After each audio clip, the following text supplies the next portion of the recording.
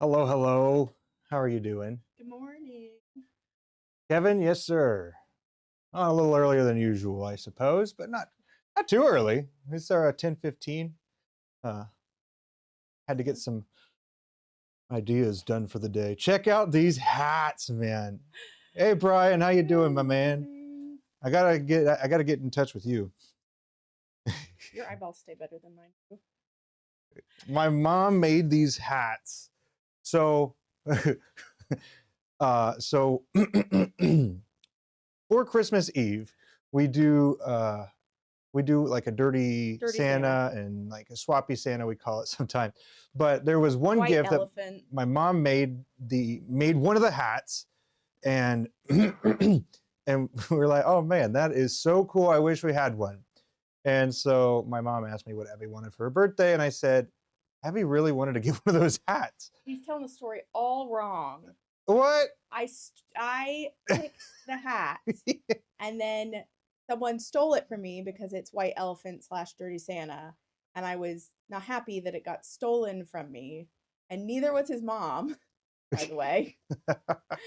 So he told her to make us hats. So this will be I our didn't tell her, I asked her. well, And she managed to get both of these knocked out in that small amount of and like time. yeah, like a week and a half between Christmas and my birthday.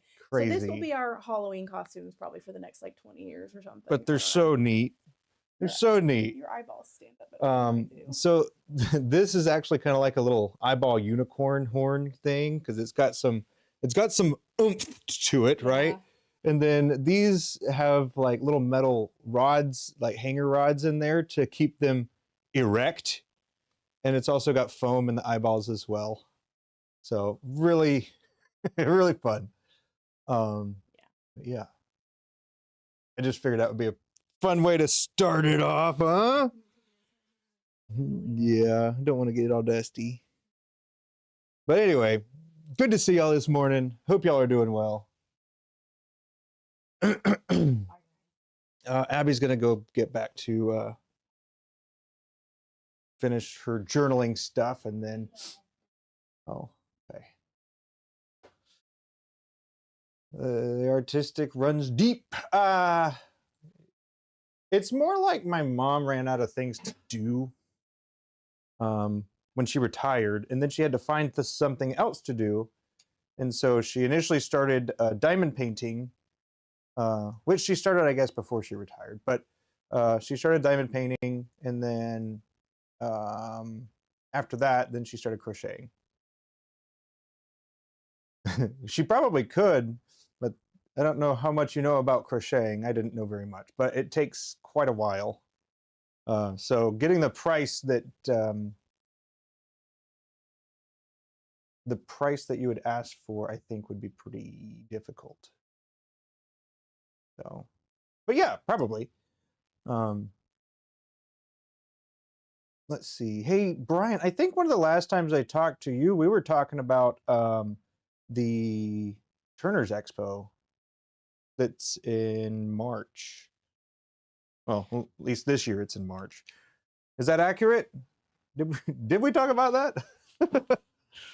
I think we did. Your daughter does it for fun. Right on, man. Then you actually can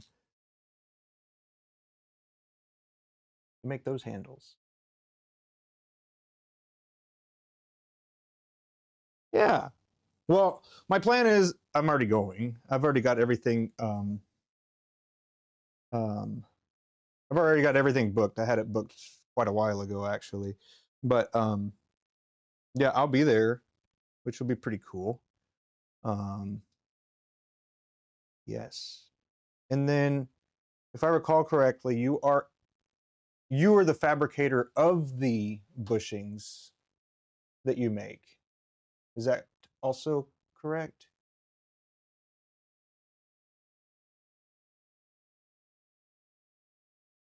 You're getting stock up for the show? Well, I suppose that means you're going to be there. Heck yeah, dude.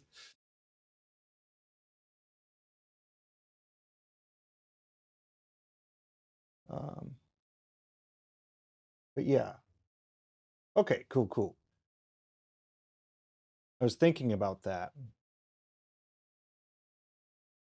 And there is a diameter I'm looking to get made. But it might already exist. What'd you miss? Oh, the hats. We've got, they were like eyeball hats that had like eyeball tentacles coming off. They're inside. I didn't want to get them. I didn't want them to get all dirty or dusty. They're pretty cool, I gotta say. But yes, I've got a specific size that I'm looking for.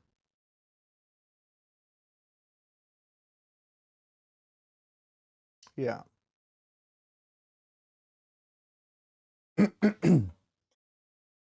Let's see.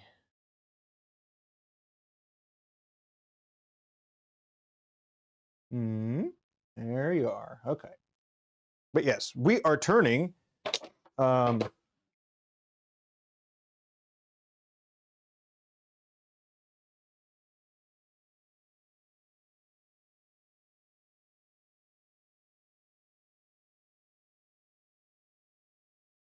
there's someone outside.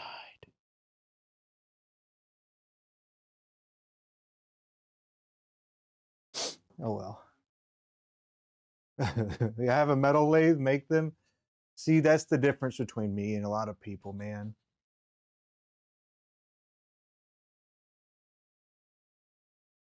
I stick with what I'm good at, you know? It's one of those things.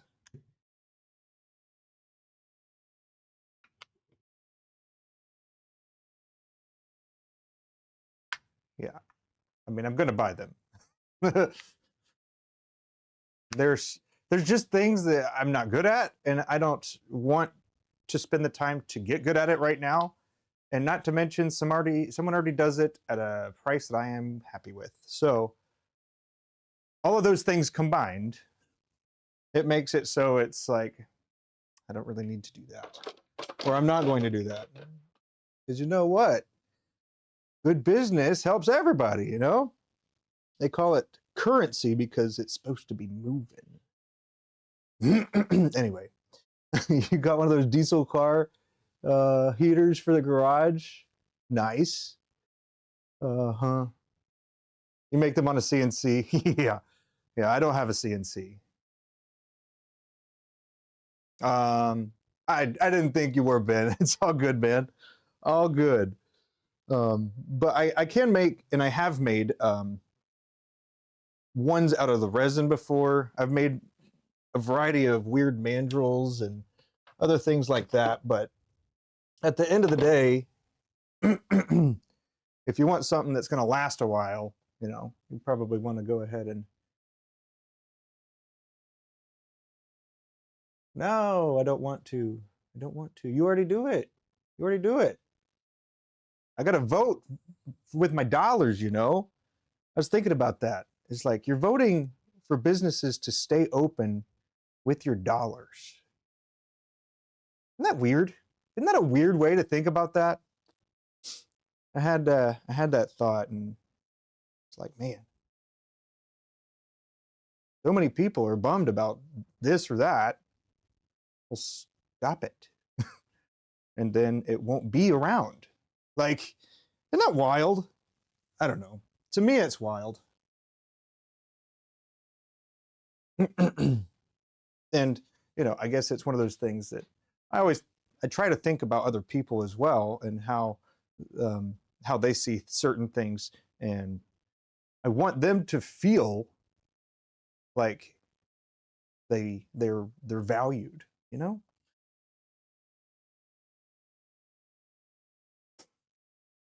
Anyway, I digress. We're turning Mocha Mousse, which is the color of the year.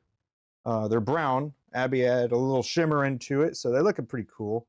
But yes, they are pretty cool. But yeah. And might as well get to it, huh? I've already drilled and prepped them. Other stuff. What kind of stuff are you prepping for the show, Brian? Might have to add it into my budget. Let's see. Gonna hop over here. And here. Yeah, okay. There we go. Okay. Got some regulars. Abby likes to do the special shapes first. Got some things that, well, anybody got any new projects that they're trying to accomplish this year, or different goals or targets that maybe they didn't get quite last year, but you're going to go again, get even closer this coming year? Your proxy.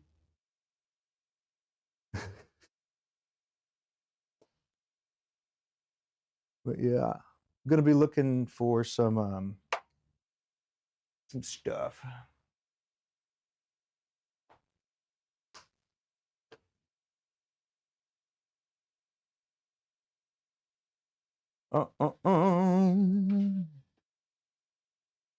There we are.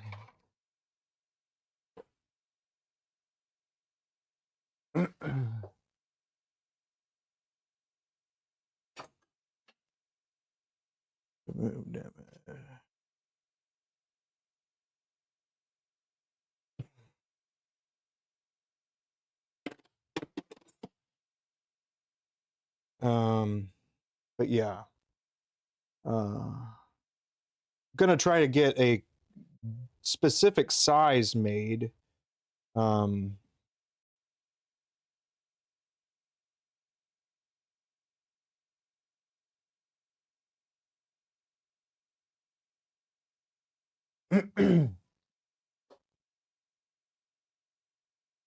Thanks. Working with a guy on designing a mold for parts he makes. Nice. I tried that. Does it look anything like a lollipop? Does it look like a lollipop?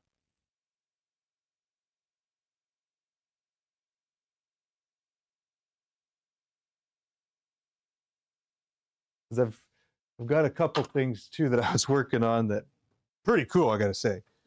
Pretty cool. If I do say so myself, but you know, it's one of those things.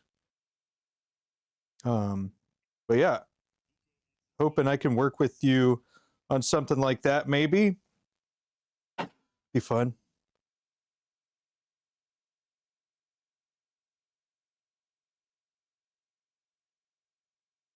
Okay, now we're good. The art and craft scene, Maker's Market and stuff like that, yeah. Well, I mean, if that's what you're interested in doing, I mean, don't be fooled. The grass is not always greener. It's a lot of work. So if you're willing to put in the time and effort, I'd say that it's probably worth it. But if not, it's not. Ah, okay. But yeah, grass isn't always greener.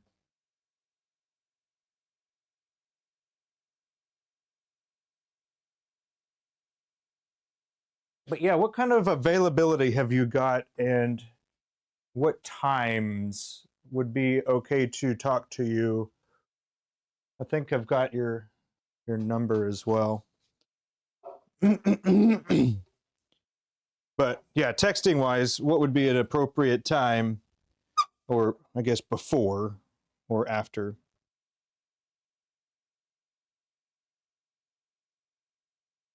There's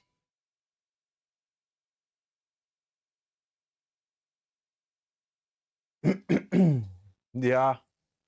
Well, I mean, if you're able to sell the tools, I mean, if we're brainstorming business ideas, I can do that too. I love all kinds of business stuff. Um, so if I was thinking about being in your position, Ben, and I was thinking about that, what would I do if I was in your position and I wanted to make it more more known? I think I would have a business card at the place that I'm working at, you know, and then I'd probably tell people that I have some things in the shop, and then you'd be able to come and train with me. So, I mean, that would be a starting point, because that's something that I'm starting to think about too, is being able to offer like a little mentoring kind of program where we can work on whatever you want, it's like pin related, that I can do, right? I'm not going to try and get you to buy a course that I don't know anything about. But yeah, for specific stuff like that, that's what I was thinking about. And if you are able to stay in business at a turning store, I'd say that there probably is enough people in that area that would pay you, I don't know, $50, $100 an hour to learn some of the skills that you've acquired over time, you know? So I think there's a variety of different the things that I've been working on and thinking about is that in particular.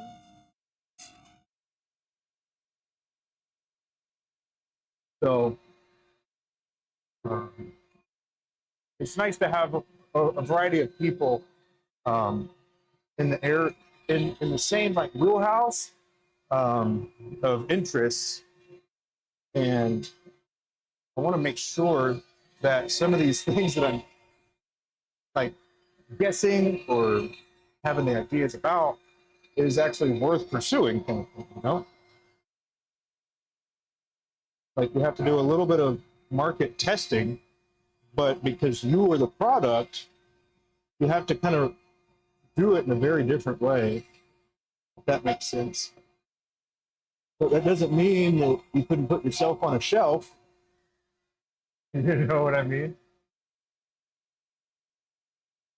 Right on, right on. But just thinking. I mean, it also depends on the direction you want to go. If you just want to make something and then sell it, well, that's also another avenue, you know? But if you, it sounded like you had like a teaching affinity, so it sounded, you know, a little bit like you wanted to do some of that action, which is pretty cool, you know? It's one of those arts that people don't usually, or don't seem to have the patience either to learn or the patience to get good at. And it takes a long time, but if you're able to expedite that process, that's why people pay for coaches and trainers and stuff. So they don't have to spend as much time as it took you to learn how to do it. You know what I mean?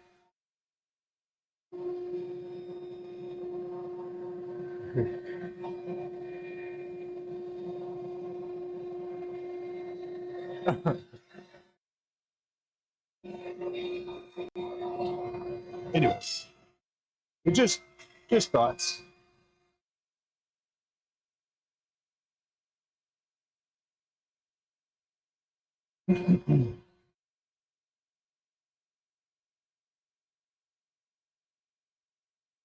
But I could be pretty far off. You know, I could be way off from what it is that your intentions are. But I mean, I'm not sure how much of I don't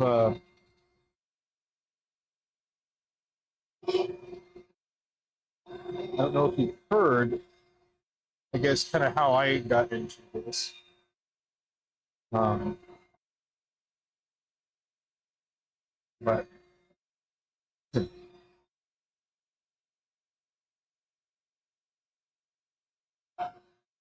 A little different.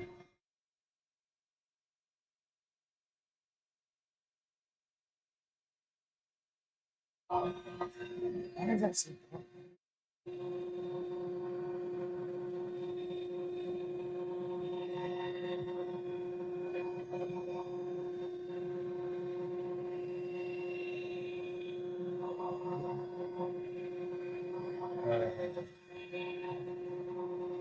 Oh, that.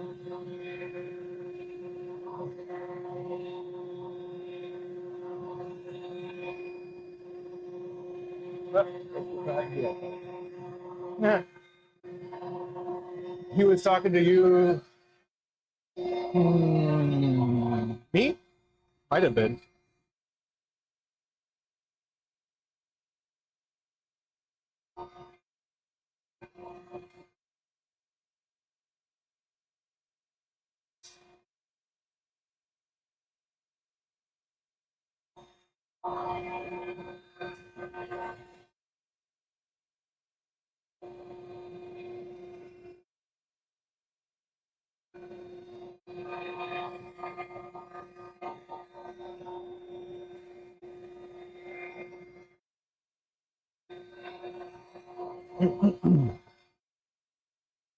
Yeah. I mean, I still am a firm believer you can make a business out of anything.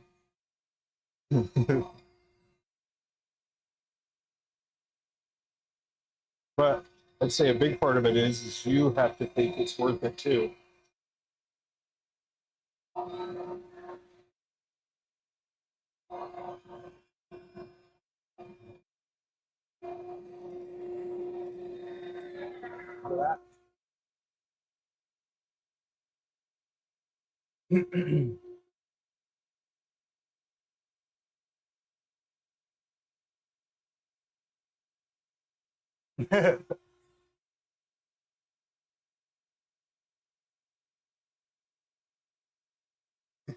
Gotcha, gotcha.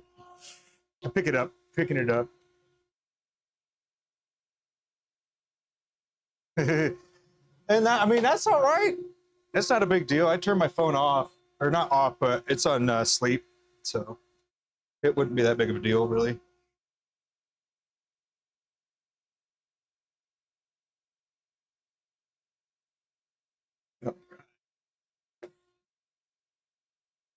Look at the feet finder scene. My goodness, yes.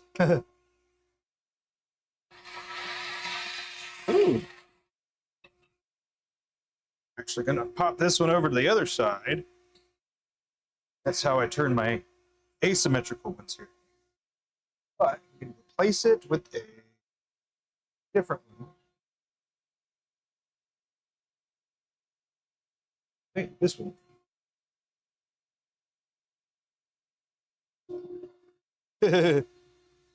I mean, I wake up and be like, that's all right.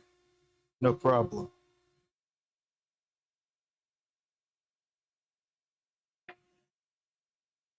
One of my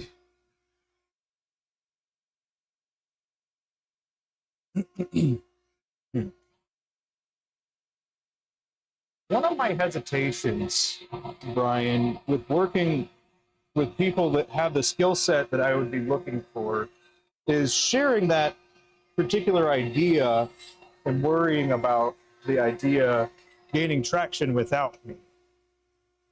And I'm not saying you, I'm just saying in general, I sometimes don't talk about certain ideas because,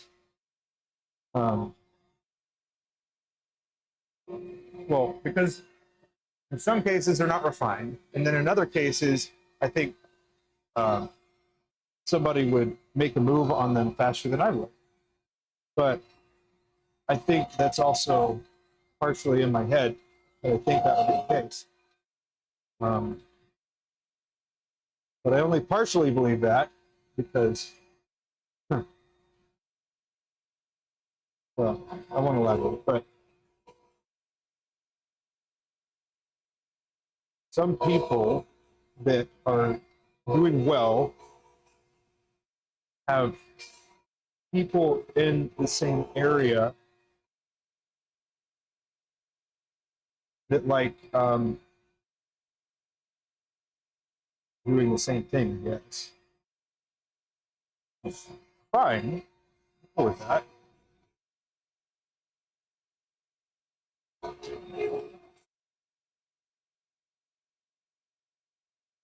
Like, yeah, something in particular is like, I mean, it didn't go far at all, but it was a custom drill bit that I wanted made. And I drew it out and then had somebody make it. And now I don't think people are actually able to determine what that drill bit is for or anything just by looking at it. But on the other hand, it's like, oh, I'm doing that to increase my workflow, not necessarily help everybody else increase theirs. And then if it was, you know, you'd want it to, I don't know, I guess be acknowledged or, hey, that's a cool idea. Who did that? Or what? Like the steel bushings. Like, what a great freaking idea. But what if somebody else started doing that, like before you had any sort of foothold?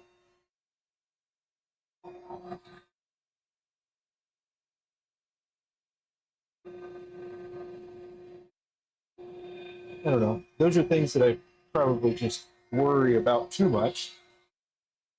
And that's happened to you? That's awful.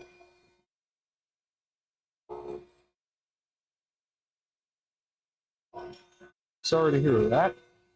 That's not cool.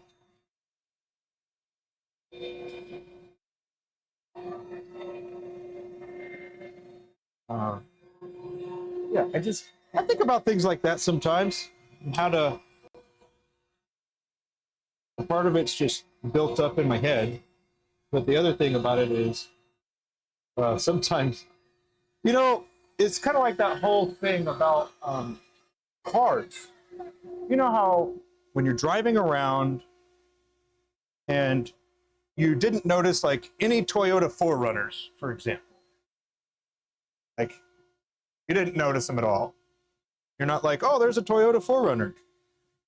But then once you do start like looking at 4Runners and talking about them to other people, then you notice them all over the place. And so I think it's kind of one of those things for me in particular that it's one of those, I'm looking for it, so I'm going to find it.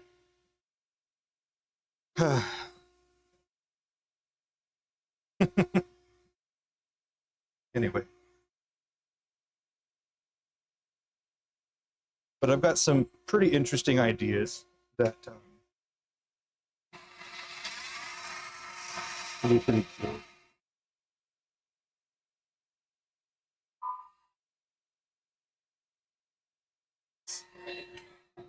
Like I want to make a minimalist bespoke click thing. That's one of the things that I've got on my radar. And then I've already got plans for a miniature pen as well. And partially the design is from, I guess, inspired by, appropriate way to say it, inspired by the Vecos, but they're not the only one to make short fountain pens that overlap the cap and the barrel. So, like,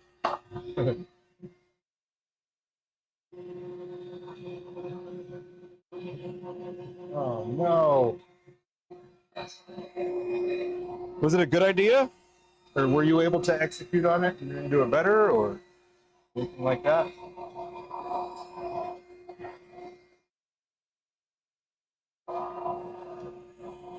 But then on the other hand, it's like ideas are kind of worthless until action's taken upon them. So it's one of those things too. It's like you have a million ideas, but you only have 24 hours in a day. And let's say we can only try out one idea a day. So you won't really have any good reference data to determine if that is a good pursuit or not, if that makes sense. It's something that you got to do for a while and see if it does anything, and then make adjustments from there. But yeah, those are just things that I think about a lot. Yeah, I mean, it wouldn't be cool. But on the other hand too, is I can kind of see that if you were to give credit and then there were like a royalty or whatever,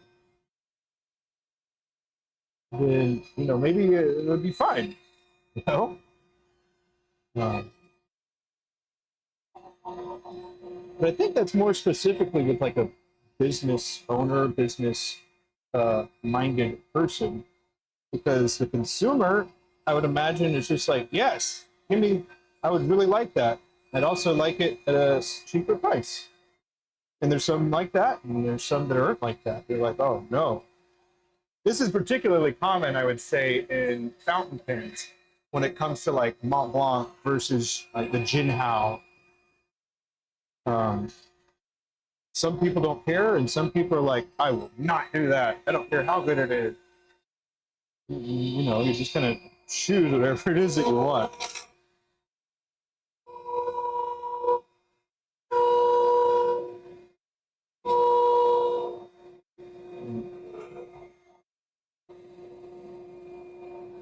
I find things like that aren't very different, but they're the same thing. It almost seems like you're not really contributing to the craft that you want to promote. So in that case, I guess it would be like pin collecting. So pin collecting, if I wanted a Mont Blanc 149, but I get a Jinhao, whatever it is, and at the end of the day, it's still not a Mont Blanc, even if it looks the same, feels the same. But really, what's the difference? Toyota versus Lexus. I mean, you want the liability, no, you got both.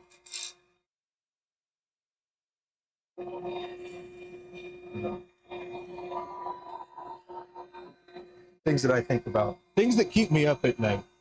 I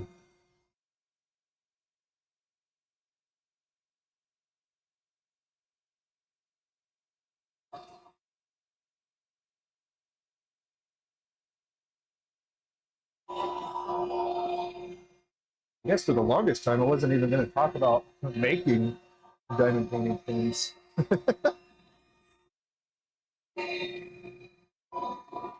And I was like, you know what? Why not? You can already do it if you want to. I guess it is illuminating some other things as well. But that's how things also develop and get better too. So would I be annoyed if I had to change my process or what I had to do? Yeah, of course I would. But if somebody's pushing the envelope, I can't be mad as much as, well, I could be mad, right? But I shouldn't be mad because that is how things improve. But some things don't need to be improved. So there's also that. Quite the conundrum.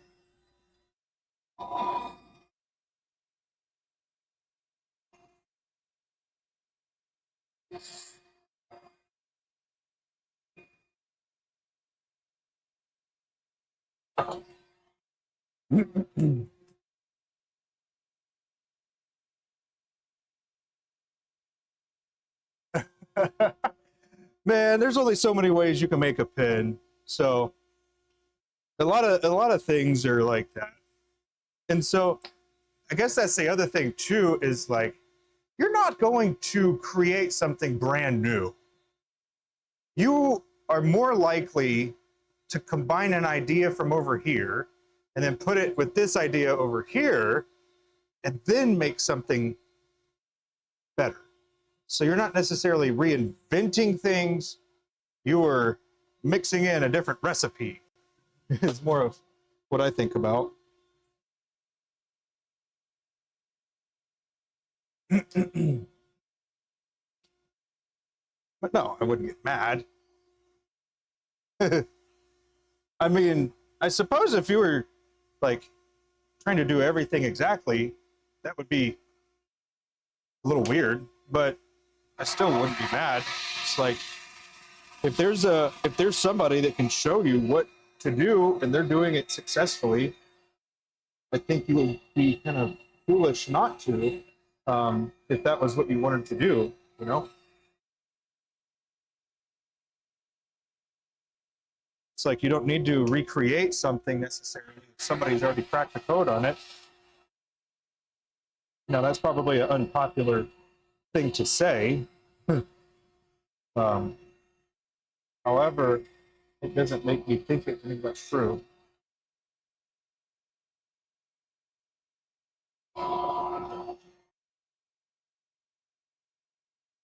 Yeah.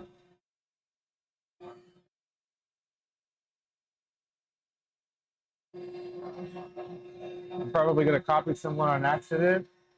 No, I don't think so. Never. Never, ever. Yeah, probably. I suppose.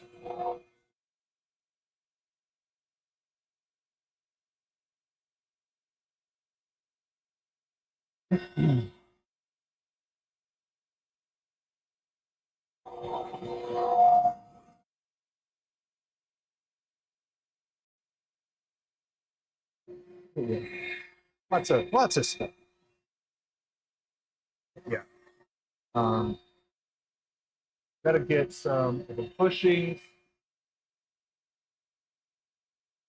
And I'll probably get them in a way that it is already set up for turning them. Kind of like how the diamond painting bushings are. Yeah, I'll probably just leave it like that, and then make the actual part 5/16. I think that's what it is. I'm going for it. Oops.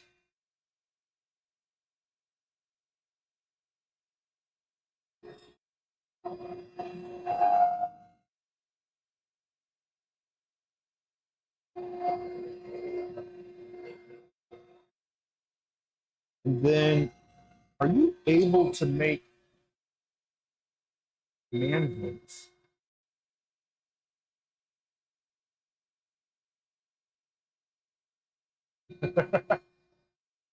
Oh, not me. Well, I mean, I was not the first one to create a diamond painting. I did, you know, although I couldn't figure out how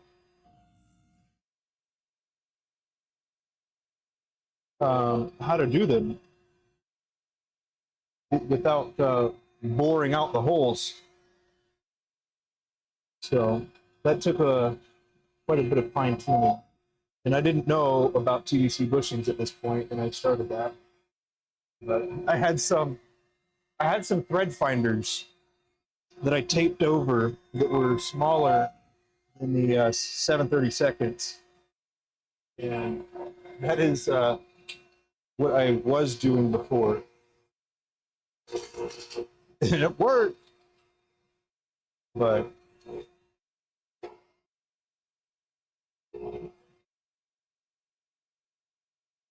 it wouldn't have lasted, and it wouldn't have gone as far.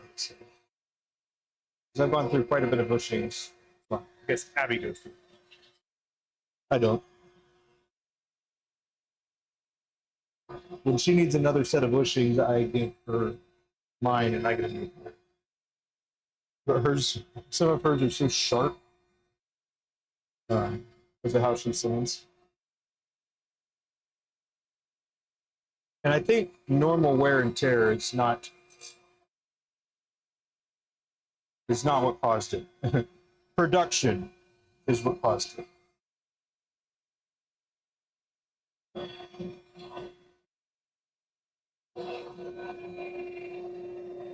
bushings themselves probably last a good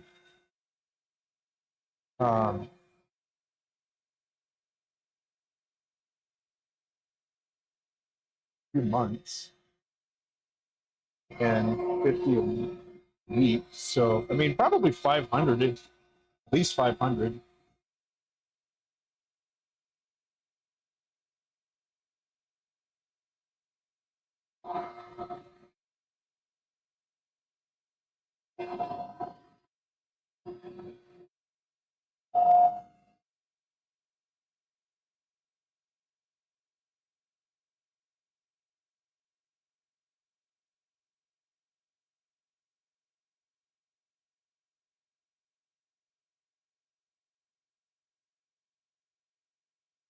I did have a visitor come out, no doubt.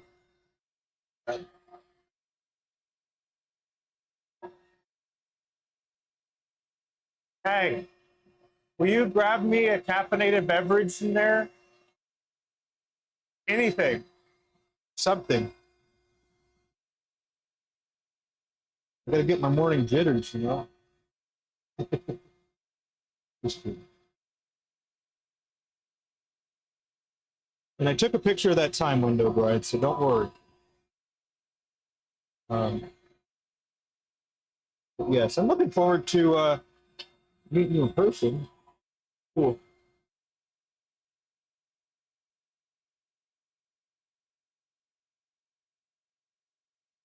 I'll be riding my motorcycle out there. It's about a 6-hour ride. So I'm gonna have to get saddle pants. Because that's gonna be a doozy of a ride.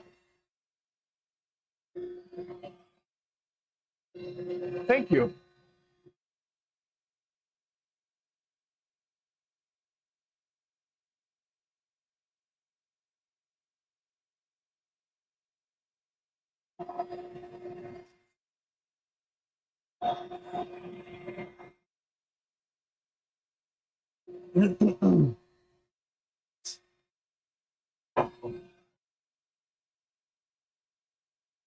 Virginia.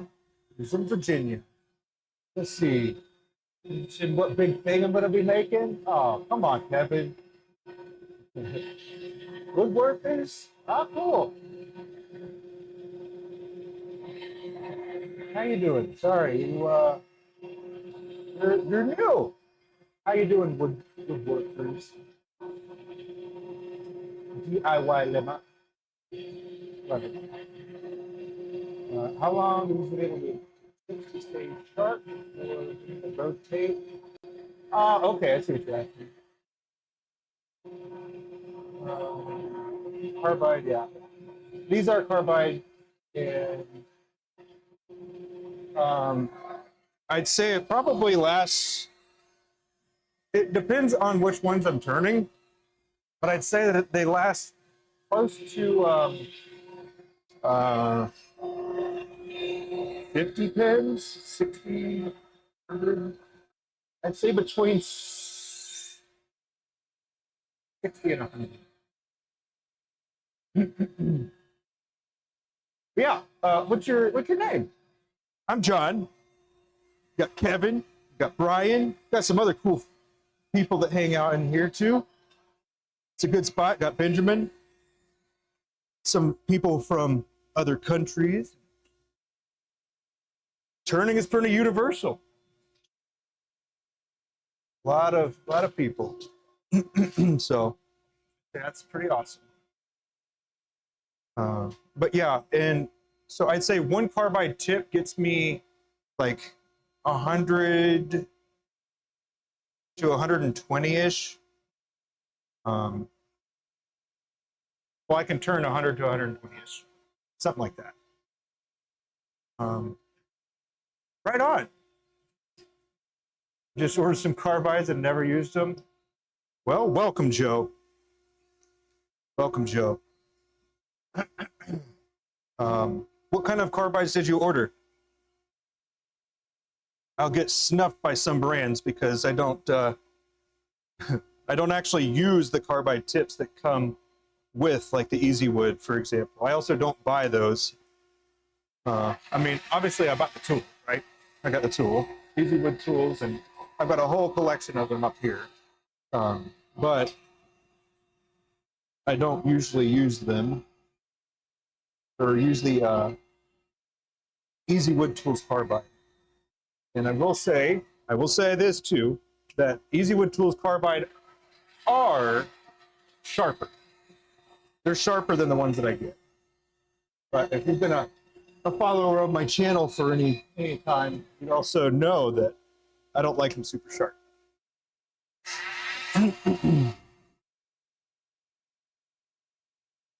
But yeah, good to have you. I reckon you are a turner. Do you primarily make pens? Or do you try to turn bowls? Or...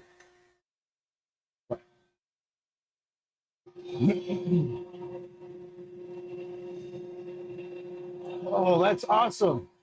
Well, congratulations. Welcome to the hobby. It's going to be fun.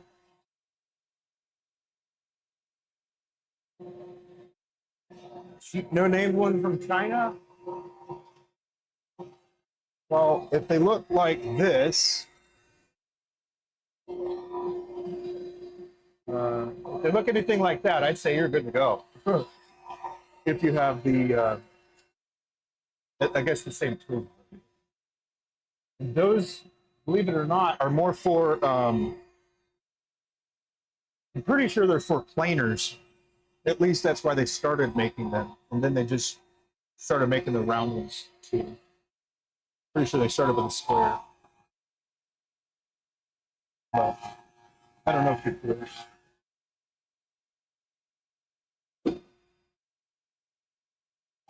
Hurricane. Now, that's a pretty expensive brand, if I recall. Are Hurricane tools expensive, or just not remembering?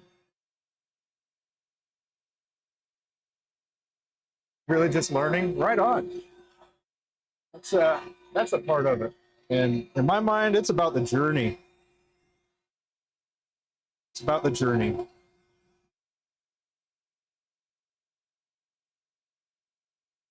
I believe it or not, what you're looking at right now is my full-time job, and then my part-time job is also turning.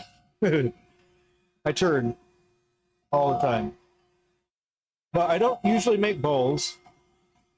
I usually make pens. Like 90+% of the time, I'm making pens. So that is my area. I started without knowing what a lathe was, actually. I didn't know what a lathe was. So pretty cool.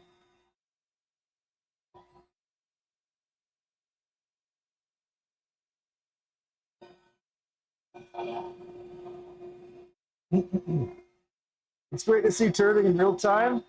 Yeah. I mean, it does kind of put into perspective, these people aren't making their bowls in like, I mean, people like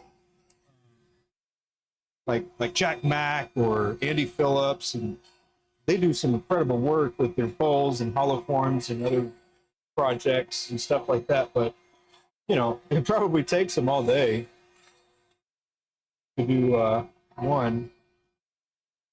It does kind of put into perspective. I turned a very small bowl the other day, and I am not a bowl turner. So first and foremost, I'm not a bowl turner. But I do know how, relatively speaking. But I will, if somebody is like, I guess, more established as a bowl turner, I would absolutely let them talk. And I would certainly listen to what they have to say. But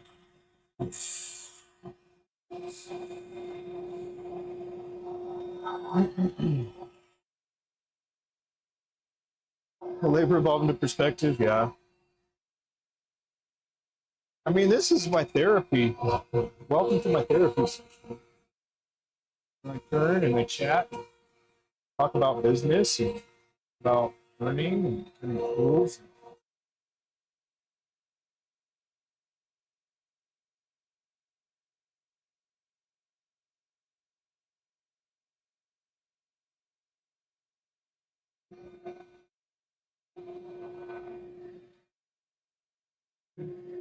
Let's see. Paid 89 for 3 hurricane kill from the wood printing store. Right on. Looking at pin kits the other day, haven't ordered any. All right. I would say if I could. Start with like 5 slim lines and make them. If you want to try a different material, do it on a slim line. There. That would be my suggestion. I don't even really make kits, and when I do make kits, I like the single body. However, when it comes to learning, I would say that bang for your buck, you're not going to be able to beat a slim line. If you're trying to make a pin. Now, something like this, on the other hand, is actually cheaper, believe it or not. But you have to know what to do and how to do it. So there is an element of that, and I can't just share everything. Just almost everything. You're a glass worker? Yeah, that's awesome. When you say a glass worker, do you mean like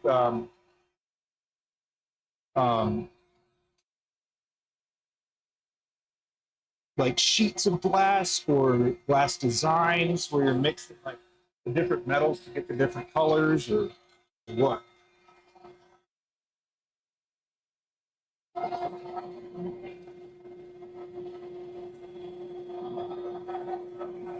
There's lathe specific to making pins. Not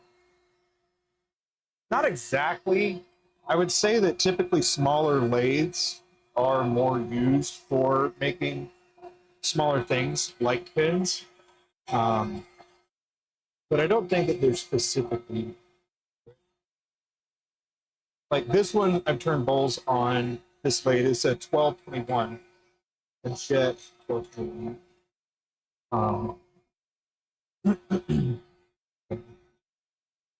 Pretty interesting. Ah, really cool, Josh.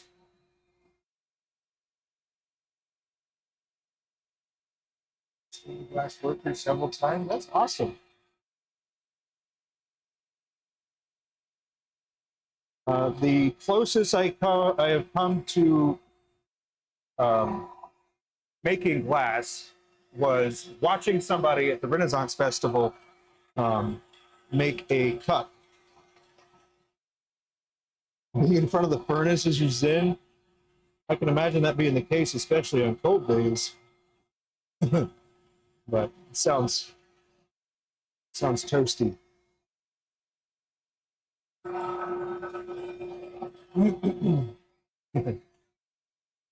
All right. The next stop for these, I know some of y'all are new. Definitely appreciate y'all being here. But the next stop for these pins, I know you don't see me sanding and polishing them, and that's because they're going to the next station over there, where my wife is, and she is the sanding and polisher. Let's see. For the day, across the channel, the Papa 19 segmented bowl channel, interesting bowls. Yeah. Yeah, I mean, that's really what you should do. Soak up as much as you can. And then there's no one really to impress. That's what I would say, is there's not really anybody to impress. So at least in the community, because your work speaks for itself. And if you're not really noticed by your work, then then you should probably revisit some of the ways that you're doing things, you know? So soaking it all up is good. And then slimline, just the cheapest ones you can. I'll be honest, just the cheapest ones you can. And then actually we had Brian in here. He's good for some of the other kit components, where some people, they use a mandrel like this. Let me switch views for a minute. Look at chat. Hey. Okay. Chat for a moment. So this is you know, a standard mandrel, mandrel saver and stuff like that. And then these are for a DuraClick EDC pin. And then these outer bushings are 7, they said it, no? They're for slim lines. Hey, I appreciate you doing that. I hope you can find something here useful. But yes, I think if you didn't want to do that, you could get what's called turn between center bushings. And Brian is one of the guys that makes the bushings. If you scroll up, you'll probably see TBC bushings.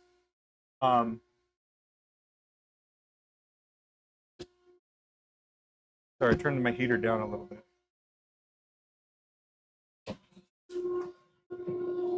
But yeah, that type of stuff is pretty neat.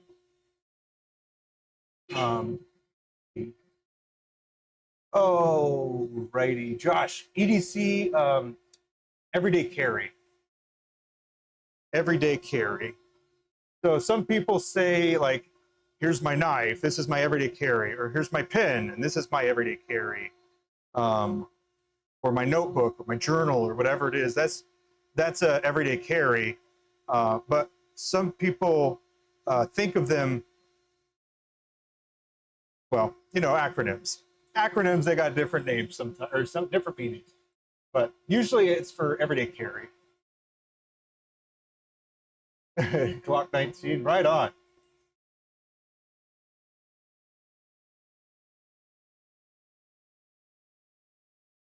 Let's see.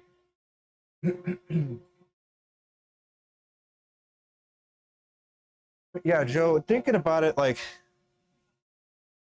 I mean, it really boils down to what are you interested in doing?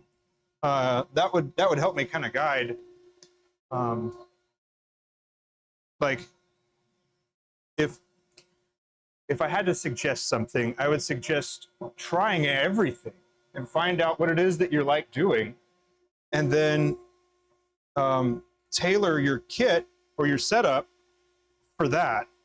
And you know, I could help you with that, or there's a lot of people that'll give you some pretty good guidance and stuff.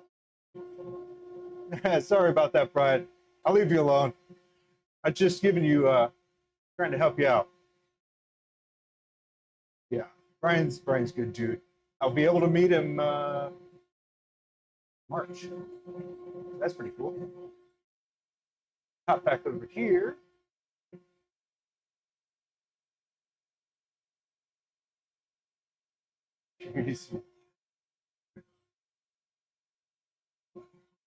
But a slimline, let me see. I've got slimline kits somewhere.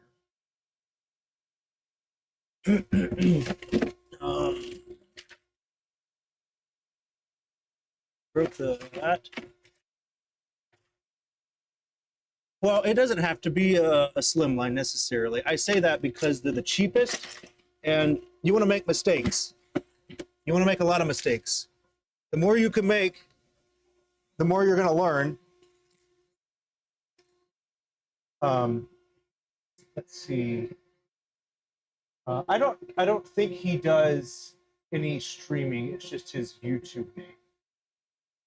But if you type TBC bushings like into Google, you'll find a website, and that will be kind of what'll lead you to down that road. But here's a slimline. pin kit. So use gnarly old wood. Fascinating, yeah. And I'm not. I actually have a pretty cool wood project that I've been talking about for a while, and I actually have to get to it now in the near future. But I'll hop over to this cam over here and show you. So a pin kit is like this. So here's the cone, and then these are the brass tubes. So basically you're going to drill a hole and put these tubes inside of it, right? And then you'll turn it down to the size that you want it to be, and then you'll push all the kits together. And the reason I say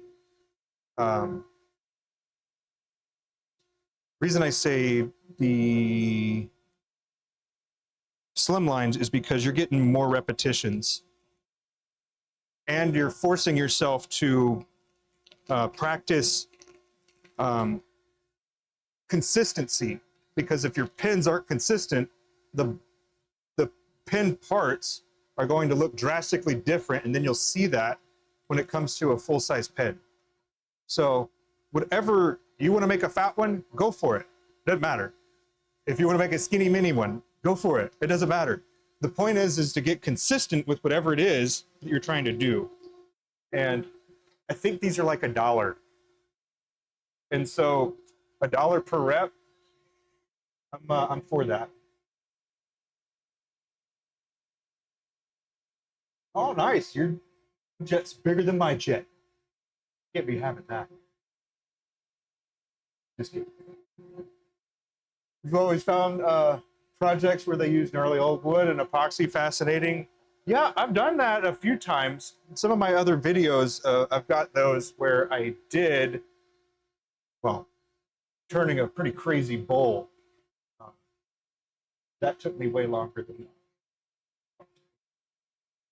But part of it was because of how I did it, so it's my fault.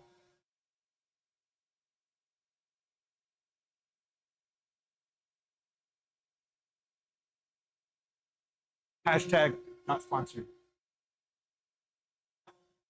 But see, this type of community and this type of forum, I would say, where people can gather around and talk about different types of turning is actually how I've been able to meet some really interesting people that have very different skills.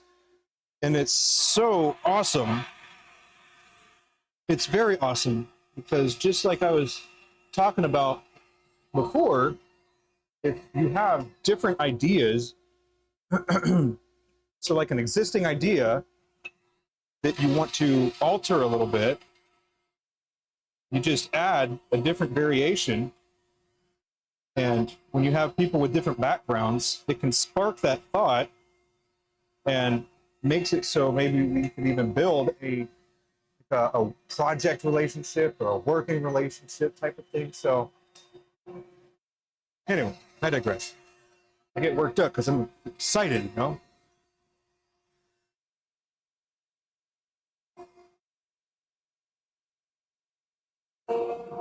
We're not really into stabilizing. My wife makes all the blanks that I use pretty much.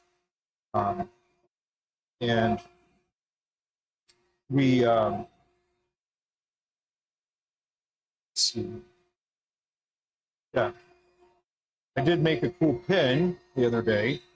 It took me quite a while. I did a lot of different tricks on it that I hadn't done often. Definitely had combined all those tricks at the same time.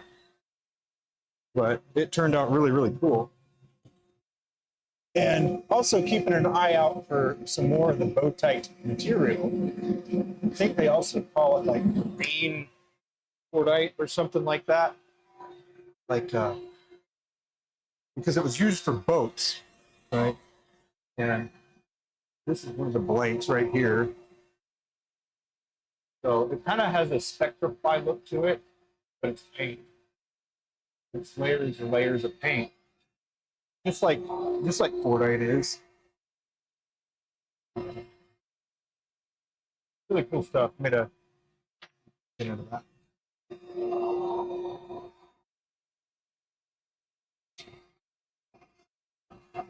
But that's a good sized lathe. The Jet 36. Well, wait a second. So you have a 1221 with the extended bed. Is that what it is? You have the bed extension? Is that what that is?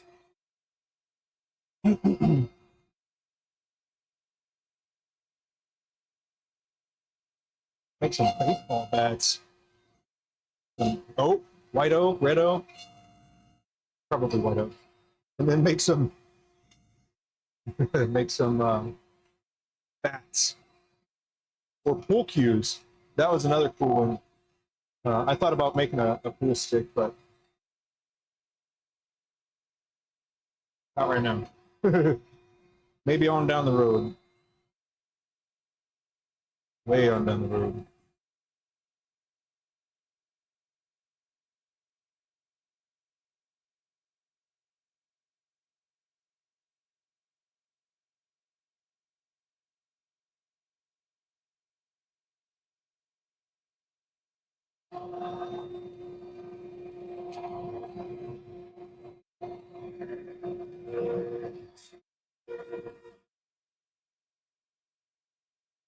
I don't know if links can be in the chat or not.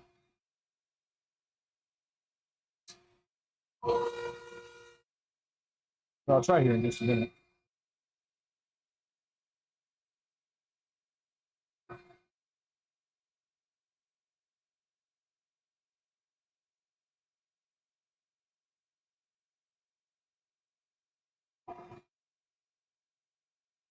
Yeah, I try to use this as an opportunity to, you know, talk to all kinds of people and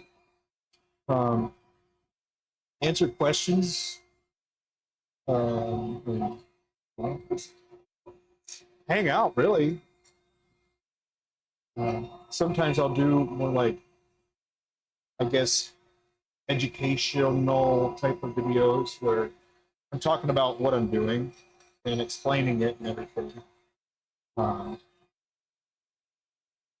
But this, I've turned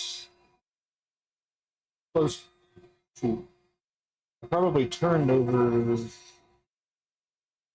maybe 15,000, somewhere around there.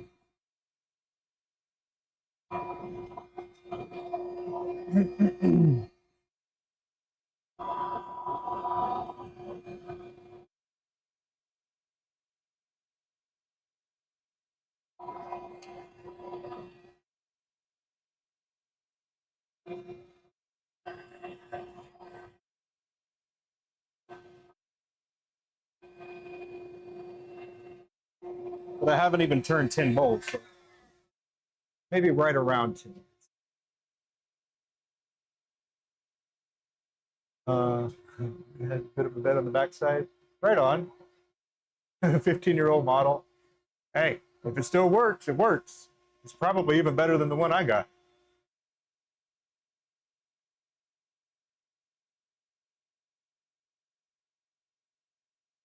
Let's see, 6-speed setting. Interesting. Interesting indeed. Uh-oh. Went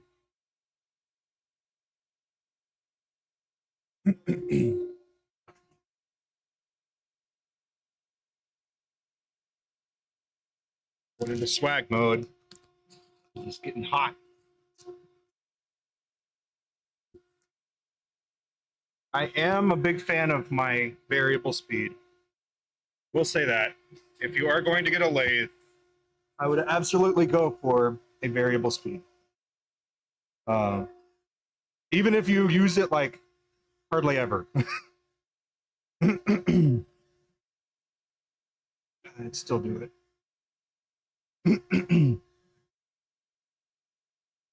Let's see. Sorry, I had to get.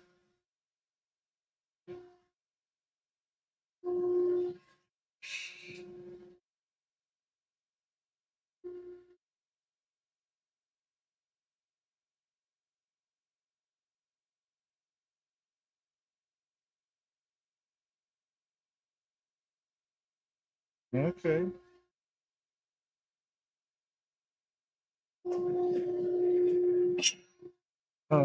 Let's see. All right.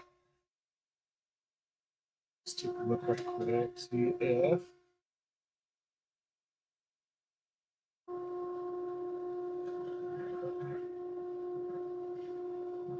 Um,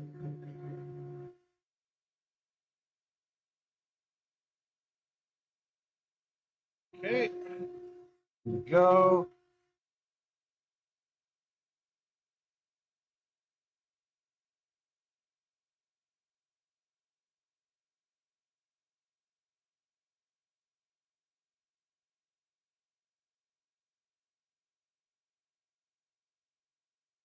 Yeah, there we go. It's just tbcbushings.com. So if you didn't want to click on the link, I'd understand. But it is just tbcbushings.com.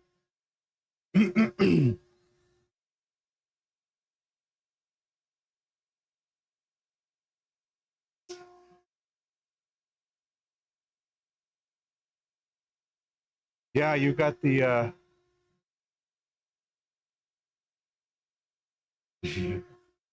let's see, agree on 100% having a YouTube channel is great community. Yeah, that's what I'm saying. It's great. And then not to mention you have that little network that like, hey, I know a person over there that's getting rid of this lathe or whatever, and you're looking for an upgrade, and that's an upgrade. So it's like, boom, make that match happen.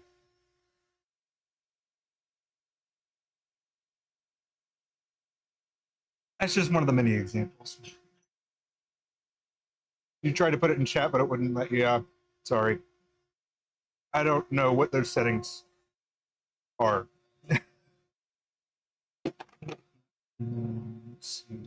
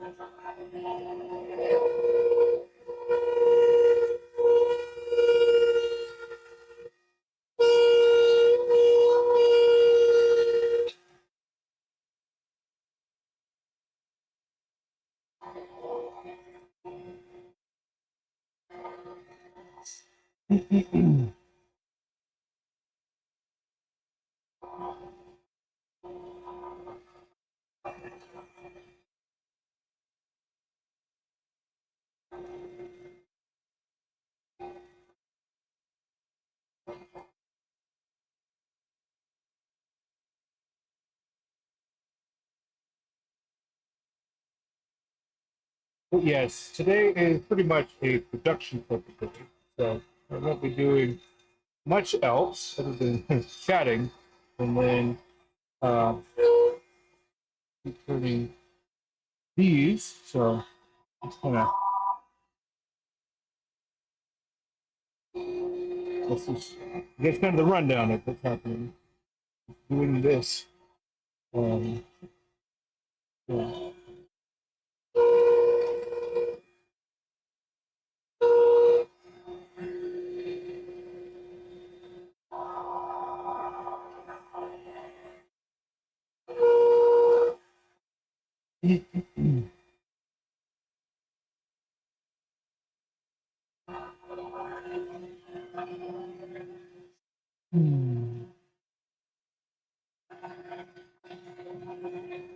We've done lives and turned on there were giving me pointers.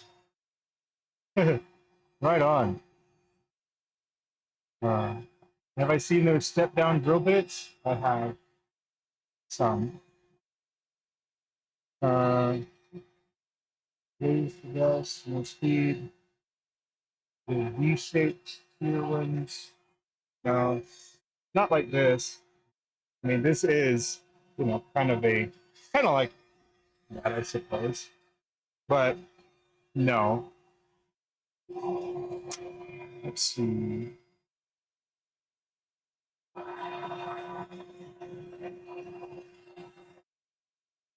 Yeah, Kevin.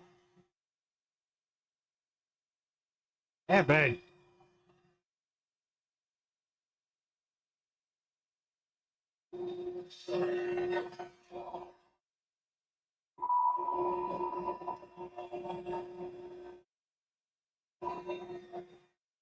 Yes. That's what they look like.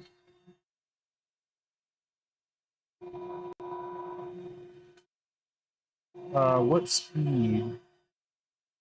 I am at 33. Usually ranges between 33, 32, and 34.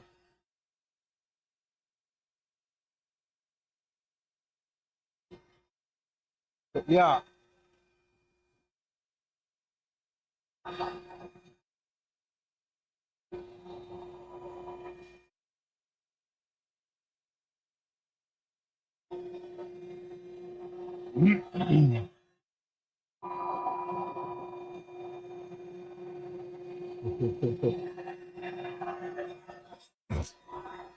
All good, my man. But yeah, I do have step hits. And that's a part of one of my bigger projects too. That I was gonna have more custom those made.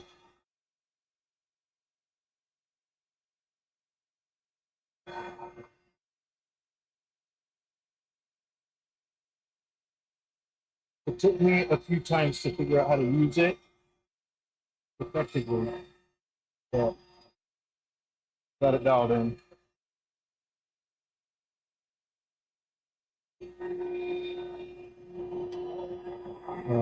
But yeah, that is, I guess, one of the things that I was talking about with the particular idea, right? Because if you can reverse engineer something, then you can actually make it again, right? So if you can do that, come up with the internals that you're going for, then you can basically replicate something that will address those things. So. Doing the whole shirt and Joe Dirt. Let's see, do your research. Yeah, man.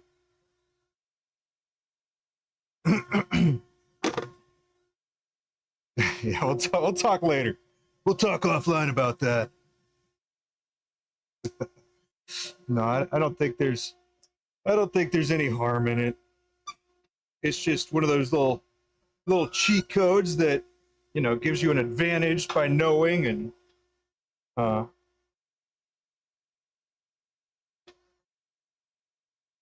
see, one side of me, I should have been like, no, I don't know what you're talking about.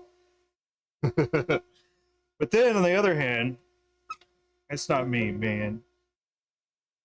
I'm not gonna lie to you. Just be wrong. But yeah. You like the looks of that pen? Heck yeah. I appreciate it. The like I said, the blanks my wife makes, and she makes them all. And then these are going to be these are diamond painting pens in the making. So basically, you're giving people a different handle of what it is that you're making, of what they're making, right? So it's basically like remaking one of these handles, remaking a handle for our comfort, but you know, it's a different handle for a different purpose.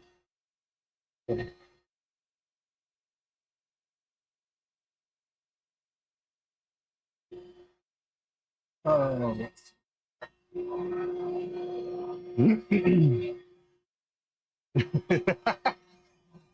I know, Kev. I'm just kidding.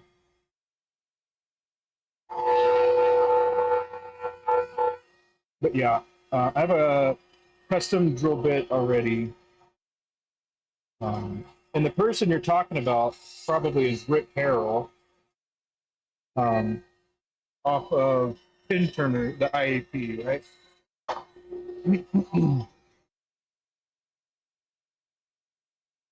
Yeah, the Turner's website or something like that. The IAP. Whatever that's called.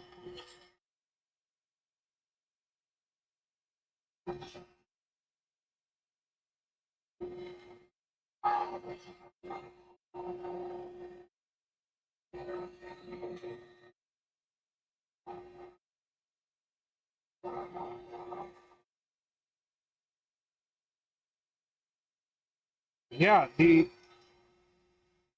I mean, I don't wish to start over. It's not one of those experiences that I would go back and do again. Well, I would actually, but I wouldn't want to. I'm pretty happy where I am as far as like skill wise, but there's still a lot to learn. Like when I was making that other pin, I was learning so much. Like it took me a long time to make that one, but it was my wife's birthday present. And oh, I don't know if I mentioned it, but I did have her sand the polish because she is much better at it, and because the way that the material felt, it felt a little chalky or something like that. Not quite chalky, but it was softer than Oparex, but it wasn't quite as noodly as a regular Alumilite resin.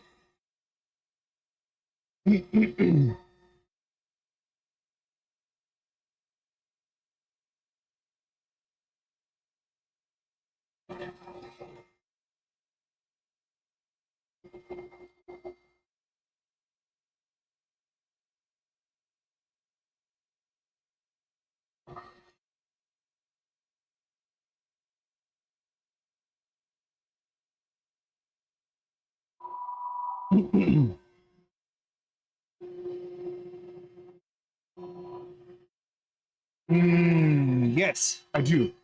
So these pins get sold on Etsy, and the other pins that I make are sold on Shopify, or our website. I guess it's powered by Shopify. Yeah. So my fountain pins that I make, sell them there, and then these are sold on Etsy.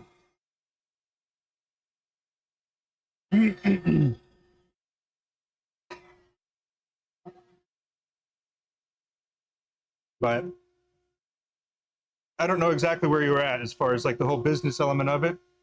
But should you turn it into a business, I wish you great success.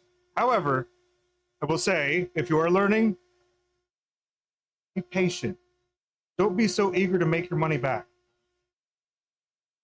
I think that's one of my biggest things that bother me, I guess, is when people are like just learning and then trying to immediately start selling it. It's like, my goodness, man, or woman. Come on, woman, man, just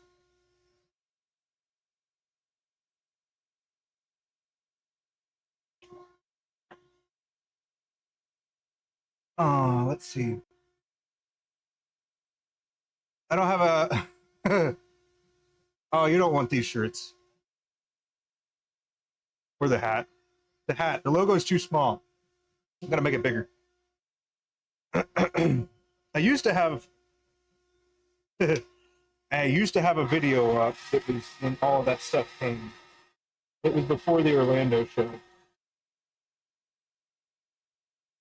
But would you like a hat, Kevin? Is that why you say that?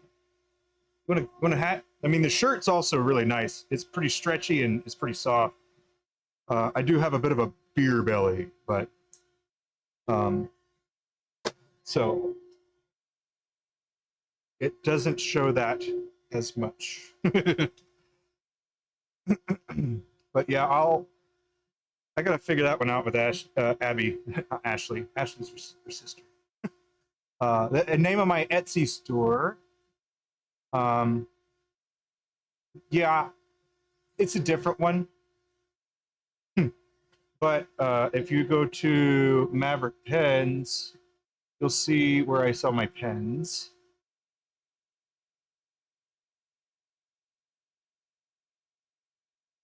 Maverick Pens.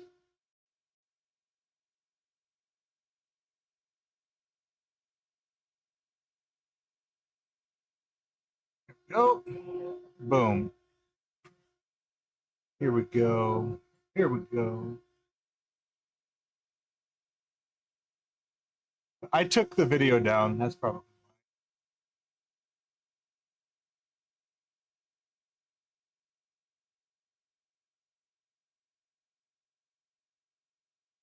That's where I sell the fountain pens.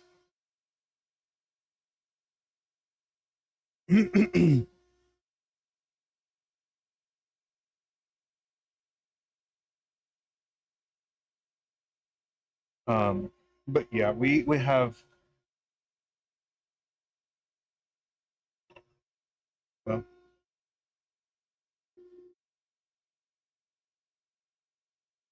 we let's see. How do I say this? We I guess I had an identity crisis. So I needed to have two websites. Or two avenues. Yeah. Bum, bum.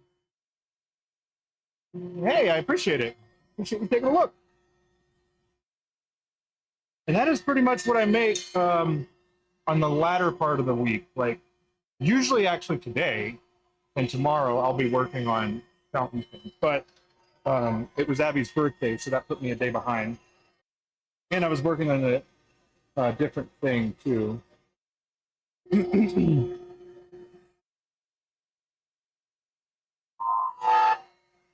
But yeah, it's good. Good stuff. It's fun, right? You're not having fun. You're doing it for the wrong reasons.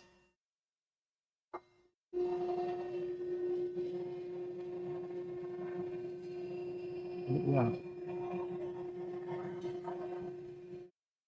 Oh, no, you don't, Kevin. No, you don't. You do the good work, man. You're doing all the glow stuff, and you're doing the good stuff, man. Get inspired by you sometimes.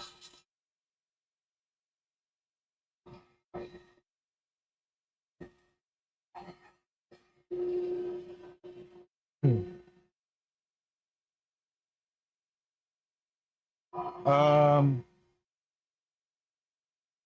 let's see. Did I know that?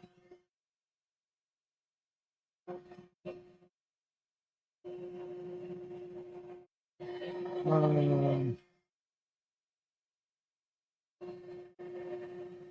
yeah, I did know that.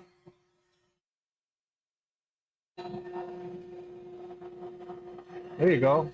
See, I knew that.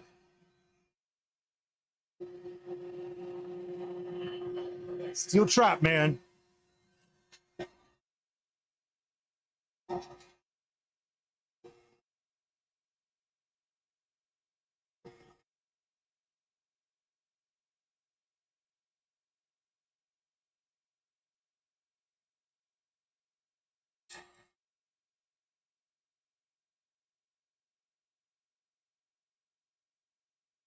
Yeah.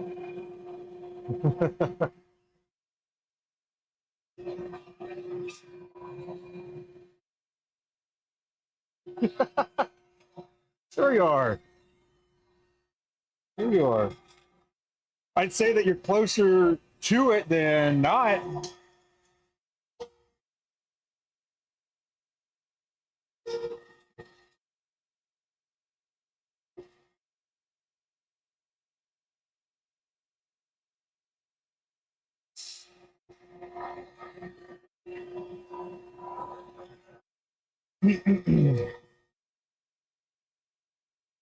Yeah.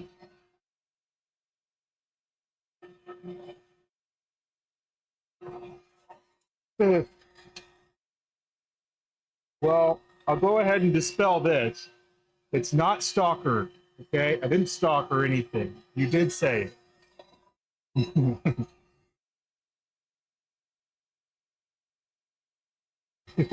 So I'm just going to go ahead and throw that out there.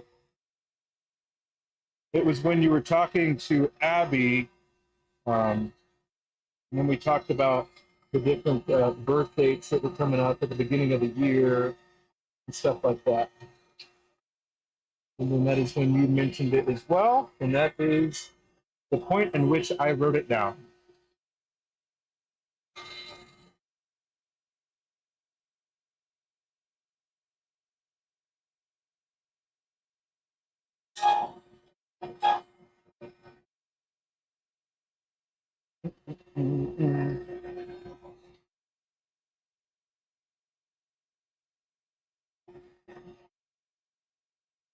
I write all kinds of stuff. Because that's just kind of crazy. Unless it's something I've done a lot of times, sometimes it just doesn't want to stick. And then conversely, sometimes that I've done a lot of times, I'll do it different every time without really knowing why. So,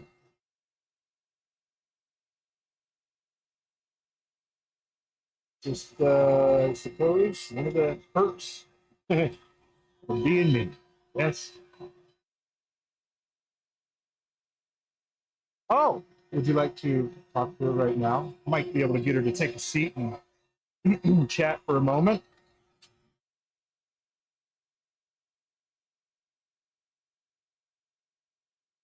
I imagine this has to do with like the resin or the micas or the pigments sorts.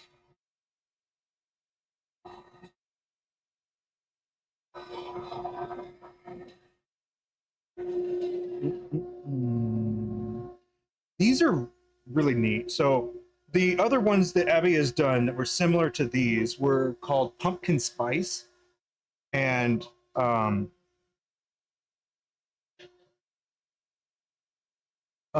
they were orange, a bit more orange. Will you pass me that pumpkin spice? Yeah. So here's the one I'm doing right now, right? You can see it is the Mocha Mousse. And then this is the pumpkin spice, which you can tell is quite similar, but it's got orange instead of like a lighter brown. So pretty cool. Let's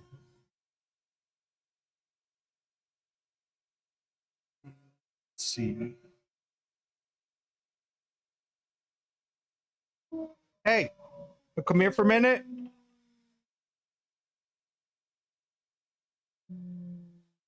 That's all right. Either way. Either way.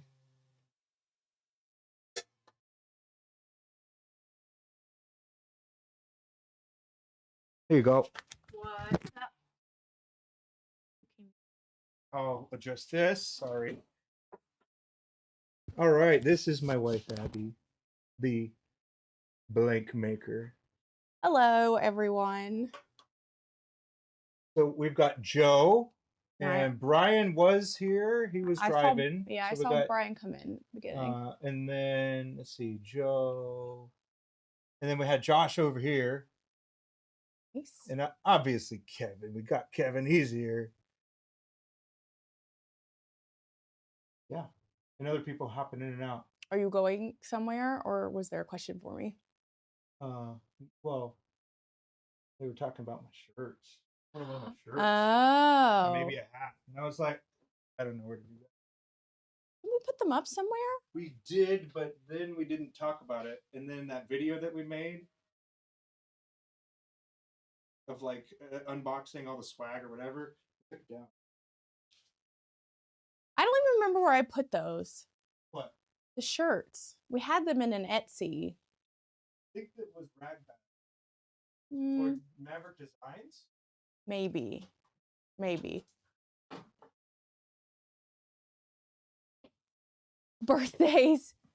Oh, Oh, you left Lulu out here. Yeah, my birthday was Monday. It was January 6th. John's is February 20th. And it's funny, all four, so me and his and then our two daughters are all at the beginning of the year, right after Christmas. So we go from Thanksgiving, Christmas, New Year's, to my birthday, Stella's birthday, John's birthday, Evie's birthday, all within like a couple of months. So it's a lot of holiday. It's a lot of celebrating. And what ends up happening is kind of like what happened for my birthday and for Christmas too, is we did birthday with my family. We went to dinner. We did birthday with just us, and then we did birthday with his mom, cooked us dinner last night. So I've had my third birthday for this year already, but yeah, it is kind of nice, especially since my parents and siblings, 3 of their birthdays are in June. So we do still have like other family birthdays, but at least the big ones that we're in charge of are done towards the beginning of the year. And it works out for me because often if you're like, you don't get something for Christmas, then I'm like, cool, I can ask for it for my birthday. Yeah, with Valentine's Day. Valentine's Day. We don't do a ton on Valentine's Day. We have a date. We do, usually with the kids, because it's, I don't know, it's one of those overly Commercialized. Yeah, holidays that I don't know. We spend every day all day together. So we usually make an excuse to go out to dinner, or I think last year we got Golden King crab legs from Costco and did that with the kids, which I want to say they were like sick. I'm pretty sure they didn't even eat any. You and I ate like all of them. Anyways, so we do stuff like that. Yeah, very Hallmark. I don't know. I feel like the meaning behind like loving somebody all the time and having a day to celebrate, it's a little cheesy. So we don't usually do gifts. I think it's more like a dating thing. Maybe. In my view, it's more like a dating thing rather than a you're already married thing. You know what I mean? It's like if I'm courting a lady, I don't know. That'll be a special time where I take her out. Y'all still usually get me flowers and chocolate. We get the kids chocolate. We all have dinner together, you know. That's about as far as our Valentine's typically goes. And that's okay. We're both on the same page with that. It's kind of the same thing most of the time for anniversaries. We do stuff, but it's, I don't know. We'll be married for 14 years this June. It is cheesy. Yeah. Valentine's Day is just, it's cheesy. It's exactly it. So like, it's fun to do. We do it more for the kids than we do for us, of them getting Valentine's Day cards and chocolates and stuff. June 5th, which is also the day that John entered the military in 2007, right? 2007. Yep. We got married in 2011. And then our dog, one of our dogs, Loki, the German short-haired pointer, his birthday is also June 5th. So he gets to remember all the dates for one day. So I don't think so. Loki's birthday.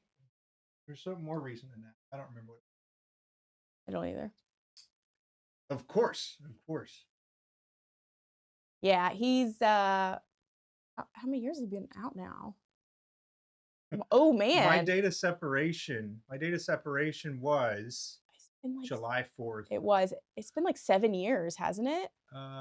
2018. Yeah. He's been out for 7 years now. It's crazy. I forget that our kids were so young when we moved back home and he left the military. So it's weird. It's very funny because they were, I guess, 3 and 5-ish when he separated from the Air Force and we moved back home to North Carolina. And so they don't really remember any of it, which is kind of crazy. So there'll be like random drops of like us talking about something that he did during his time in service. Like it came up the other day of you being a paramedic, and they're like confused because as far as they remember, we've been doing this. We've been making pins. Yeah.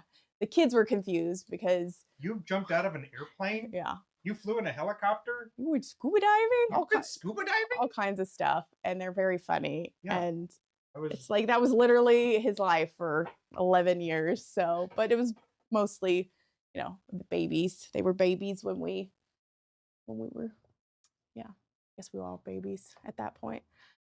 But anyways, yeah. It's weird. It's like 2 separate lifetimes already. And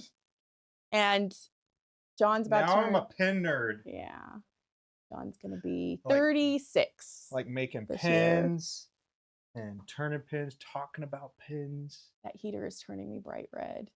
Look, we got a Ooh, new. it's cold. Oh my god, it's so hot now, and it's very cold out. We may get snow tomorrow, which for the Charlotte, North Carolina area is a huge deal. I'm sure before anything even falls out of the sky, we're gonna get text messages and calls from Canceled. the school, from our school district. They'll be like, no school tomorrow. No one can, because here we don't handle snow. People don't handle snow. People don't handle ice. They don't know how to drive No one, everyone panics. The grocery stores will be like completely bought out of milk and bread and whatever. Y'all are gonna have snow in Alabama. See, it's crazy times, crazy. We've gotten snow before. We used to get it because we both grew up here in the area. And I remember growing up of us having snow days at least a couple times every winter. But since we moved back, I think it snowed once, maybe. So our kids don't remember seeing snow. So I really hope it snows at least and sticks some so that so they can see. One time it snowed here, it shuts down. Yeah, even if it's going to freeze and we're going to have any sort of ice, they cancel school. We've had days where they predicted like all of this water and flooding from some storm, and they canceled school, and then like it didn't even rain. The kids were just home. So they are overly cautious, which we appreciate, and everyone loves a good snow day off, whether it snows or not. But John just had to go get us some more propane this morning for our big propane heater in the garage, because I was sanding. If y'all saw my birthday Franken pen, the Fordite, whatever, pen that John finished, I had to sand my own birthday pen, because that's what I do, and it needed CA and stuff. And I was doing it in the morning yesterday before we had heated up the garage, and my fingers were purple by the time I went inside. And my toes took forever to heat up. It was so cold. Get a diesel heater. Cool. Yeah, we had a smaller propane heater from last year. Was like maybe 10,000 BTU or whatever, and it works-ish. It like took the chill off, but you know, we went for a 30,000 one, and now it's like sauna hot in here. But it's funny because as soon as you turn it off, because it's just a garage, it gets cold again very quickly. And I need to do some resin pouring this afternoon, so gotta stay a little warm in here at least. Thank you. Yeah, John, I think John did an excellent job on that pen. He was, if you were hanging out with him during that stream, apparently he was really debating with himself whether he wanted to ask me my opinion on the kind of finishing of it, of how he was going to put the pieces together. And he did end up asking me, but I liked all the things that were his original plan. So I'm very happy with it. It's super cool. Grew up in Indiana in the winter. He had an enormous blizzard and lockdown for weeks. Yeah, that's crazy. I've seen pictures of places like that, but we both grew up here in North Carolina, and then we lived in Tucson, Arizona, which we actually did see snow, I think once, maybe. And then we lived in Albuquerque, New Mexico, and we did see snow there, but not that kind of snow. Yes, he should have definitely just gone with his first, and that's usually the case for stuff like this. He was overthinking it. A part of me was not expecting you to say yes for that section, because that blank was 170. You wanted to use it on there. It's special. It is. That blank was not $170. It costed us 170. It was $45 for shipping. It was so expensive. It was one of those things that we got put on his list for this ebonite rod, And when John asked him the prices, what did he say? Between 75 and 100. Yeah. And then This one, he ooh, is charged a us real good one. like 145 bucks.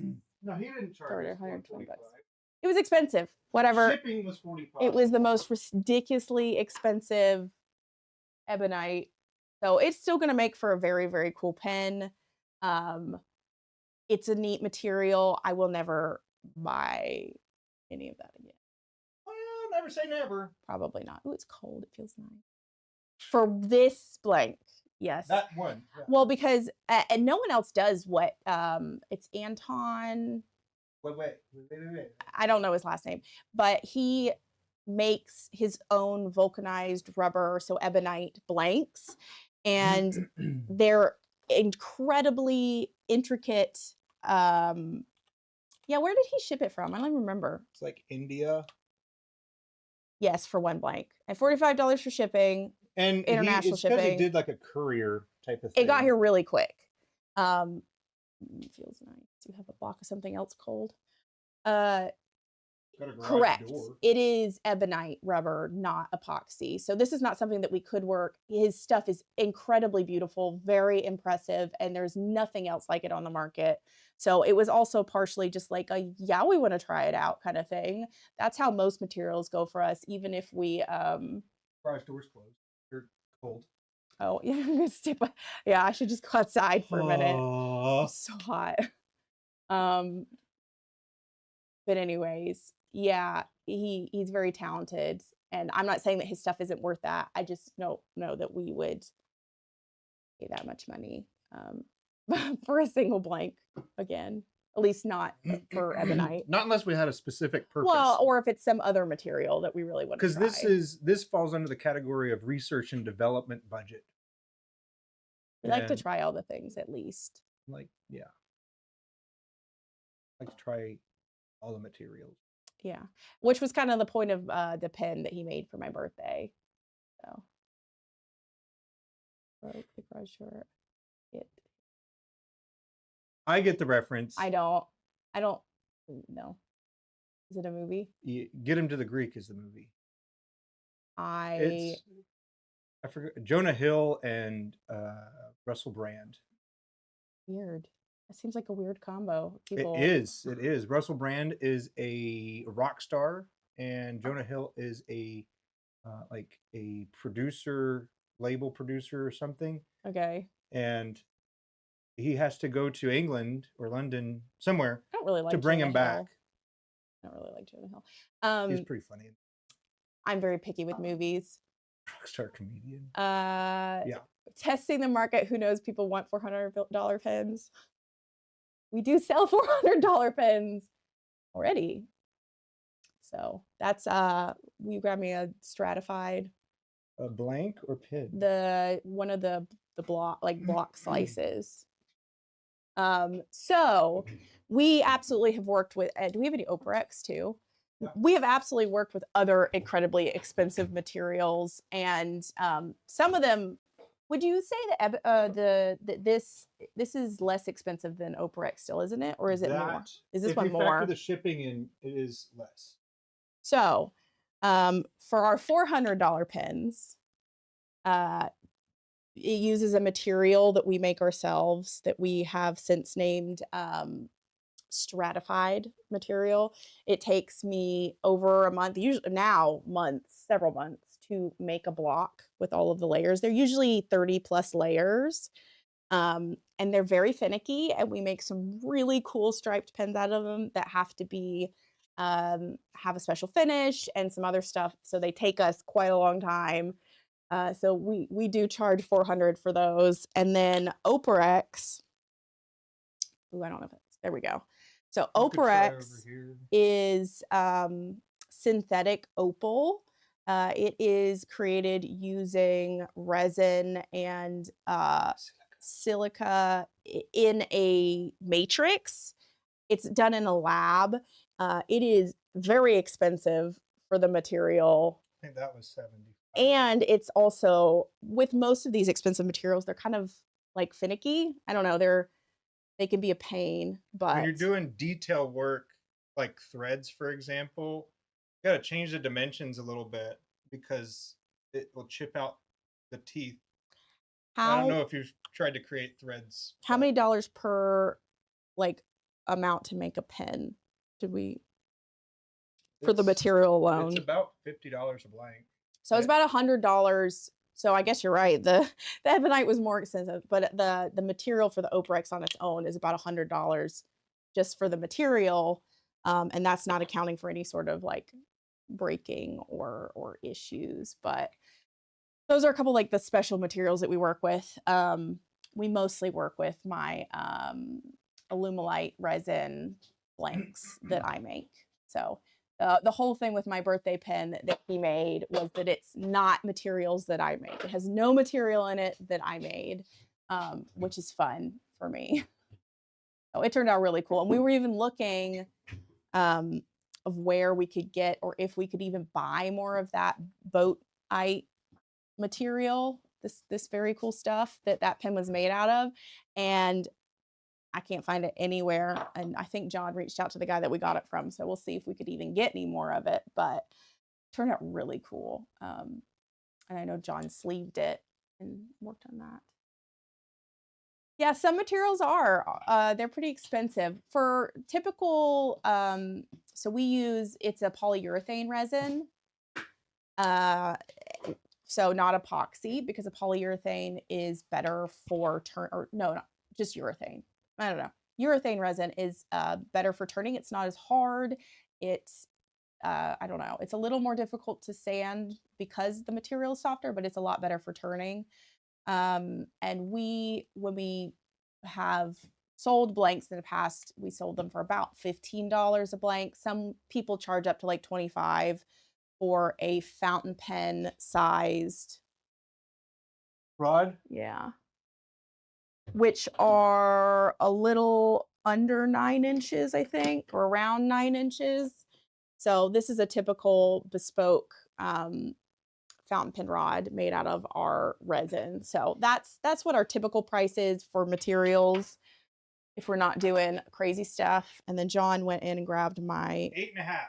Yeah, a little under 9. So, and then so this is a finished stratified pen. This is my personal one that I bring and use and stuff at pen shows, and it's got a super sheening ink that I should probably clean out of theirs because it clogs it all kinds up, even if it's cool. So that's our stratified pen. And then this is the boatite that John made for my birthday, and it's so cool.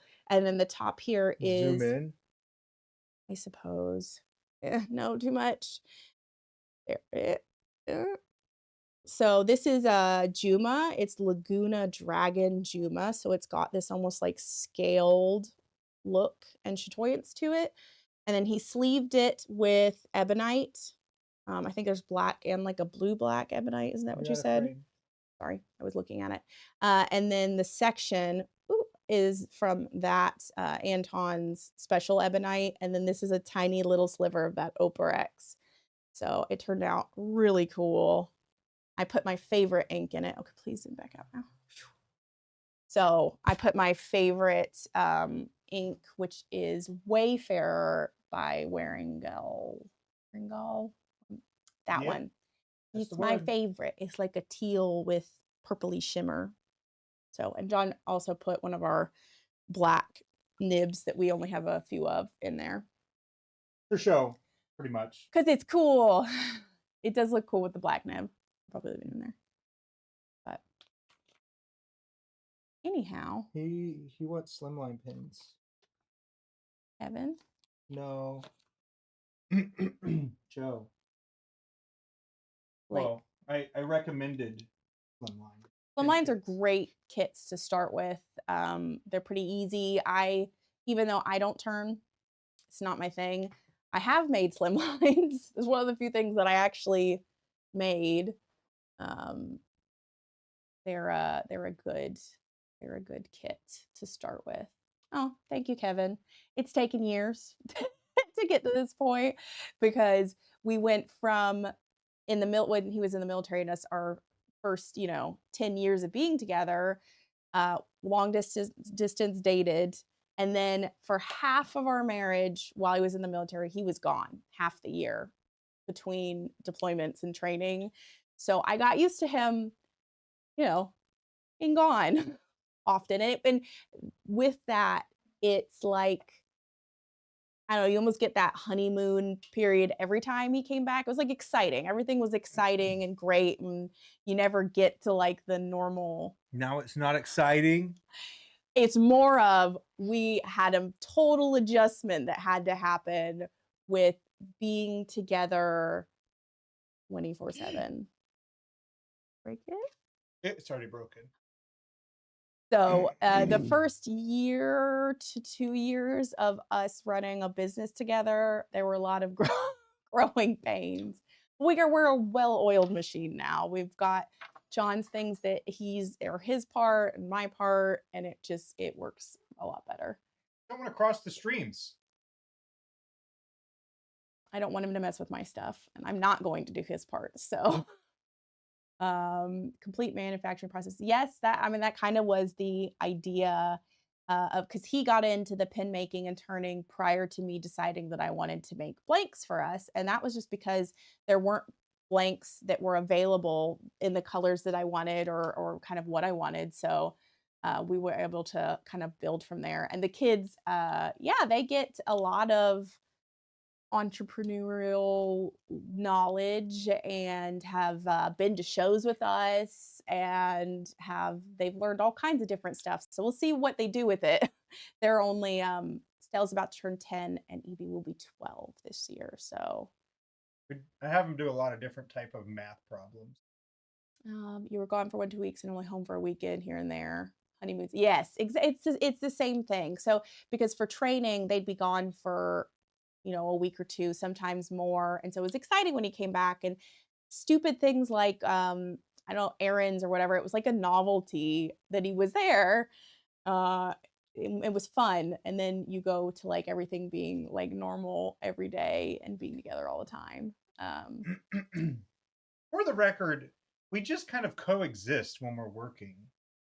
She's over there with her noise canceling headphones standing. I'm over here with my noise canceling headphones. Well, now he's talking to people on stream with Morty on. Like, it's better this way. That is not. That's just co-located. That's not together. Because I couldn't handle it. It was too much. John has wonderful, great ideas all the time, 24/7. Like if he is awake, he is telling me ideas, and I needed a break. For something, because we're very different, if anything, complete opposites of how our brains work, how we think, the things that we're good at, which works out for us running a business and for raising kids. But yes, I definitely put my noise canceling headphones on and get into the zone. And then I don't like it when he interrupts me and tries to talk to me while I'm doing my stuff, man. Oh, that look, just a tap to make it stop. What? It's annoying, okay? And my hands are wet because I've been sanding. One of these days, I'll just have my phone facing you. And I'll be like, Abby. Yeah, I'll be mad. Kevin knows. It is exactly like the don't touch my candles. It's I tell you something, what to do, what not to do, and then he just ignores it. So it's true. It's very true. But it works for us. So started a business when you're 9. It shaped your mindset with a can-do attitude. That's awesome. We both of us, none of our families do anything like this. They all had very standard, like normal jobs. My dad worked in business. My mom was at home. His mom worked for the school system, and his dad worked for auto parts. So neither of us were raised with any sort of anything like this. So basically that you can literally make anything into a business, and you can do, it's just a matter of like figuring out how or what you have to offer.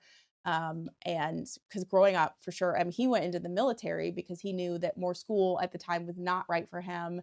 And I was raised basically like, you're going to college. That I mean, like that was it. It was, and luckily I was really good at John, school. you are not going to college. John knew he didn't want to go to college, which to was the military with you. good on him for knowing what was right for him.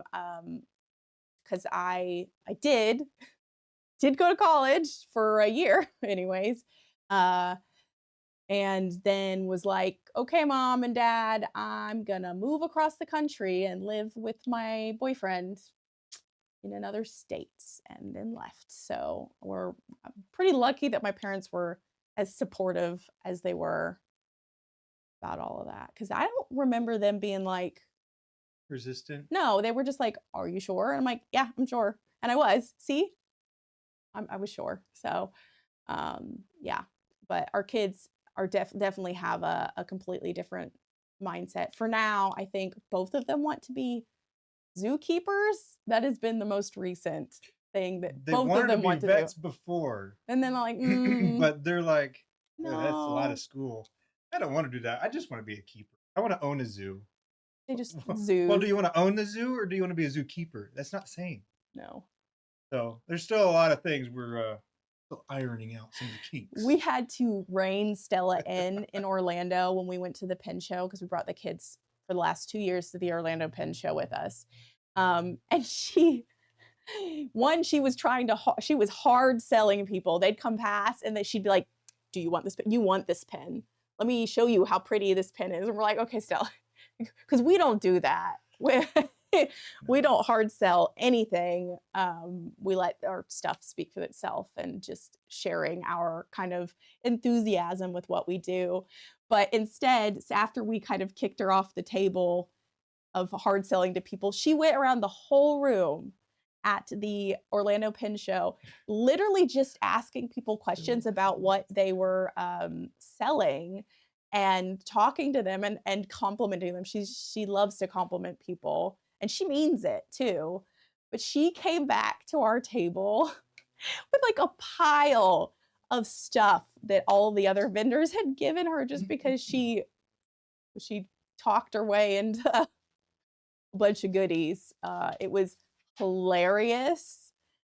And we were both like, we don't know where she gets this from because neither of us are very extroverted or social in general. We're pretty introverted, socially awkward people. Oh, Phil Hellmuth. I don't know who that I remember is. Phil Ivey. Professional poker. You'll have to look him up. I know that's what I'm writing down now. Who was the actor? Gosh, yeah, you used to look like that for a little bit, anyways. But yes, we were very impressed, and we're like, man, we need to think about what kind of job you should be in because it's got to have something to do with people. She's good. She's good with people, and she means it, which is why she's so good with them. Is she's genuinely interested in what she's asking people, and it helps that she's adorable. She's tiny and short, and Got big old eyes. a 10-year-old. She got big old blue eyes. Big old eyes. So she smiles at them, and they're all like, "Yeah, here's some free stuff." But anyways, somebody else walking by. Hey, that's cool. That's free. No, not for you. Oh. Okay. Well, it's true because, for example, our older daughter, Evie, didn't want. She like went around for a little bit. But she doesn't want to talk to people. She's a little bit more reserved. She's an observer. So she sat with us at the table or wanted to be back up in the hotel room watching TV, and she did not get a pile of free stuff. So sales research manager. Yeah, maybe when she's older. She'd be telling us to buy everything. Yes, she loves just all of it. Someone would tell her something, she'd be convinced that that is the best thing on the planet because someone said it to her. So there's the other side of that. So, but yeah, it's fun. We enjoy it. Now that I've had a break sitting here, I need to get back to sanding. Do we have opaque blanks? Those? Sure, probably. I'll have to look through them. But I didn't used to put much transparency skin pins in the blanks.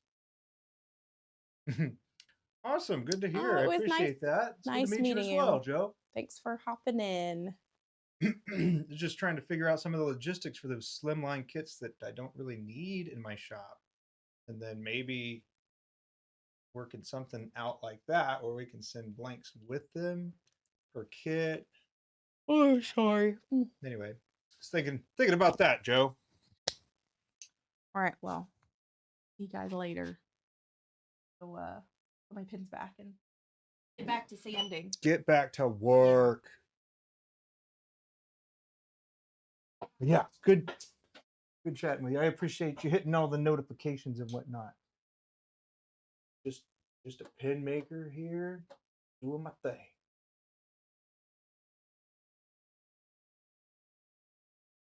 Take care.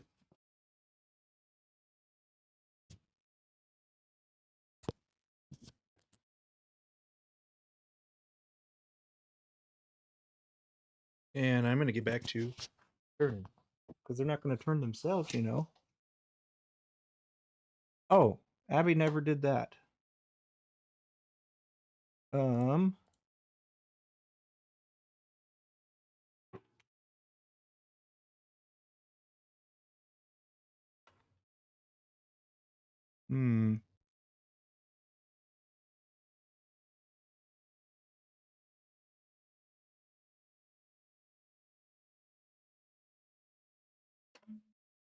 Bum, bum, bum.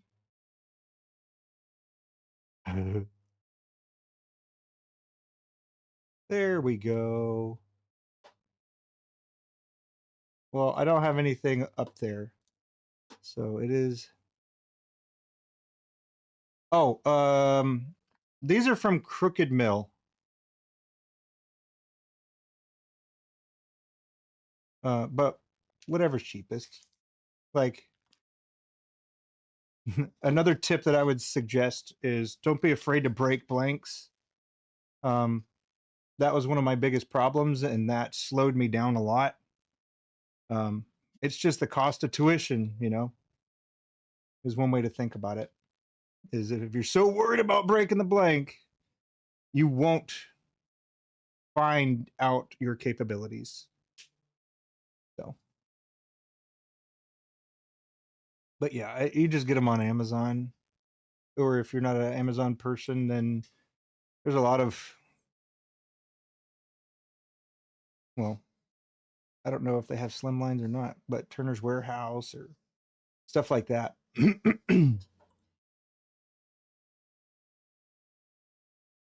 Right on. It's a very different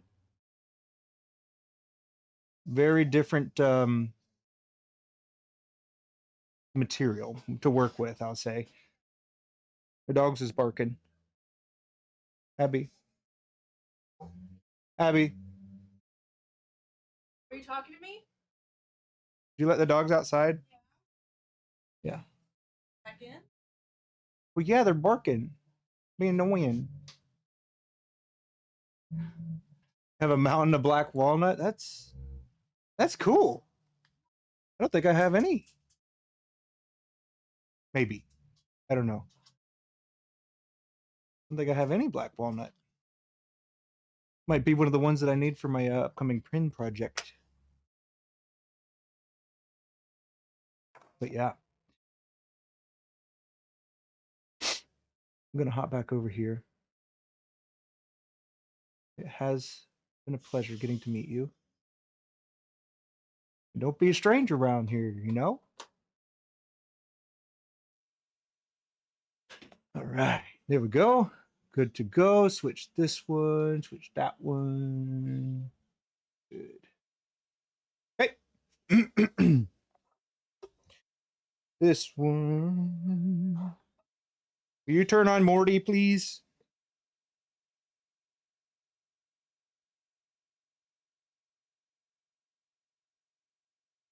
Right on. And certainly feel free to ask questions.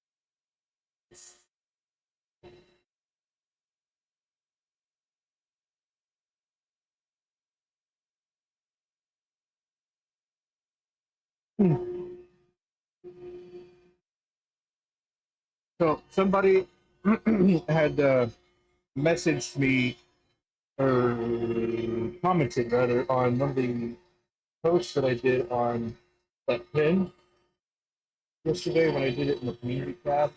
I posted it there.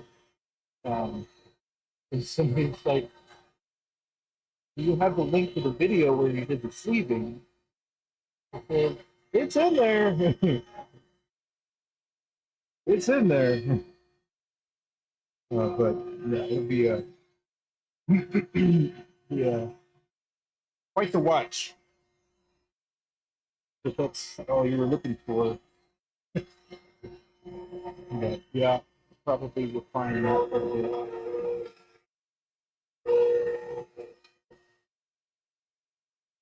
bit.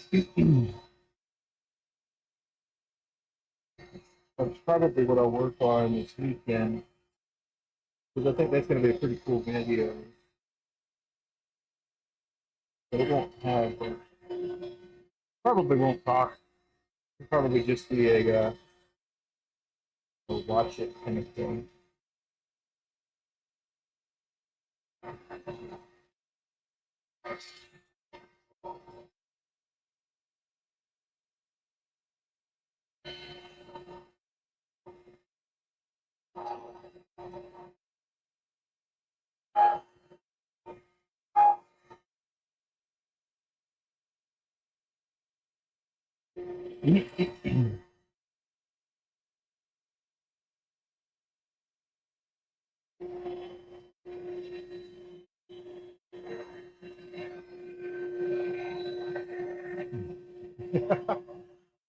Just watch. Yeah. Yeah. There really was a lot of learning.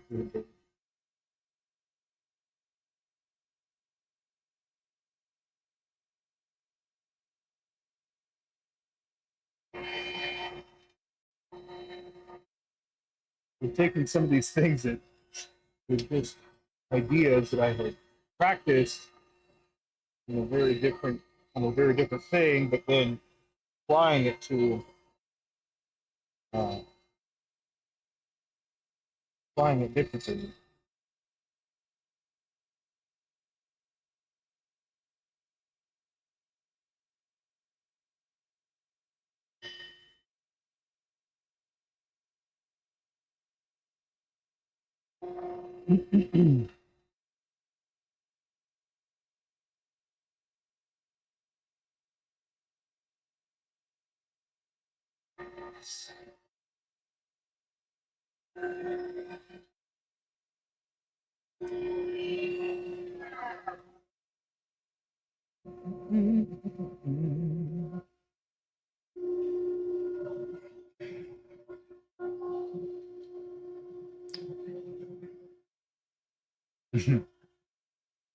It would.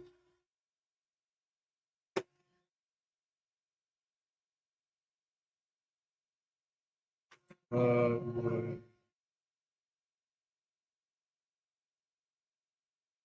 some commentary. Yeah. Well, the mic inside is better. So And it's not only that it's better, it's quieter too. I've actually been looking at different mics because at the end of the stream yesterday or the day before, both of my mics were dead and the other one wasn't charging or something wrong.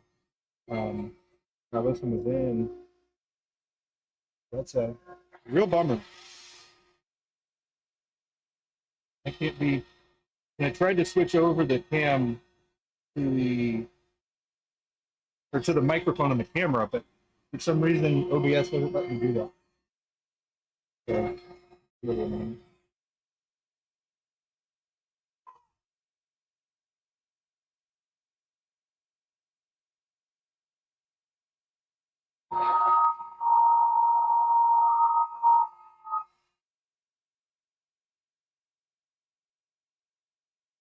I already feel like I'm behind with my wood project now.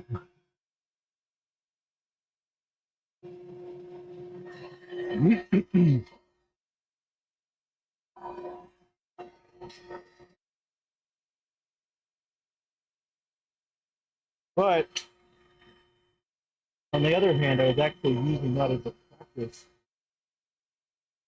to test out my sleeving capabilities. It worked out. Well, the second time. Both at the same time. Well, the cross did it at the same time.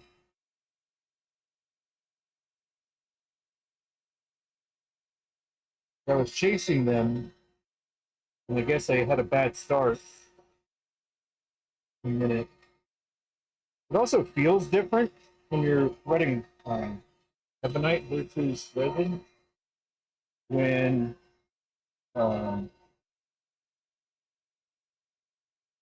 it just feels different.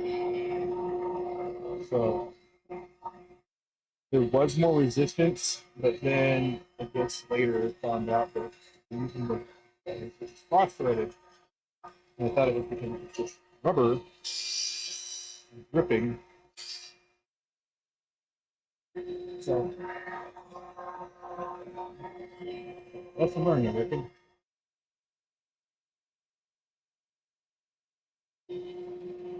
I'm not entirely sure why it happened in the first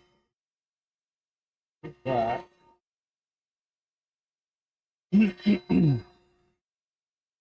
Like it should have been fine.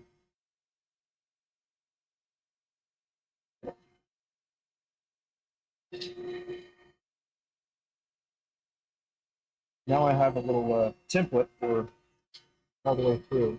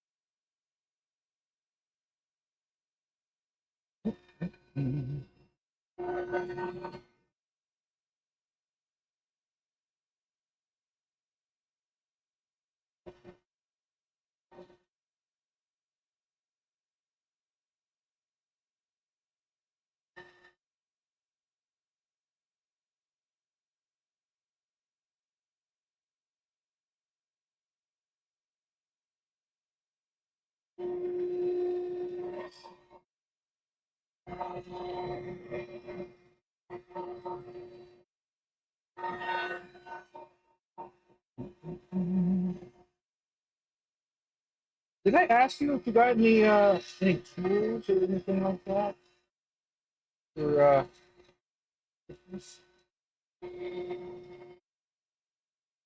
I don't remember.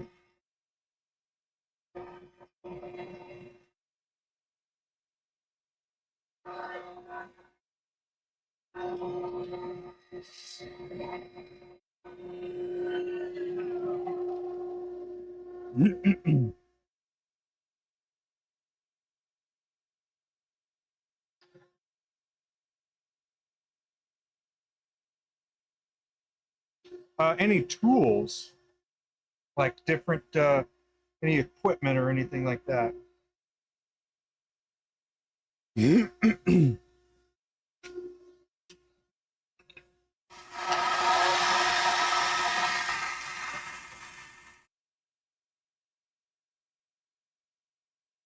got the tool chest and the um, I got the tool chest and the organization components to go with that.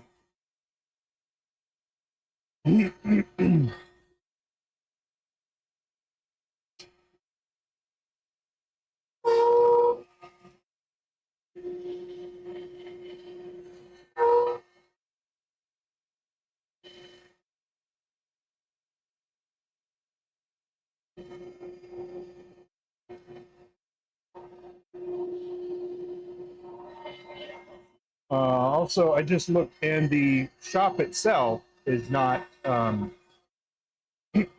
not open, but it's JL Maverick Design. But there's nothing in there right now. I think they're just all hidden. We did that so we could get them, but haven't revisited the swag here, you know?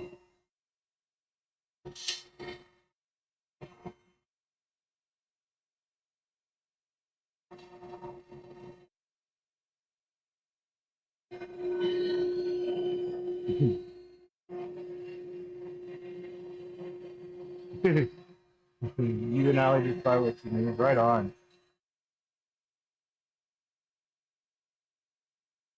I hear you.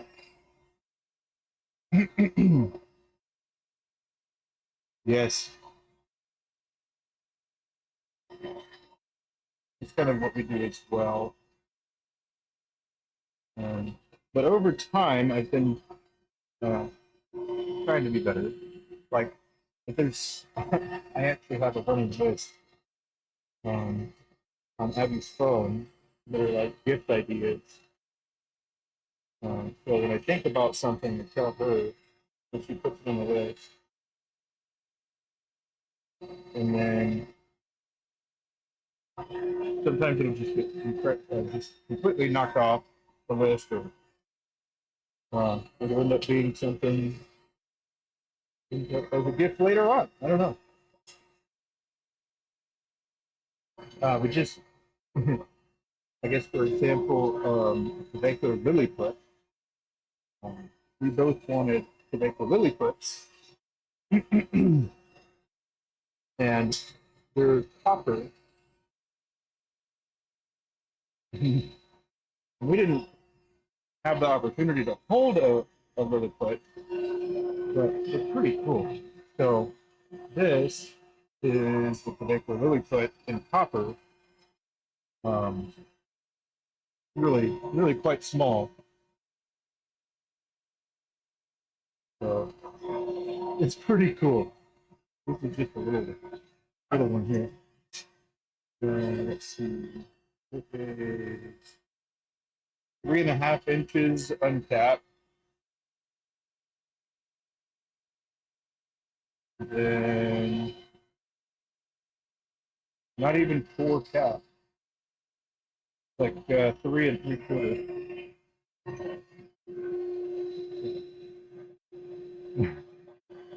You have to rein her in with the stuff she wants. I hear you.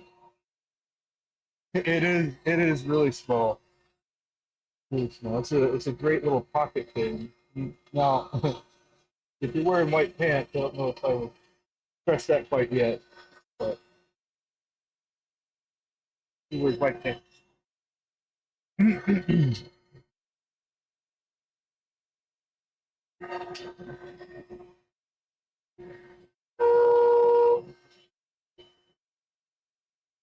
But yeah, it's a copper one. So we didn't have a copper pin yet, but now we have the steel, brass, bronze, aluminum, and now copper. But they don't make them in a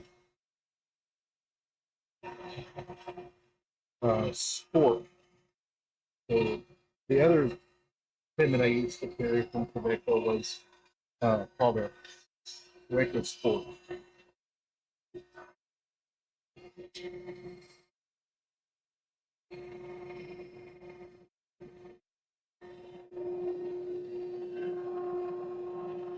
Yeah.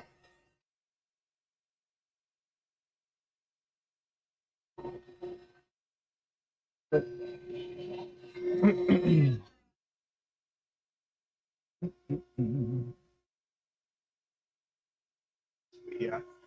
I mean, stepped drill bit. Yeah. Yeah, I like them too. It smells like a penny. So if you don't like the smell of a penny, you're not gonna like it.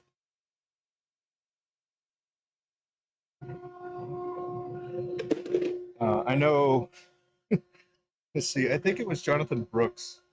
We were talking to him, and he's like, just can't stand metal pens because he doesn't like the smell. It's got sometimes right before it rains too. There's a word for it. I don't remember what it is, but there's a word for right before it rains. It kind of has that almost like a rest proper pre-rain smell. And there is a word for it. Heavy.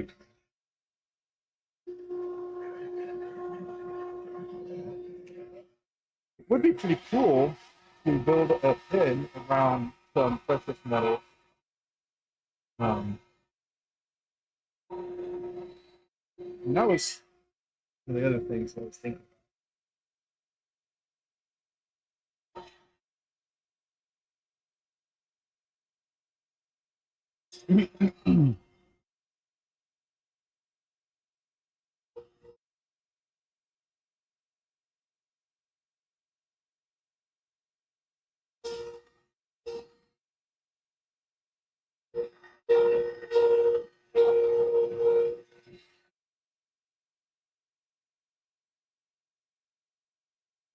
Had a couple more people hanging out. That's good. There's an element of me that feels like I need to provide more company for you or the people in this room, you know? It almost feels in a way that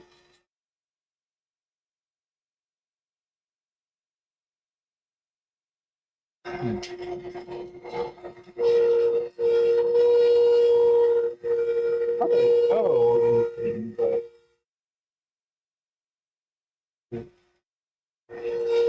progressing wise,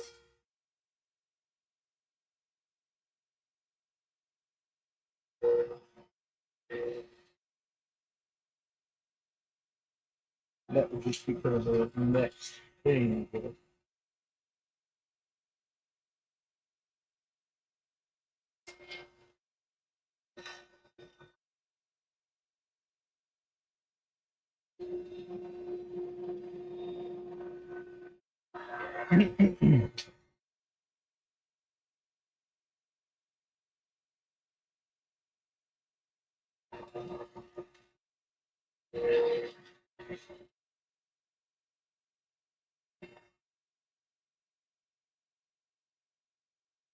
Hmm.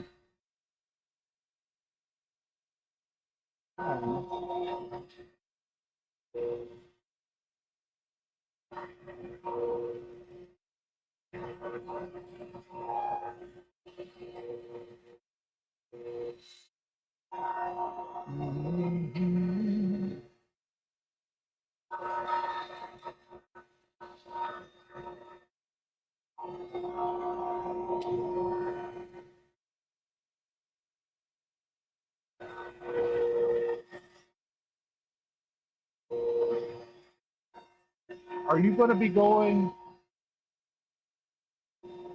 I think I asked you already, but are you going to be going to any of the shows as a spectator?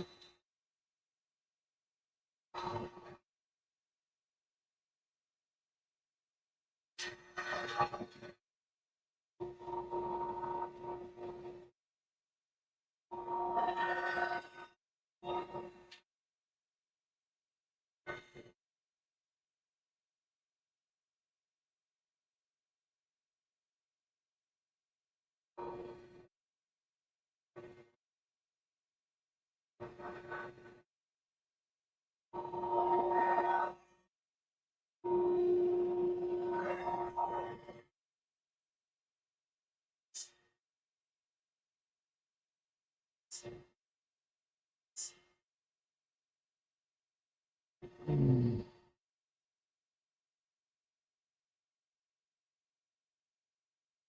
see. Unity back.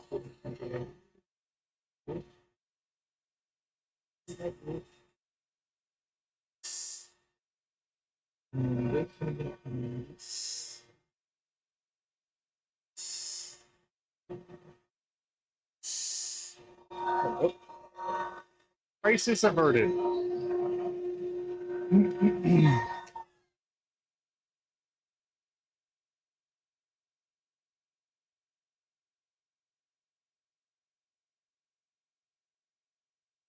Just turning it.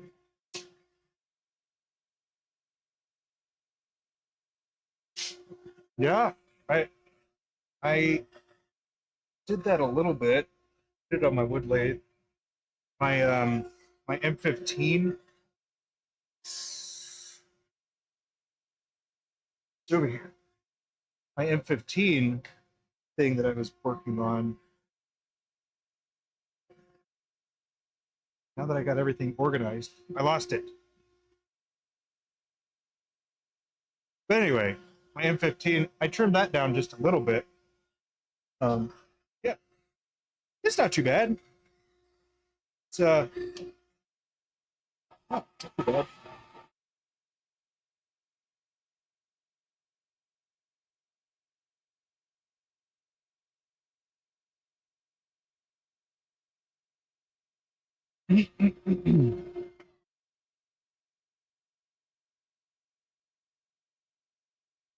I mean, that's really all you're using when you use the metal lathe is not even that, I guess.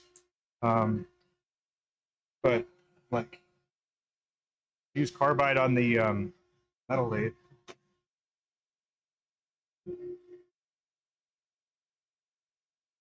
Plan to spectate, nice.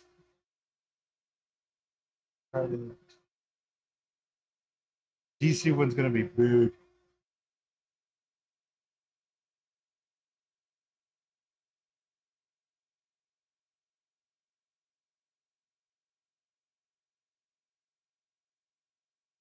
That's awesome.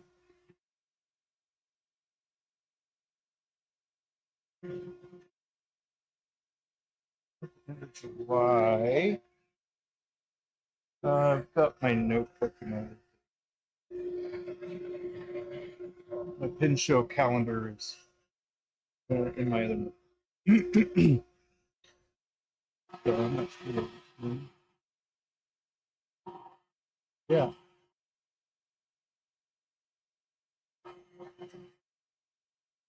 Nice. I'm gonna hit some of the corner ones too.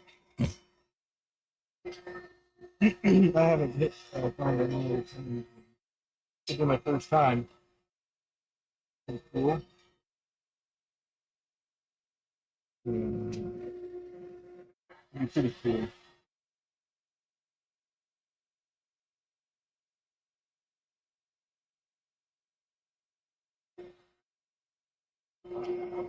cool.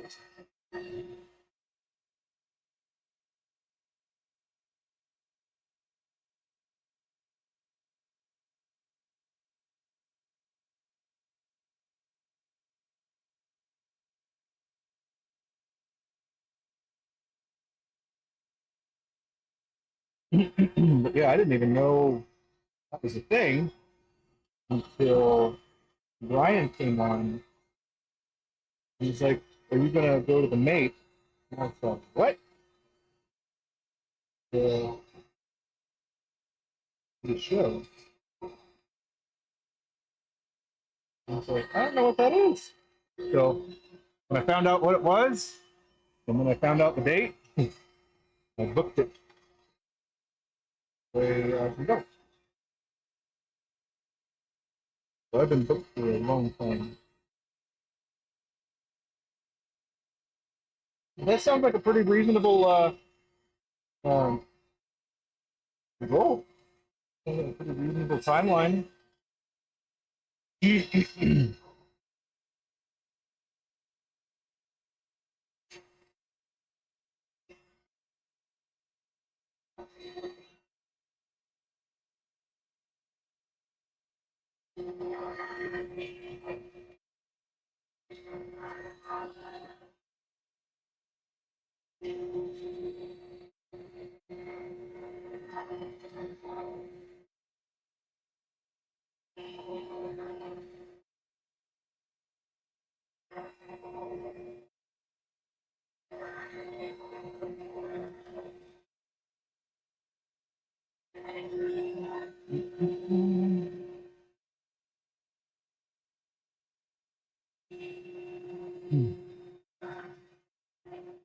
Those are up in the air, the turner ones. I got you. I got you.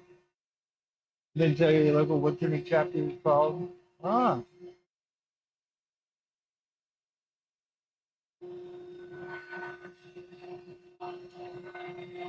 right on. Well, do you have a particular way that you're leaning on the response there?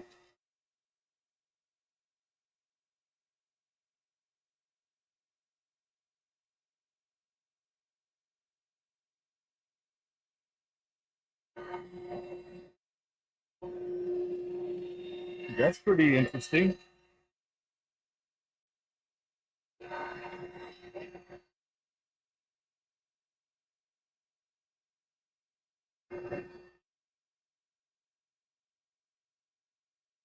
I still haven't gone to my wood turning club in this area.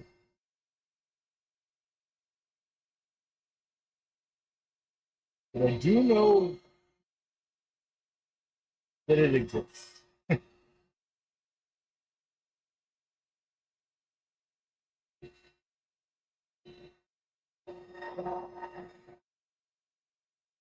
What is that?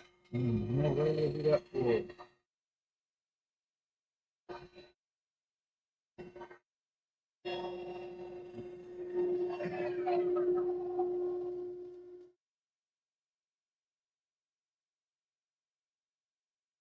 We're talking about rain in the white.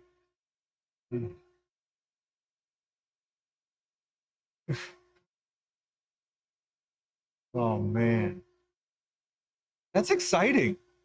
What does she want it for? Need a curing oven. What's she want it for?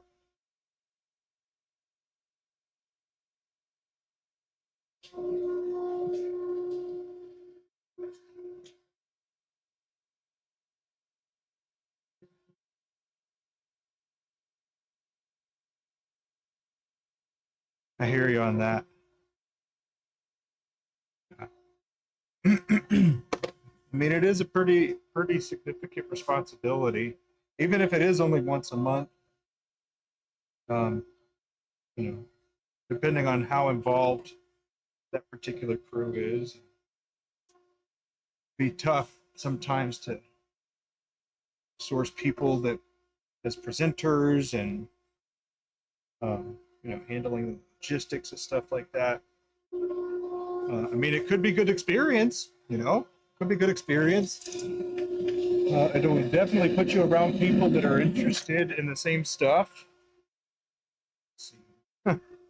What else?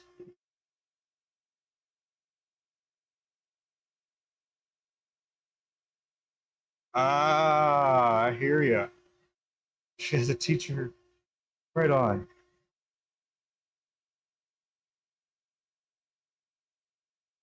Makes sense.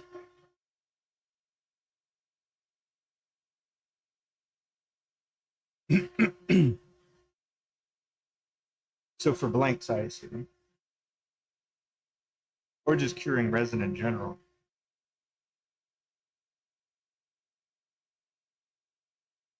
Could be great. Yeah. Could also be terrible. Who knows? It could be whatever you make of it.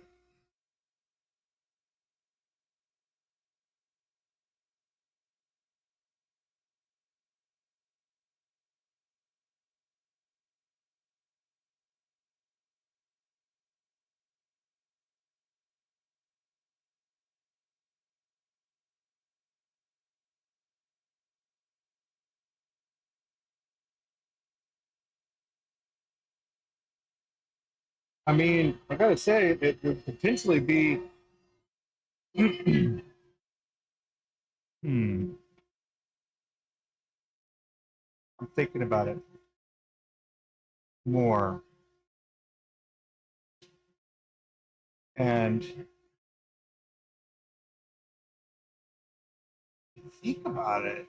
That would be a lot of people that know about you because they don't have a, if they're a part of that turning group, they would absolutely know who you are. Which means that they would talk about you. And that could potentially be a good way to get yourself into that.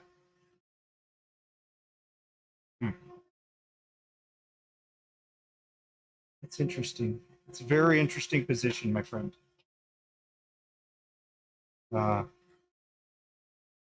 Yes, I would say that's a very interesting position because that could potentially, you know, slingshot you forward, which would be pretty cool.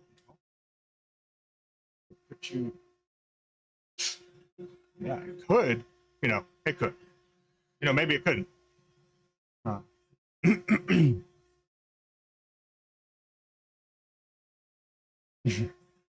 I mean, I just try to weigh the pros and cons of stuff. Just try to see the silver lining, and that's my target. Absolute curing oven entails. I'm pretty sure a curing oven is depending on what size you get, but if it's a lab oven, I think they're about $1,000 to $1,500 for a not very large one. We've looked at those before. Yeah, there are curing ovens that are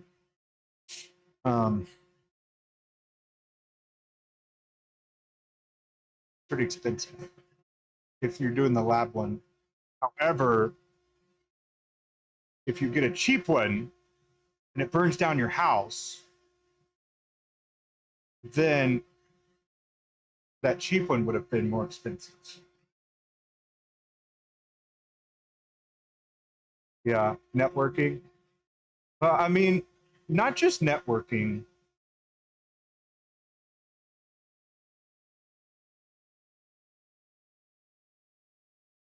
I hear that. Hear that. That is a pretty significant expense. But conversely, it could, you know, work out for you like what? I mean, if you sold, say you did $10 a blank and you made 16 blanks, or say 12 blanks. And then you sold them all, that's $120. You do that 10 times. Oh, here's your 1200. And those are actually not very expensive blanks. Let's see.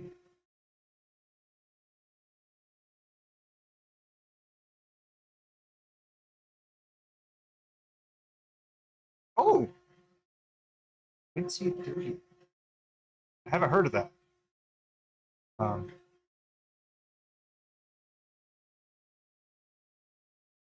I guess I should go ahead and say this. This is not business advice.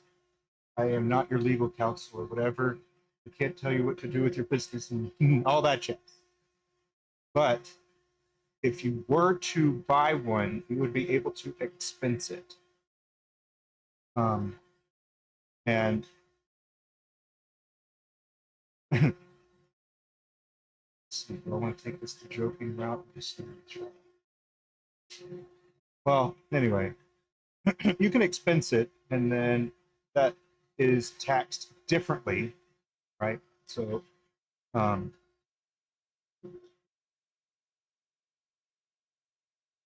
not sure what the exact number is for business tax, but it's different, right? We'll just leave it at that. It's different. And if you were to buy it, it would then be a tax deduction, and it would come out basically of the amount that your like gross income is. It would take it from that, at least for the first year.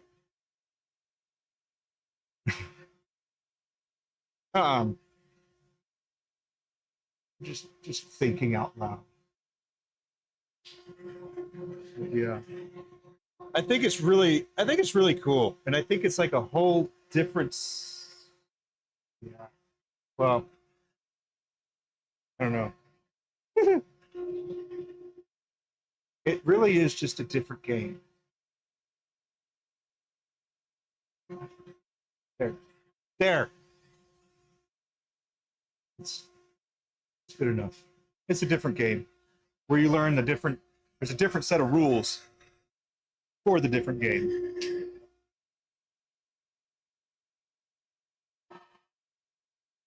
Some people play chess, some people play checkers on the same board.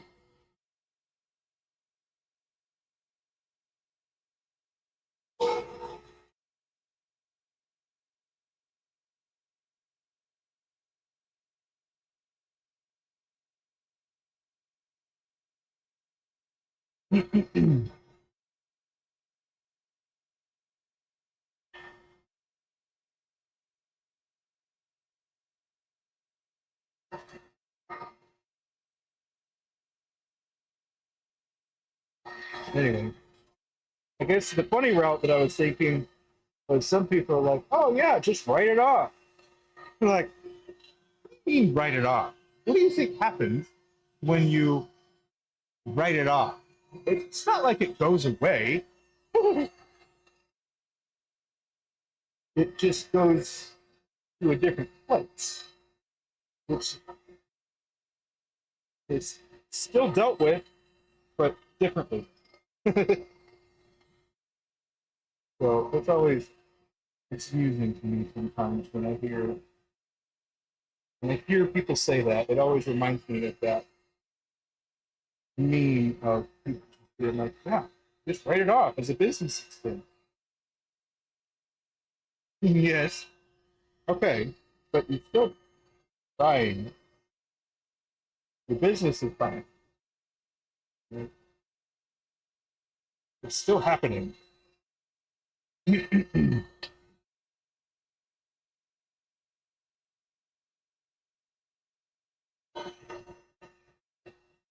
There are some other directions to talk about, but I don't know if I should. I probably shouldn't.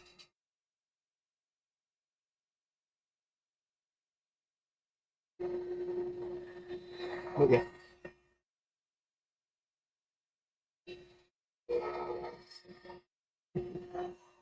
Just write it up. The big sucks. Not wow, right? Yeah, and you're getting something for free.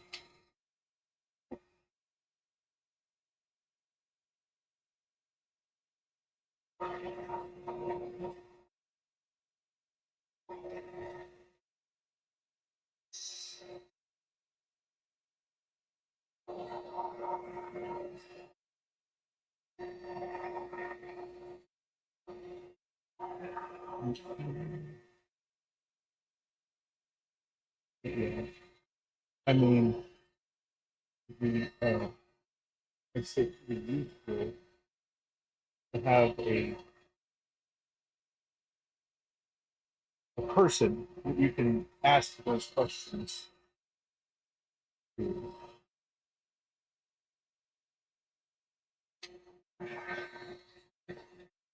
And then when you're working your way through that, I usually keep a mindset of I can trust, but verify. Trust, but verify. one of the good rule of thumbs that I have. It's like if somebody said that they were going to do something, you can take the word for it, but you should also maybe verify that that was the case. Sometimes it gets put off or on the back burner or whatever. But people are only human, so that's a pretty good little saying that I like.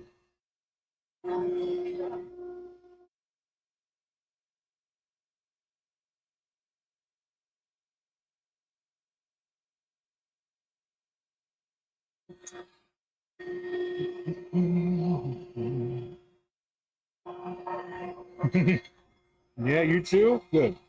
Good.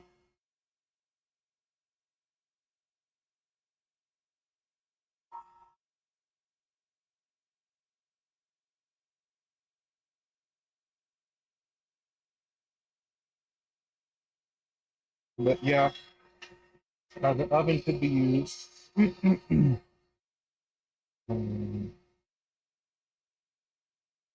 Which would help with the curing.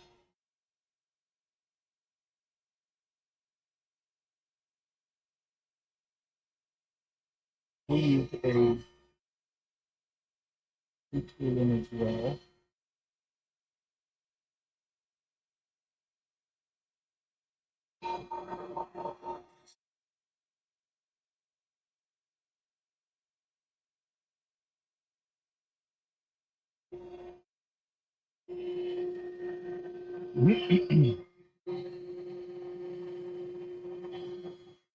Yeah, very true. Very true. Different circumstances, different different geographic locations make the difference too. I don't know if you've ever tried a VPN before, but if you have turned that on and you put yourself in a different state, what you're seeing is going to be different. Like, you might not know exactly what it is that you're able to see that you weren't able to see before, but it's kind of crazy that the VPN, when you're using, I don't know, you put yourself in like Georgia or California, or not you, put yourself in a different place, according to the VPN, with the IP address, and then just see if there's anything else different. One of the things that stands out to me in particular is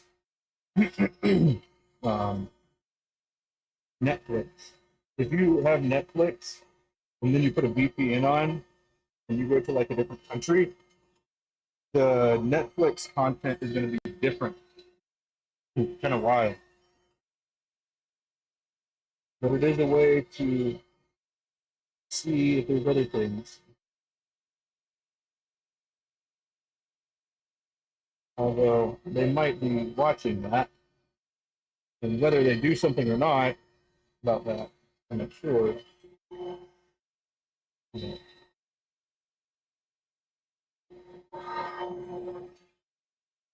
Weird, you know?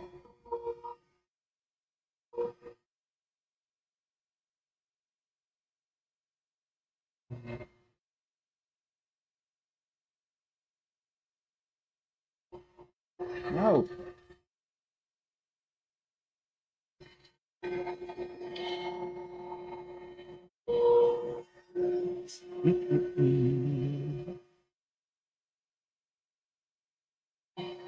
Yeah. It's pretty weird, isn't it? When you do that? Curing, I was just saying that we cure blanks, especially when it's cold. But it does make them set faster, like completely. Like there's a demolding time that you're probably familiar with, but then there's also like a curing time, and then it's best to turn after after it goes through X, Y, and Z, and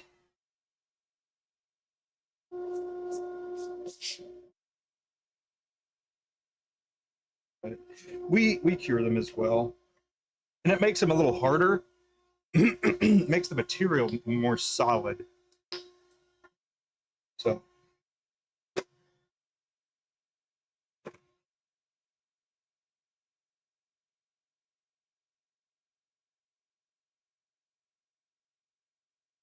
Seven-day normal cure time. Yeah, but I think one of the things that people run into is they try to do it like that, but they're leaving it out in their garage, and it's not like a good temperature for trying to cure it. Because when the chemical reaction happens in the resin, you know, it heats up to a certain point, but then that chemical reaction doesn't continue to happen afterwards.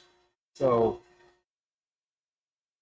the way to help it is by heating it up, and people just let it cure outside instead of actually heating it up. So you could potentially have it done, um, you know, that day. It usually takes, when we do it, takes us, so the making the mold, when they stay overnight, and we take them out of the pot and then we cure them. And then the curing takes almost all day, but I can demold them that evening.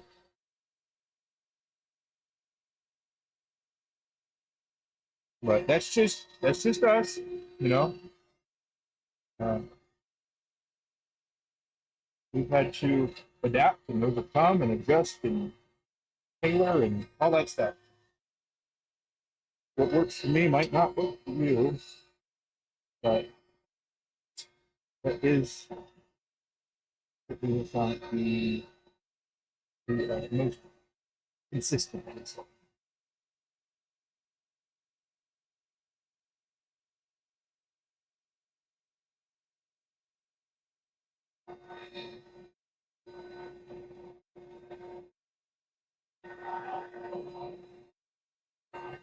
I wonder if Abby is interested in streaming her.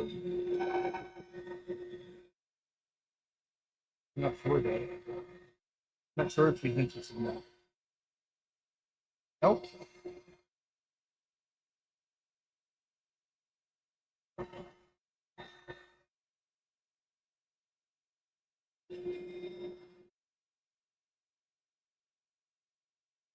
Mm. Bits.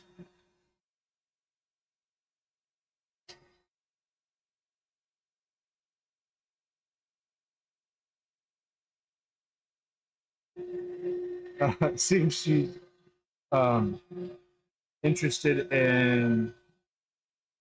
Well, she's not going but I was talking about her being interested in the streaming for making the blanks.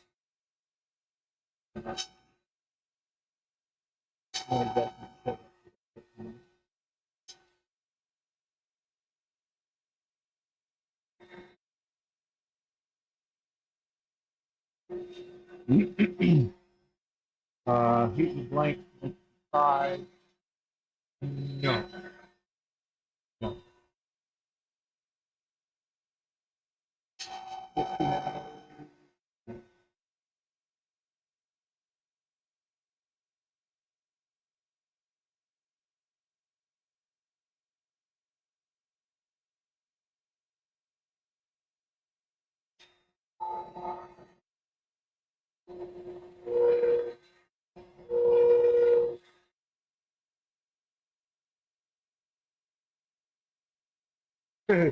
One thing to go.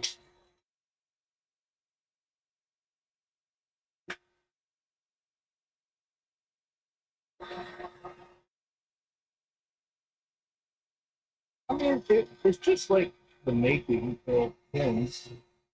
You know what you're looking for and you're looking at, then you can figure out how to do it. But on the other hand, if you don't really know, then it'll take a little bit of time to learn.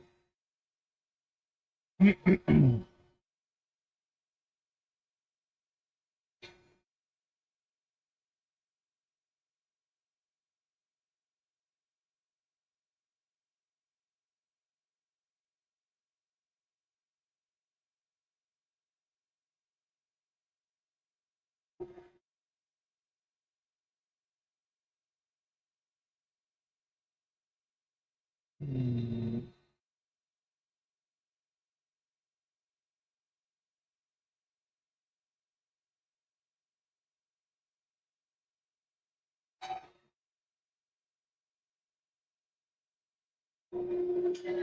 There we go. Looking up against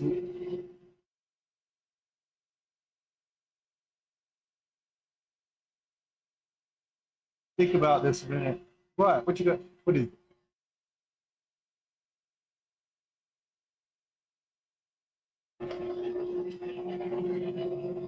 trade secrets like cheat codes? Yeah.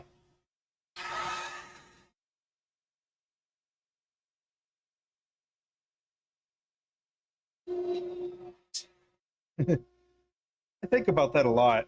When I see courses online, I think, why don't people just go look it up? And I often forget that the reason you wouldn't go look it up is because you don't have time to go look it up. What you want is the answer. And if you want the answer, somebody's got it, you know.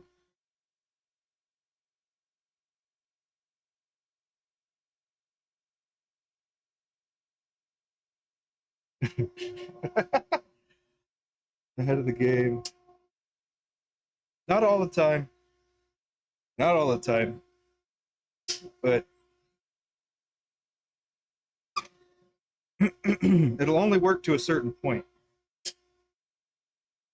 So I think that's a pretty valuable thing to remember, is that yes, you could be ahead of the game and know a little bit more than the next person.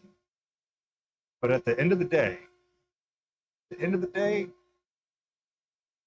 gonna have to outwork or find a way to outwork.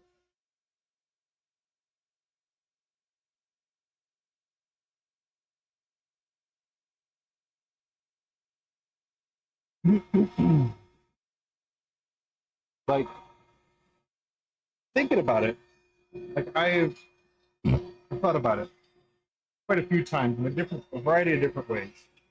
One of the ways that I thought about this is if somebody really, really wanted to do exactly what we were doing, they probably could, you know? And I think that could be true for like anybody. But the reality is,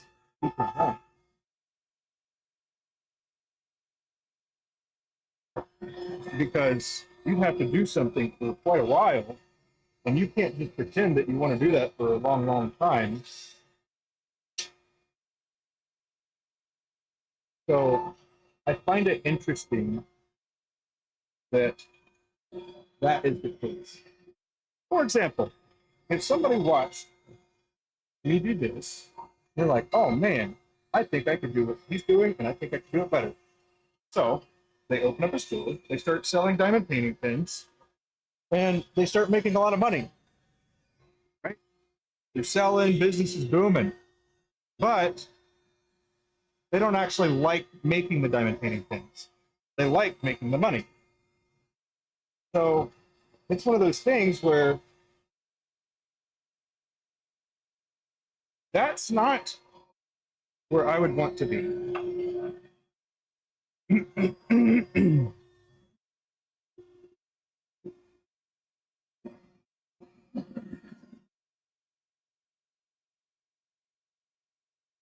Yeah,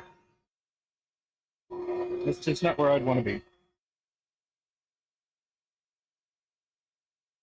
And sure, there are people that are much better turners and stuff like that, but where they're lacking, I'm making up for, you know, and vice versa. Where I'm lacking, they're making up, which makes it very different, even if it's the same thing. But how many people make rings? How many different ways can you really make a ring? Especially if you're using the existing core, putting some stuff in it, you know? Like, I don't know.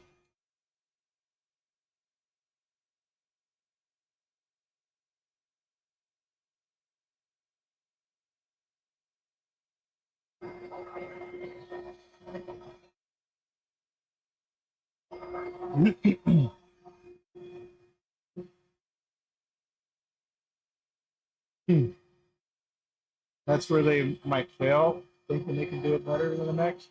I mean, even if they do succeed, like if they succeed and their business outgrows yours,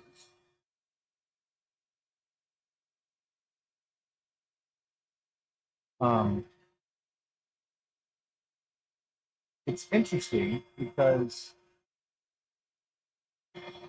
if they don't enjoy doing it,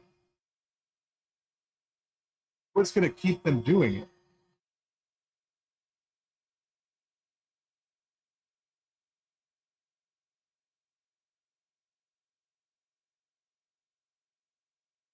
I hope that you think you could do something better than the next person.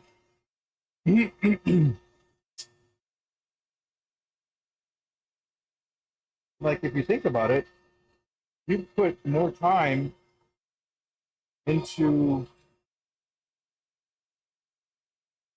making something like that than other people. So it's like the whole learning how to do it versus depth of understanding of what is being done. So you can pay for knowledge, but wisdom just comes with experience. And so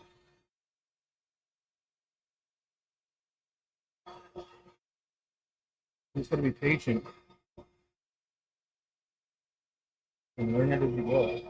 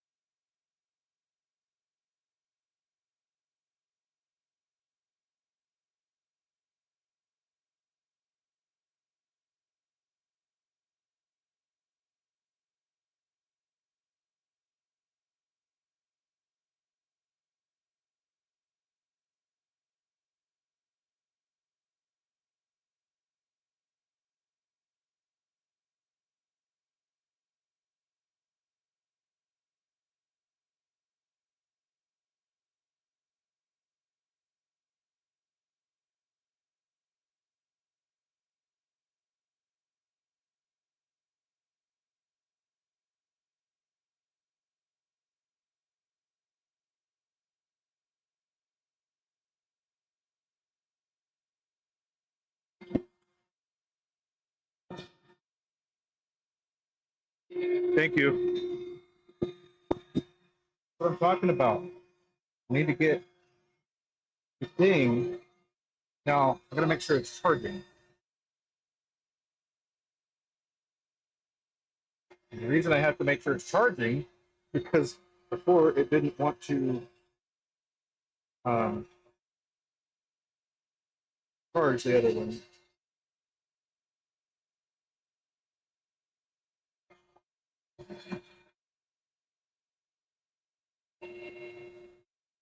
Thank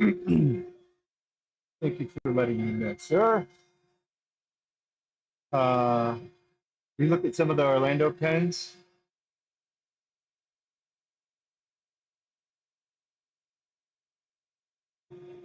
Did you notice that ours had the highest yield? Ours raised the most money.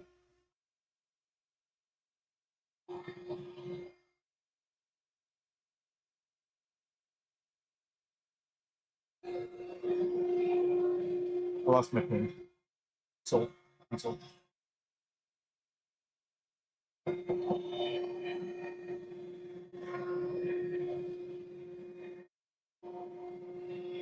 Oh, there it is. Found it.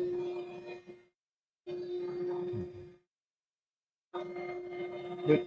It's fun. It's fun to do those things.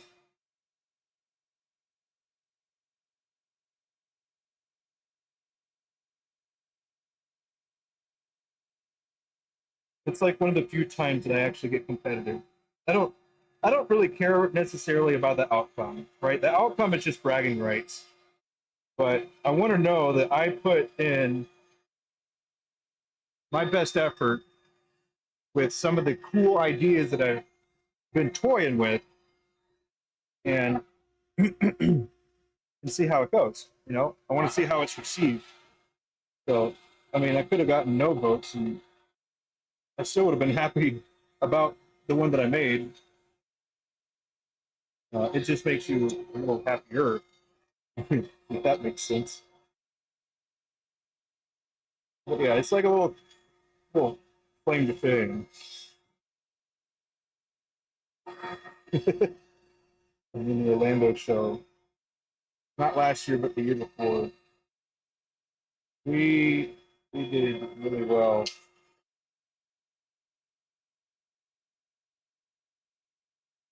As far as like the raffles and community stuff and the pin fundraiser, had people coming over to us at the table saying, "Oh, we're trying, we're really trying to get that one. You did a good job on that." Like,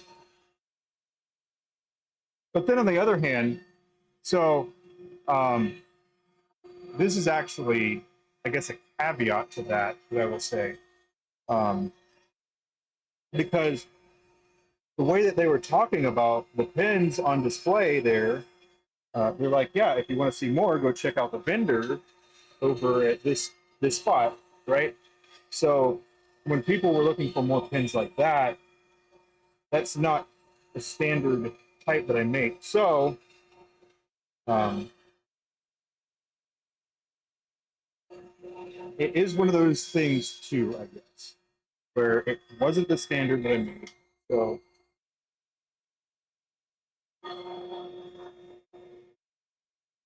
people may have come over expecting one thing but not getting that.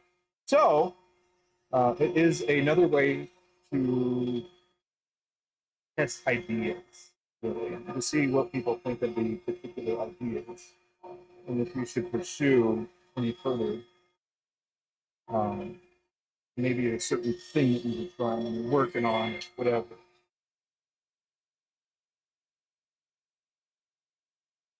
Because there was another really interesting thing that I was working on. Um, I was thinking of it, having it like a submarine, not quite a submarine, but like uh, I guess more like a cruise ship with the windows that it can like, go under. But I'll show you in just a second. But what I did is I basically took a concept that I already knew, and then I applied it, basically just turning my head to the side. Kind of funny, I suppose. But uh, it was this right here. I still might try. So, but check this out.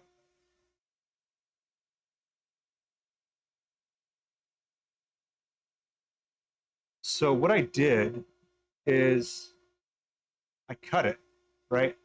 I took a blank and I drilled a hole in it, and then I cut a different piece, and then I stuck it in there. So basically, I created a window, and it's all sealed, right?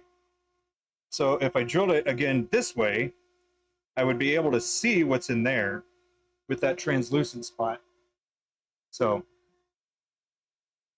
one of the things that I literally just turn your head sideways and you're like, oh, the pins are always like this. What can I do with that? But yeah, that's one of the things that I was looking at. Here's another one that I was cooking up last night. I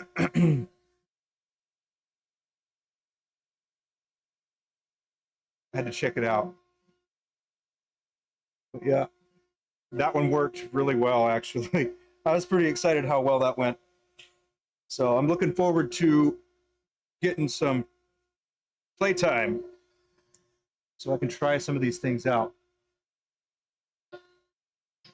But yeah.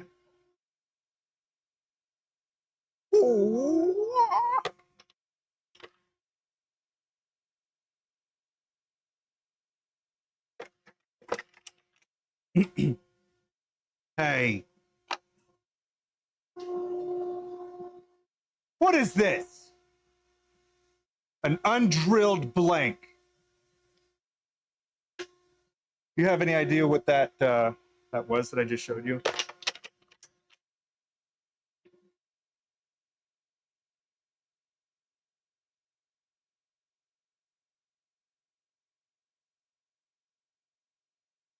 Brad?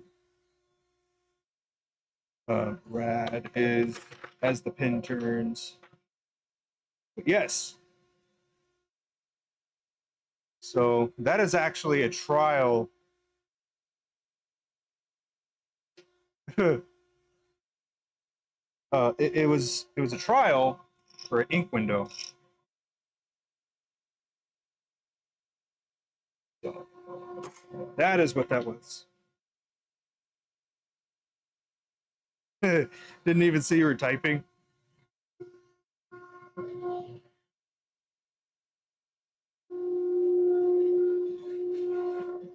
Alrighty, I gotta do a little bit of drilling right quick.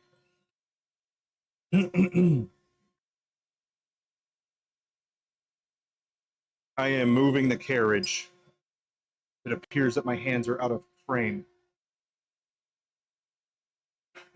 There.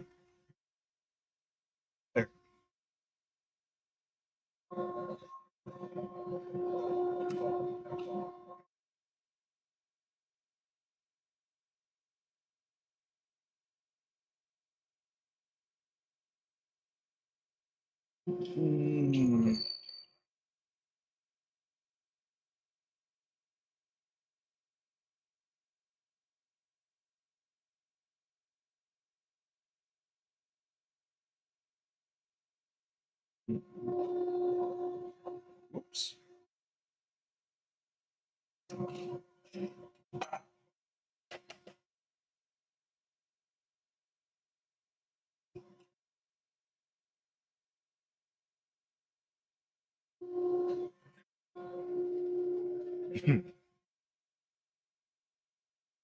I mean, gotta be clear about things.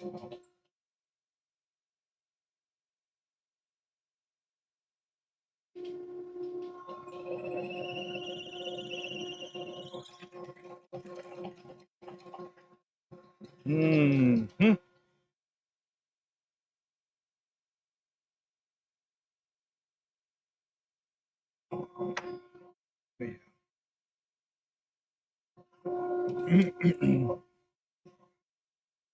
Let's see. How many people we got in here? Got anybody in here? I mean, other than you, Kevin. Looks like we're pretty good. Pretty clear. This is the bit that I was talking about.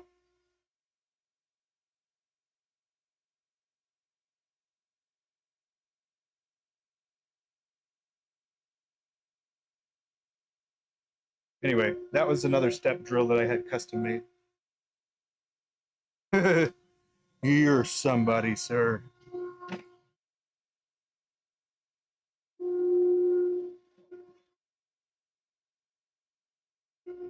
Oh man, see, I guess I just had to show something off like that, and that made the number spike.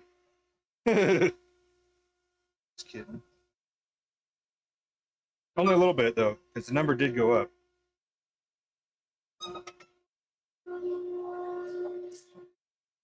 But that was a particular one that I had been thinking about, right? Because it used to take me a long time, but now faster.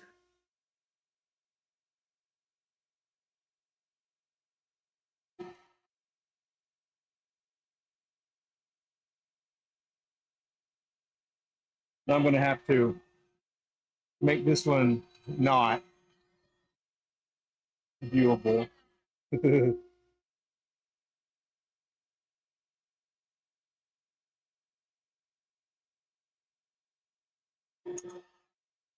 Yeah, I'm going to have to hide this video once I'm done.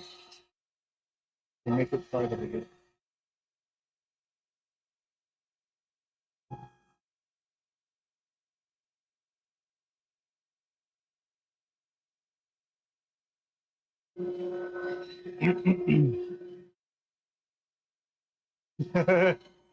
Yeah.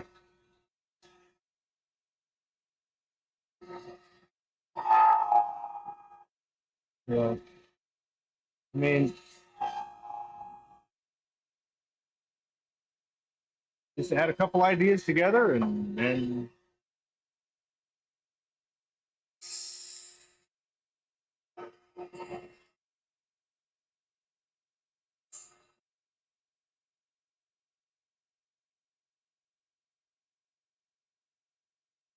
we should call that drill bit a tooth.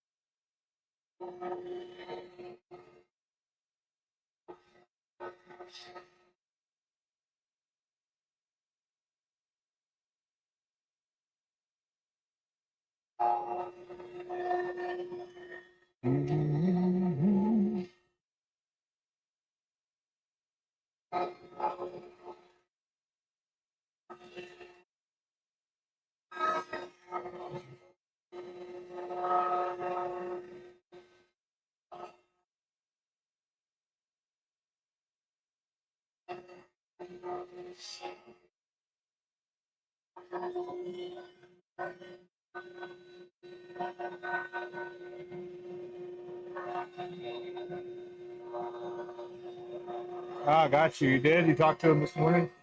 He's really responsive. Pretty good feller.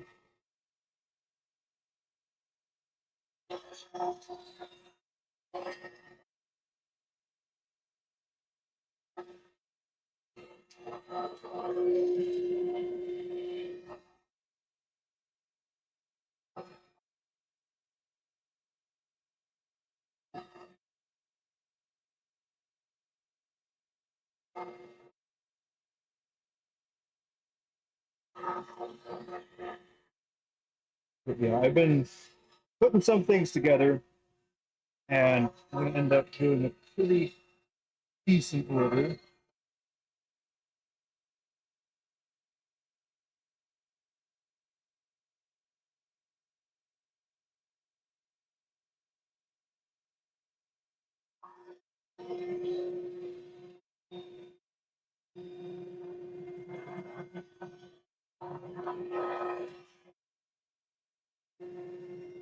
Oh, you're going to send him a couple of complete things, huh?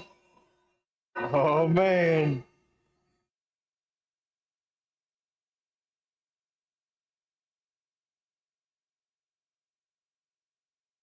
Pretty cool.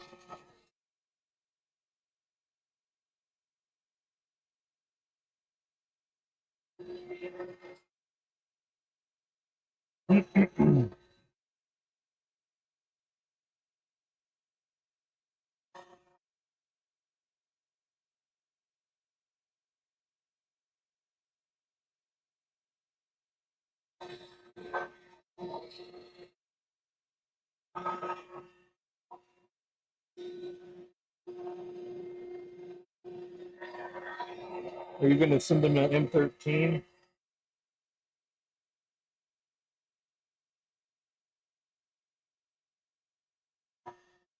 Or we could talk about it later.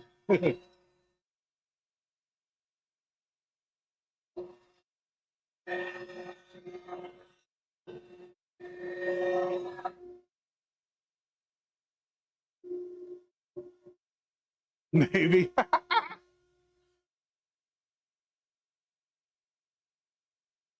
Ah, it's only a one-way street. Got it.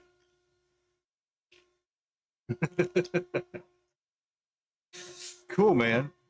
Well, keep it on the down low then.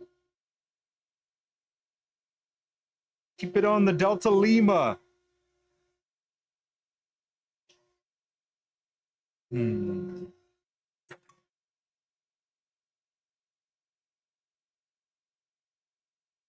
Earbud, no! All right. Just saying, keep your stuff on the down low.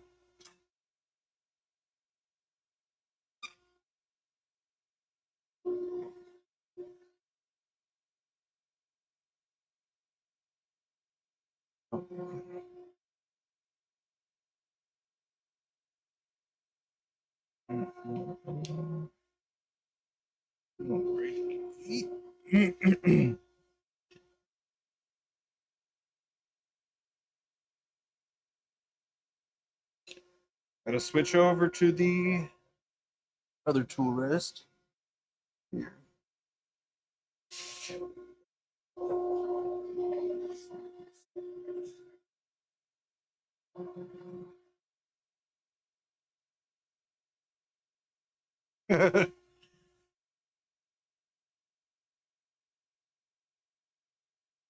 Tried a lot of things.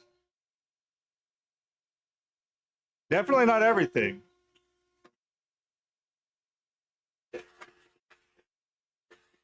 You trying to design those tools?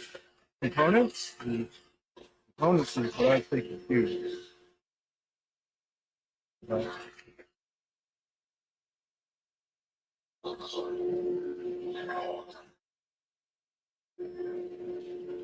even a part of me was like, you know, wonder if we can bring other people into the fold. Be pretty cool.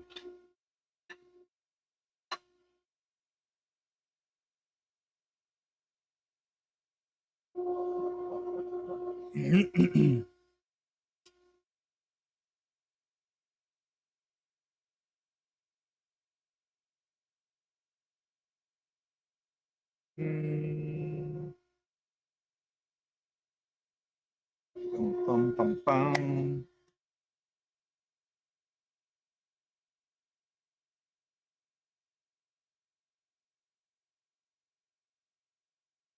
Nice.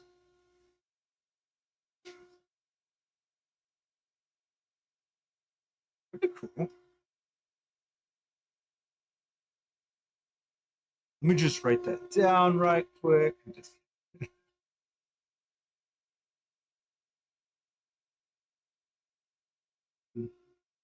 See, it's fun. It's fun when you try to like you start like finding different things that make it easier to do this particular thing as well. And it just leads to the next thing. I think it's really awesome.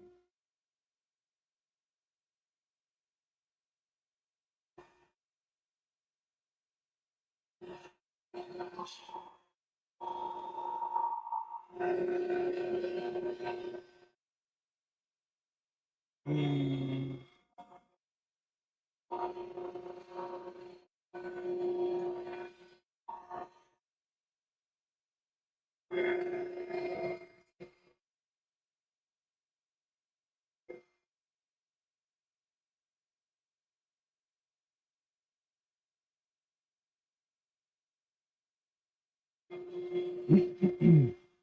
One of the things that I've been thinking about too, among everything else, right? Thinking about the minimalist type of kit. Because some people, well, let's say this. um,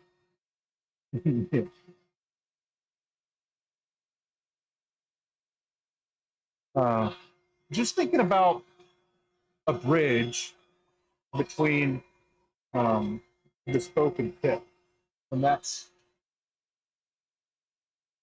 kind of what I'm thinking about. Yeah, but I got different kind of designs.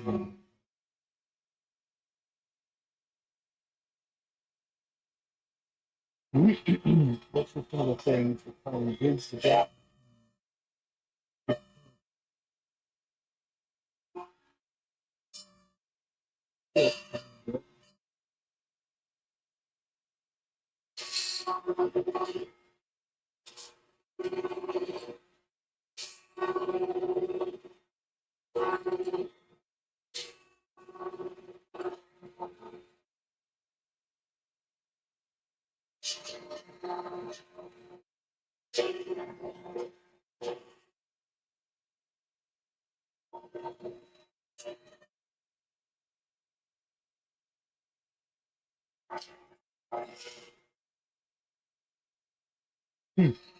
Almost, it almost makes me feel like, hey, I want to talk to you about this, but I need you to sign this non-disclosure agreement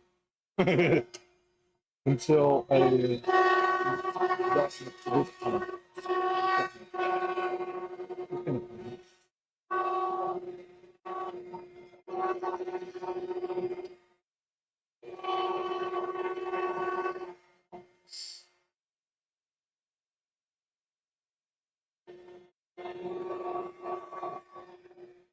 So in one turning a large, all the largest.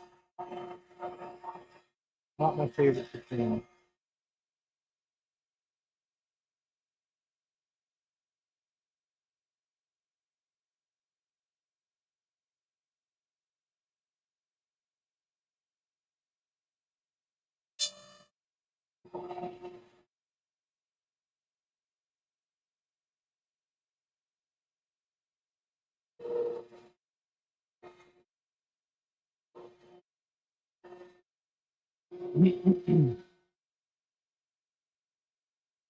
Elaborate on the pin or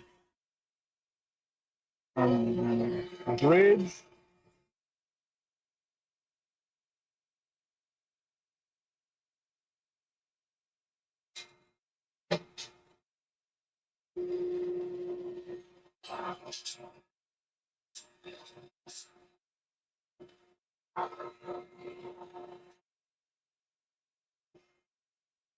I mean, really, that's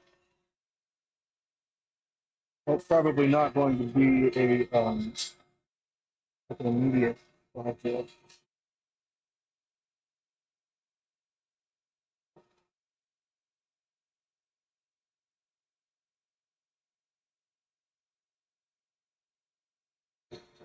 You tighten it real good.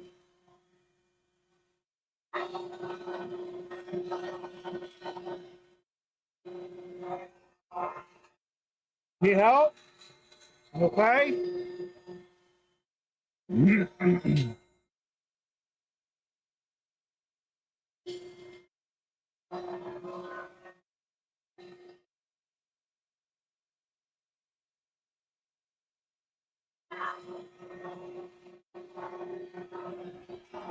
I didn't take it apart.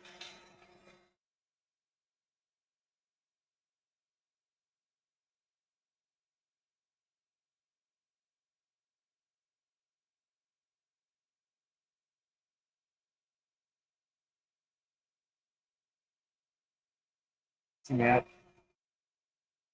The hose to the pressure pot was disconnected from the compressor.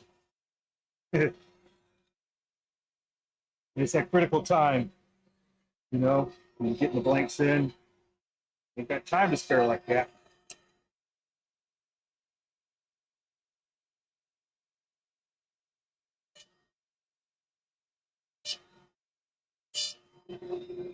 The bridge, yeah. Well, I mean, I think I mentioned it before, but basically, the goal is to have like a, well, I guess if we zoom out, pin kits are still purchased because people don't know how to do them without pin kits, right? Or they just really like the pin kit. Now, I just think about that, and like, what would a business that sells pin kits not want? They wouldn't want people to stop buying pin kits. But instead, they could buy components, maybe. And the components would be kind of as needed. Now, I think Beaufort is already on track for that, because they already make the sections, right? You could just buy the box sections, and you don't even need to make the sections. Now, there's an element of that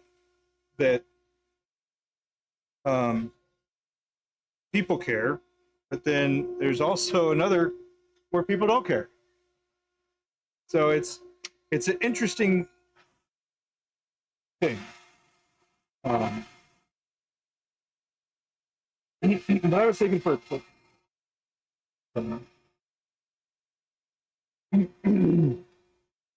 like at Beaufort, you can get that section, right? And like that's the most complex part that's finicky. And if it's already done, then all you need to do is drill a hole here, drill a hole there, thread it, and put it together. So I suppose that could that could be said about just about anything, but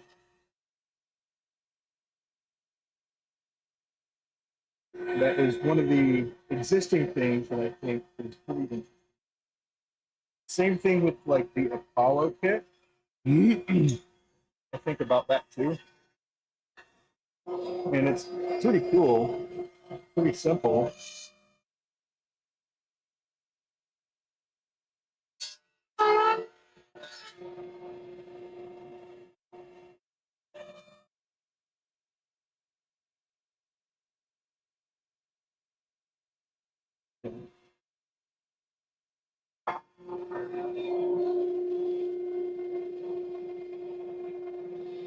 Yeah.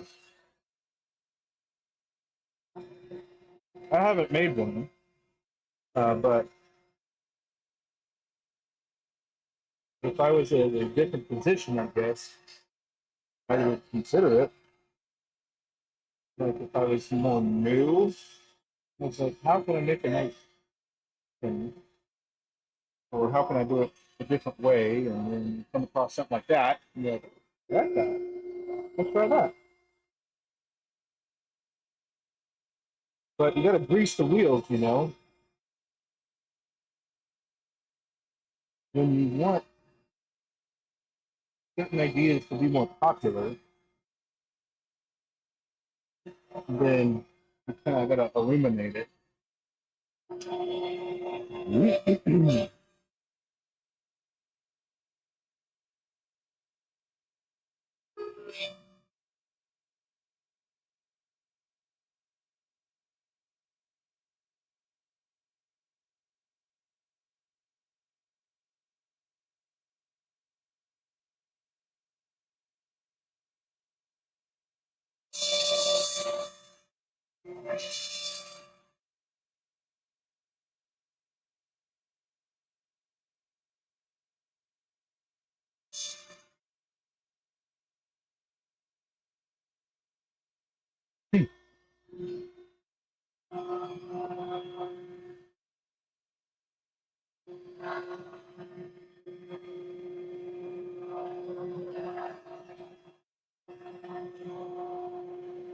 Next to the soften lid.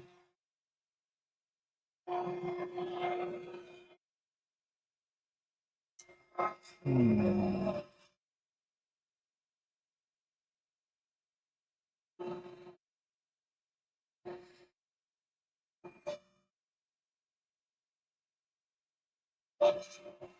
Don't think I understand. Sorry.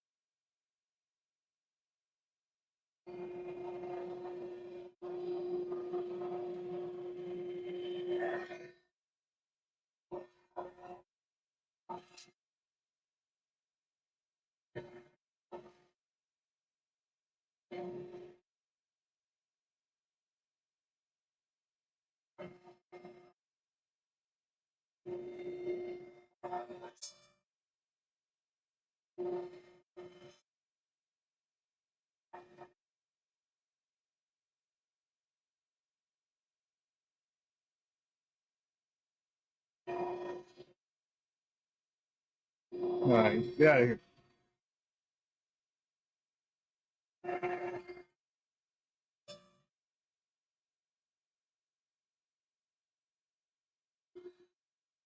Oh, are you affected by the fires?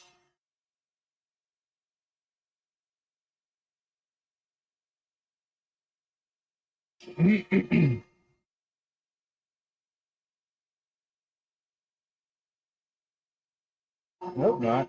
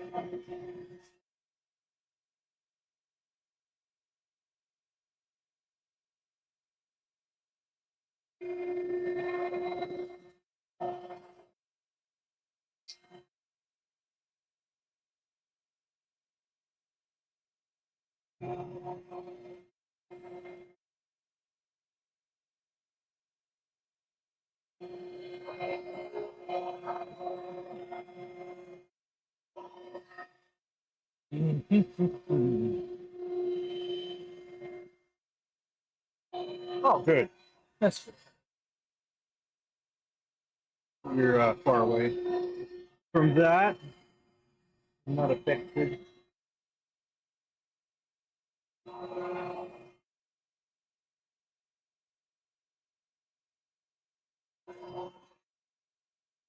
Bummer, though. Bummer. Hmm.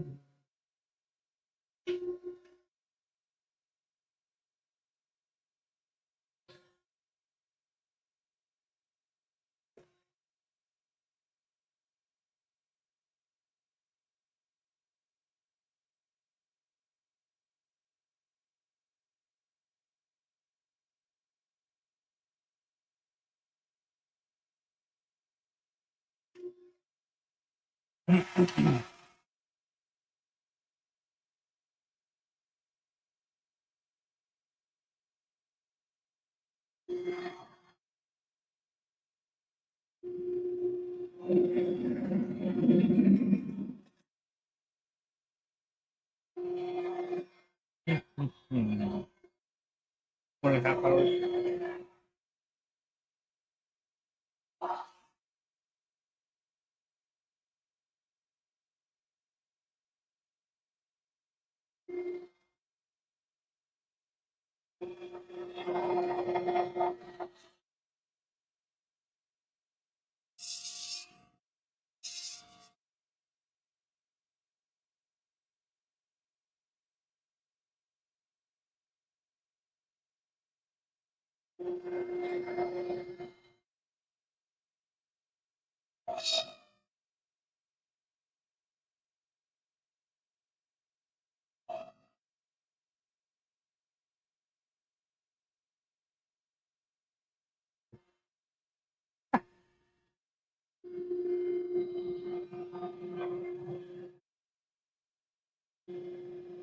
Yeah.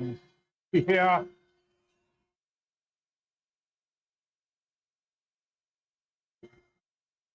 Hope they seem like they want it to be. Stop. Stop it.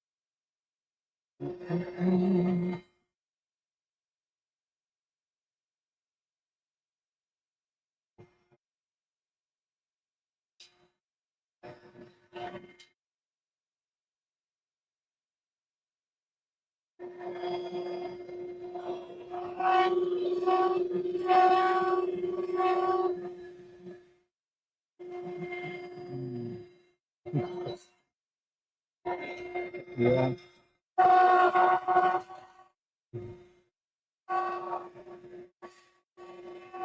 I mean,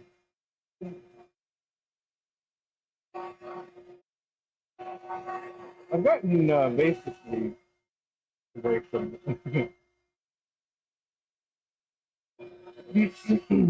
like I went into the military.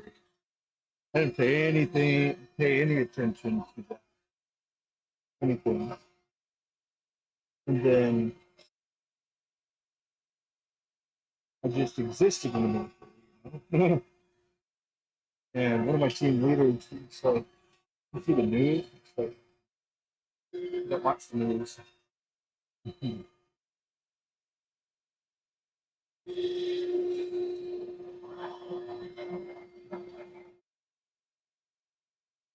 Nice.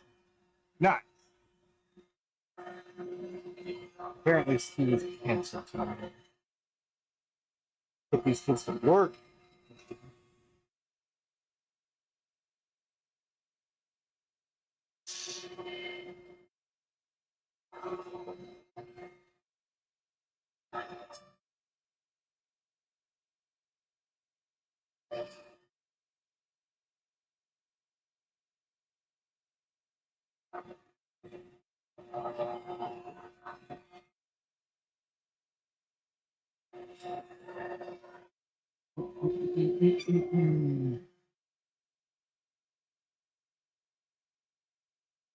No, I haven't.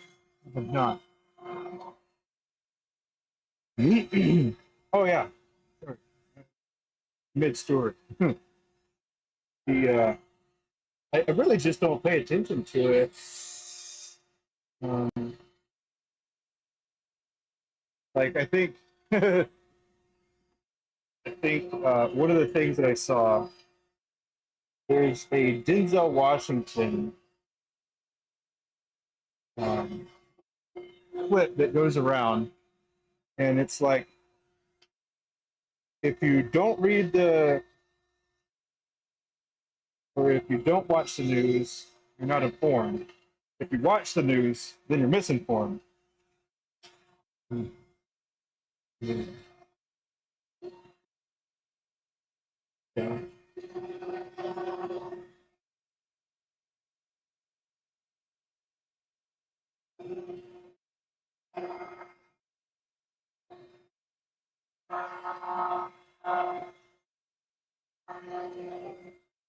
think about that pretty often. And it's just, you know what? You're kind of right. You're right, right. I like that.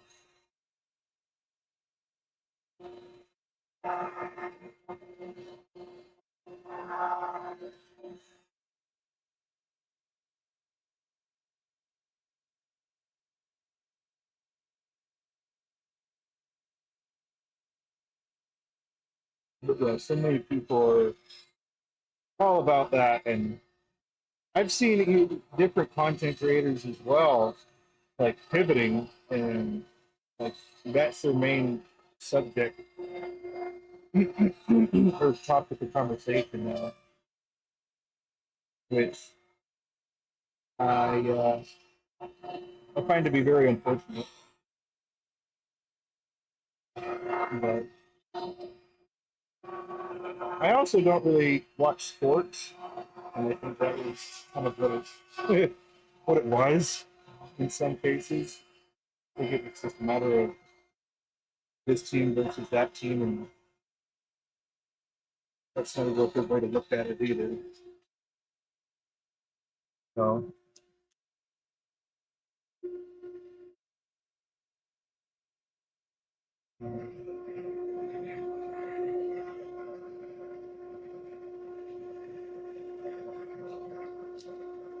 I guess I'm probably one of the weirdest people because I think no matter what, there is a point of whatever it is, and it's whether or not you understand the point that they're going for. Because if you think about something hard enough and long enough, you can find a way to justify its existence or it happening or anything like that. Like, well, if I was this and I was in that position and then I had to do this and I had to think of this for all of these things, like there's no telling where you would actually end up at the end of that whole train of thought.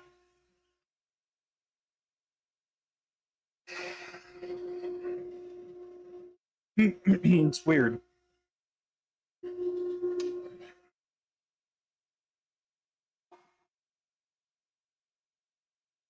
But I think the best thing to do is position yourself where you think you're right.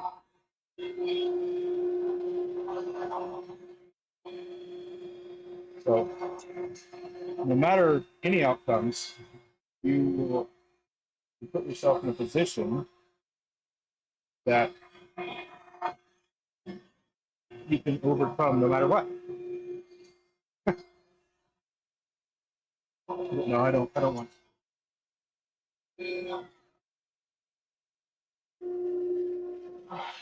But then again, I never did, so it's not a change because of recent events. I don't look for recent events that much. Um,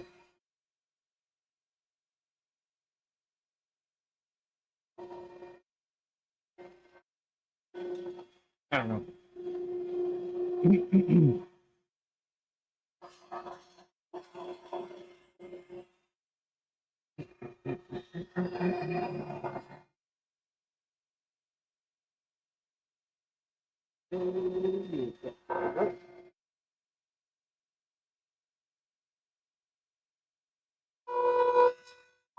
Unfortunately,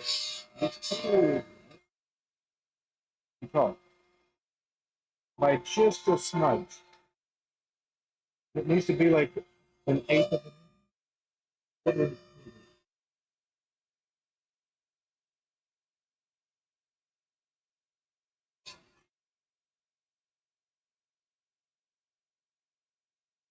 You gonna go get Evie?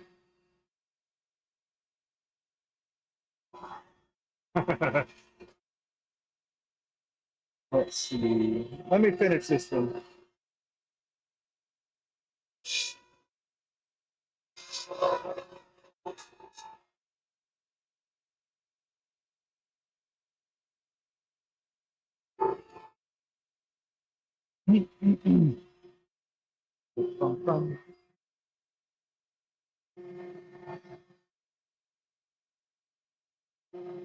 It's where you just don't have fun watching it. Right? Well, I mean, well,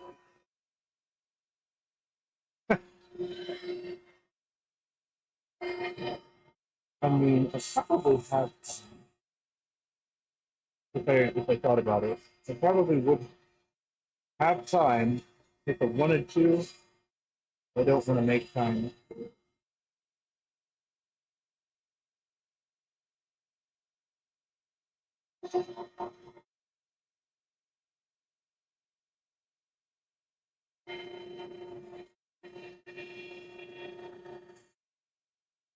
I find the amount of money that is made is crazy. If I don't hate him for making that much money, but I think it's a little bit sad because I think about it from everybody else paying that amount of money to be invested in the sports. You know? So if you have one player get like a 4-year deal and it's 20 million over 4 years, that's 5 million a year. Like I think about ticket sales, like how many tickets would that be? Or that's one player, and then you think about how many actual players there are. And I'm not just talking quarterbacks either. I'm talking like a kicker. Now I know that it drastically drops off. Like I'm pretty sure some of the people that get beat up by the main players, I'm pretty sure they make like probably pennies compared to what the other ones make. Um, but it's just it's kind of wild. I mean, but you can't be mad at them necessarily for making money. They're doing what it is that they enjoy doing, and they're making money doing it. And everybody enjoys watching it, or the people that do enjoy watching it. It goes back to voting with your dollars kind of thing that I was talking about.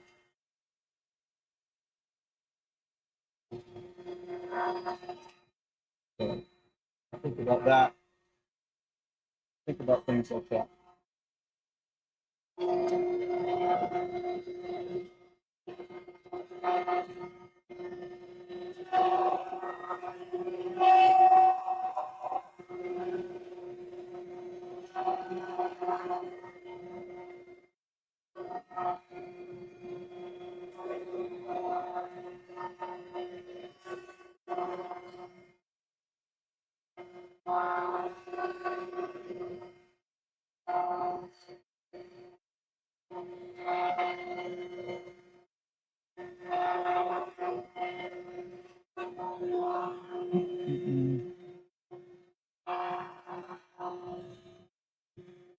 Going to a boo? Yeah.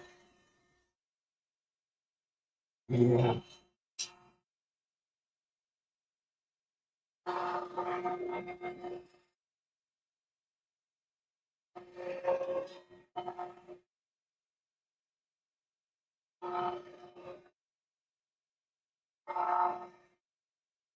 I guess in the same vein, I always think about um, the quote from Lincoln, whether you believe you're right or you're wrong, you're right or correct.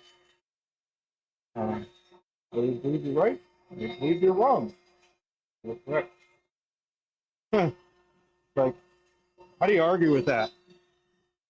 If somebody believes that they are right and they are unwavering on whatever it is, you can't make anybody be different. So you just love it. Love it that there's so much different, so many different things. Oh, that's funny. Stella should have rehearsal today, but she went out. But I don't think it was. I don't know if it got canceled or not. But I know school tomorrow may be canceled. Yeah, it's not worth it. It really isn't. It's not worth it.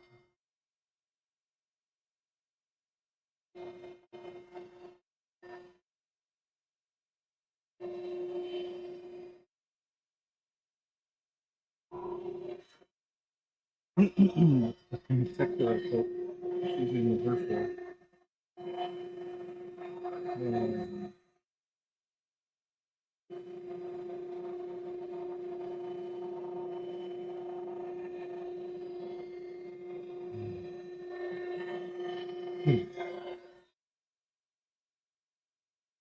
But yeah, I guess the last little bit I was talking about with my team leader, he's like, I don't watch me.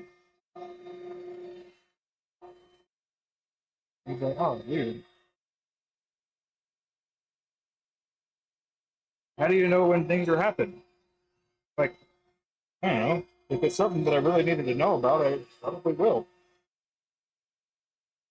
At least that's how I feel about it. I mean, that's why they have things like an Amber Alert or a public announcement on the TV broadcast that just, you know, shows up on all the different channels and stuff like that. So I'll just be like, "Yay!" Okay.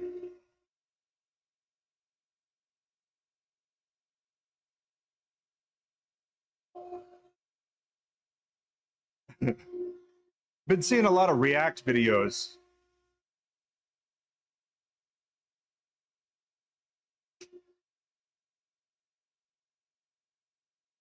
I mean, I don't watch them, but I've seen that there are a lot of React videos.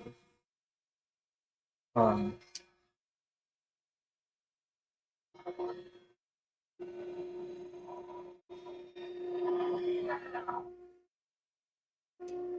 it's just, I guess, there's a lot of React videos. It's funny.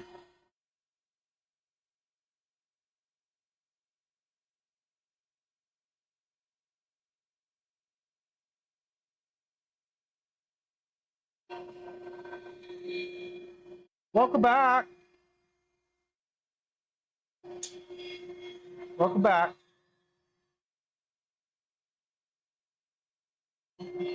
Yeah, like reaction videos where people are just watching another video from YouTube and then they're like have that um, going on. No, pause it. Talk about what you're thinking about that.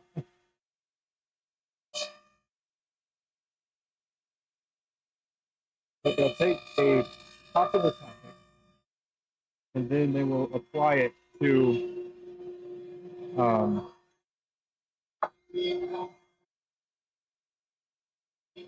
they'll apply it to their own YouTube account and talk about whatever it is. Yeah, reaction videos. Like if you were turning a pin and then I was watching you turn a pin, you made a YouTube video. It's like Kevin is making a pin.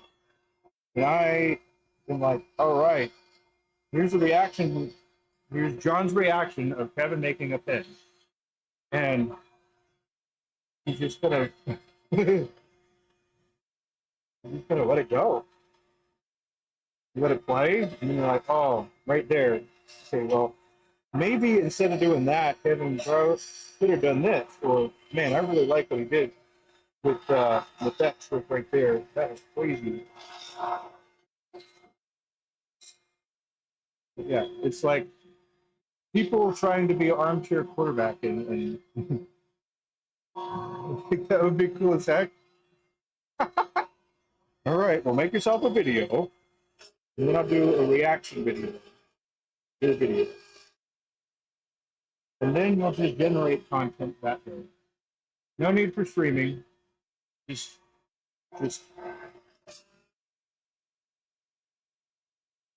take a video and then do that.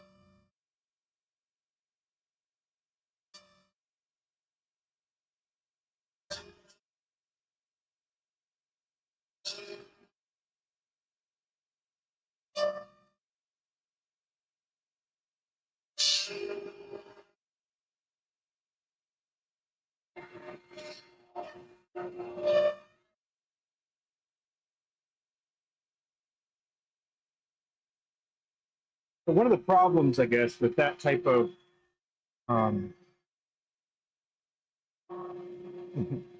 nice. Building a computer, you got all the components? Oh, yeah, just thinking about it. So if you spend that time to watch that person's react video, what's happening potentially is you're taking viewers away from the people that go watch the actual video because you're watching the reaction, and you're making a reaction based off of it. So people aren't going to watch those. But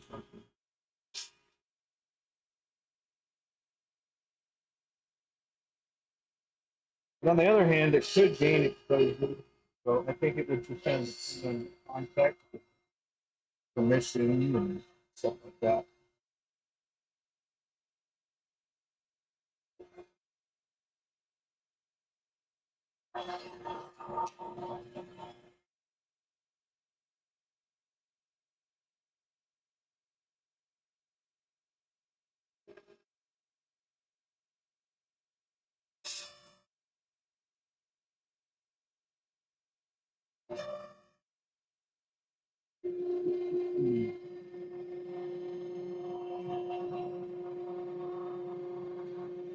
The son-in-law is getting this month, right? Cool.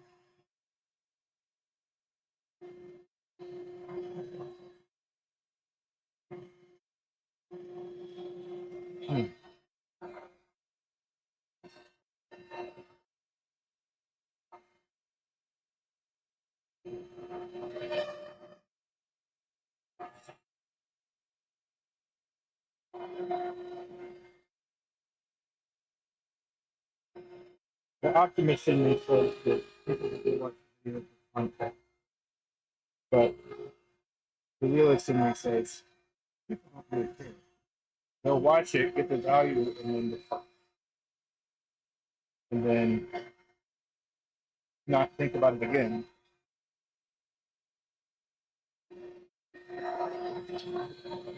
And I don't blame people for doing that. You see what it is, whatever, it's fine.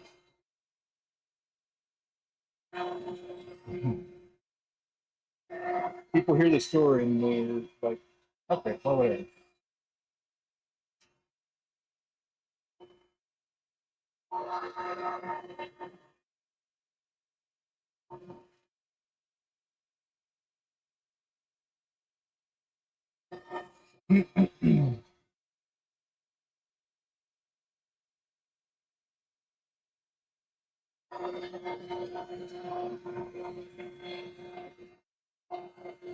But I have thought about it as a tool for learning, or teaching, that is. But if I am looking at somebody else and how they made a bespoke pit, and I did a React video on how they make a bespoke pin, there's a good chance that if people didn't see that video in the first place, they're not going to go watch it after they watch my React.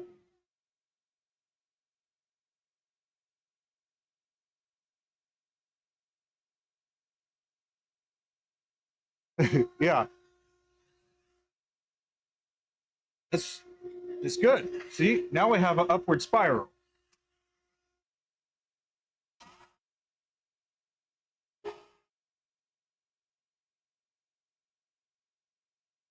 But there is a point, if you look close enough, I guess, there is a point where that would be uh,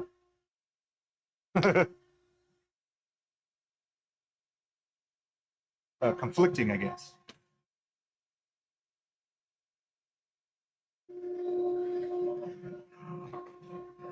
Oh, look at that. All done with the special sheets.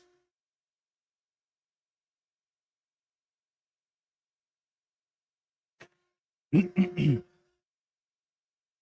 yeah, you just keep reacting.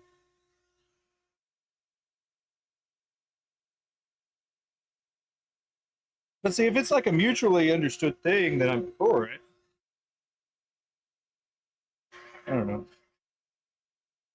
I guess I'm not even opposed to it entirely, because there's like the whole fair use and somebody's doing it and it's not illegal. In my mind, that just means that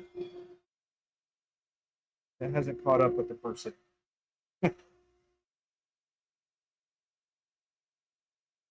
Or the rules, I guess, haven't caught up. What can you do? You can't make anybody do what it is.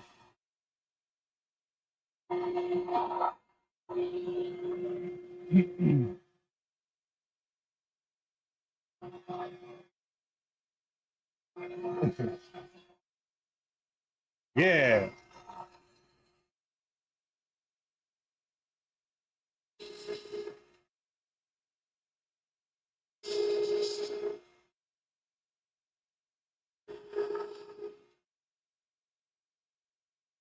I'm gonna react to your reaction, reacting to me.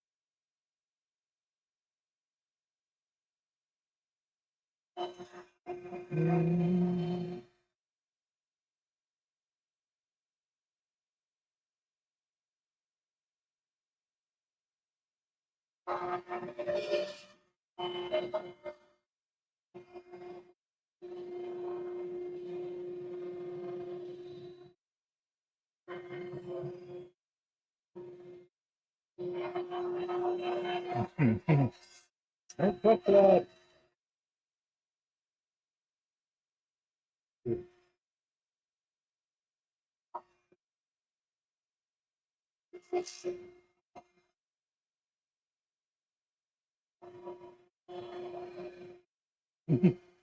I was thinking about it actually last night. Where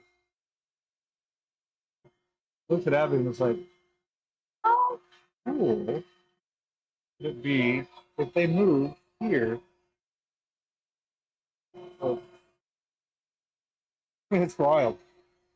Wild to think about.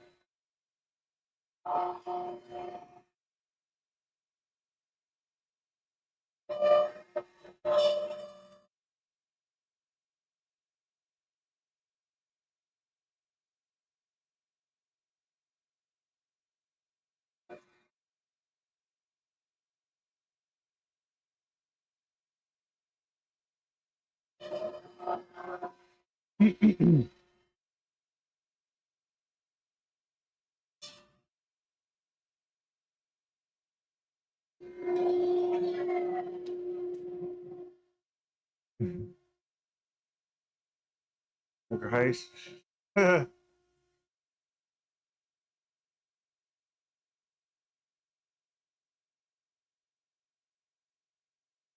Yeah, I definitely I can see that being the case. Sometimes it does seem like a really small world, but other times seems massive. It's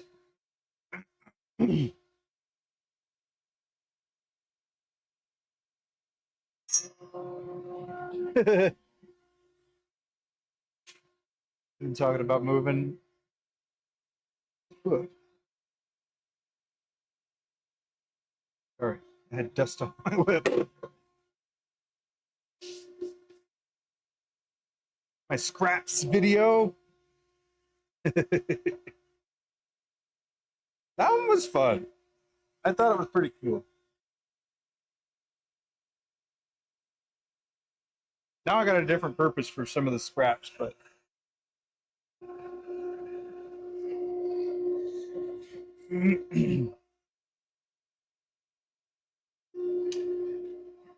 that's cool. It's a good place.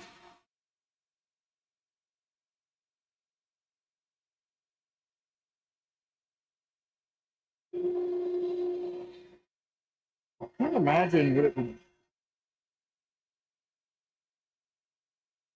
This may sound weird, but I have never done a 9 to 5.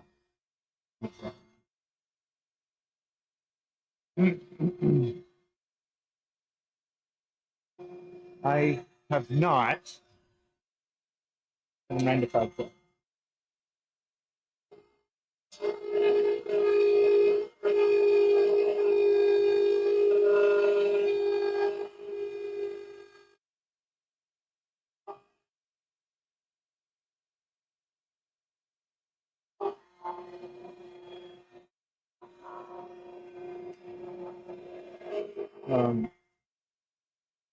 The reason I even got it today now is because I was thinking about what it would be like for a farm job. Now I know that Woodcraft was interested in hiring me as a manager. That's what to do. Um, it's not a knock against Woodcraft. I just don't have, I guess, the time for the effort level that would be needed to do a good job.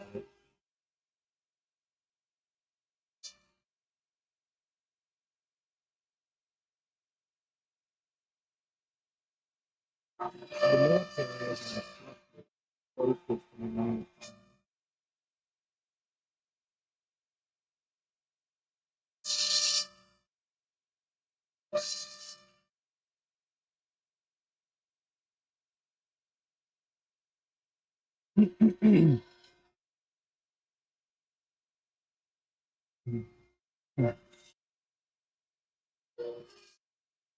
On deployment, it was 12 hours on, 12 hours off.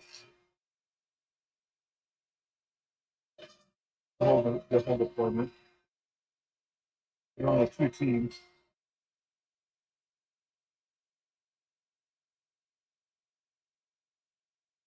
That'd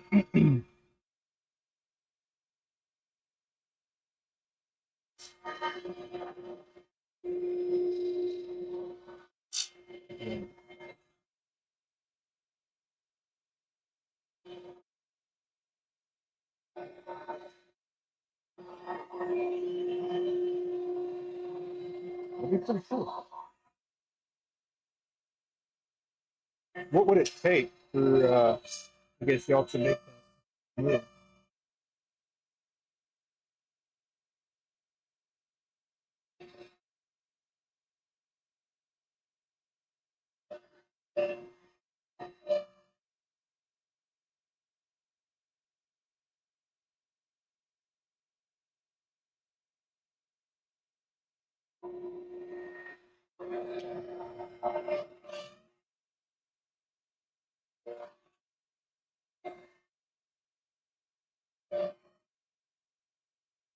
Obviously, you don't have to answer. That's a lot of talk.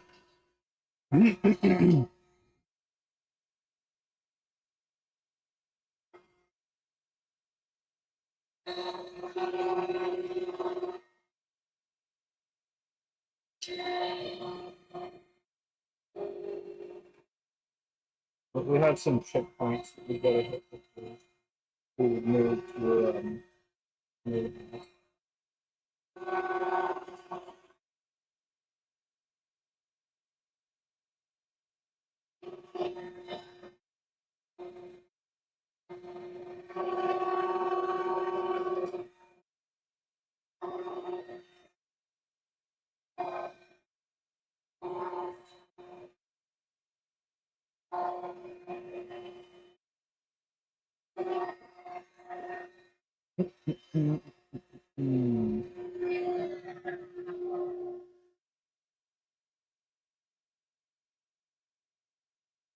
Oh, what would it take for you to, I guess, make the move to uh,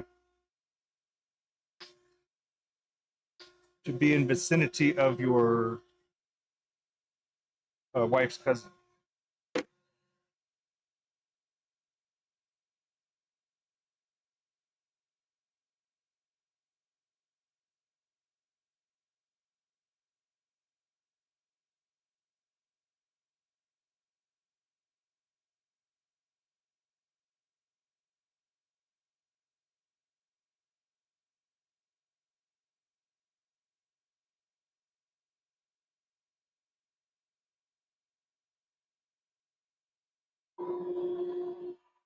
I mean, I gotta say, I can only see good things personally. I can only see good things happening from that.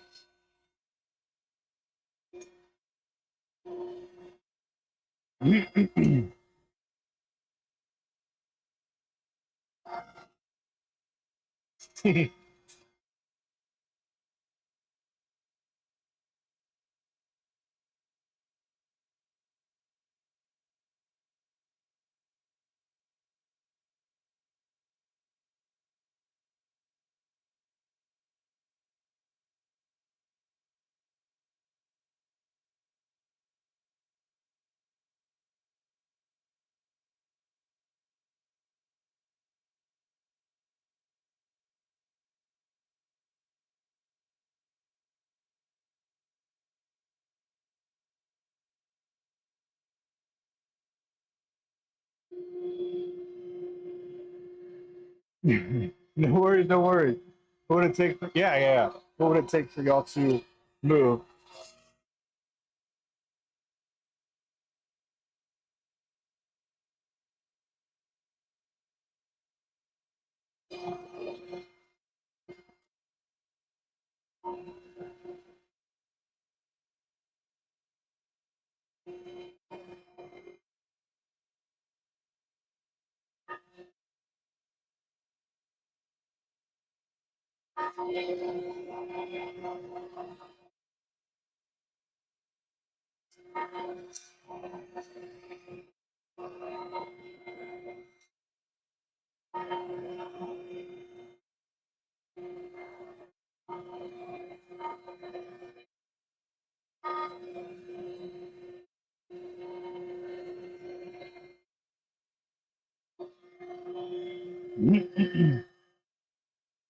Ah, gotcha. I think you mentioned that already.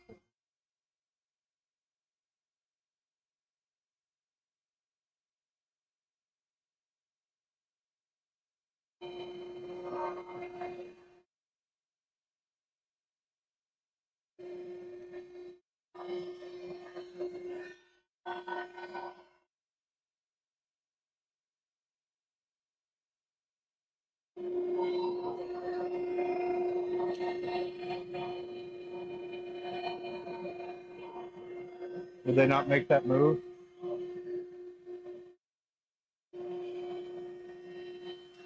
Dang. You do a lot for me already. It's because you're a good dude. You're a good dude.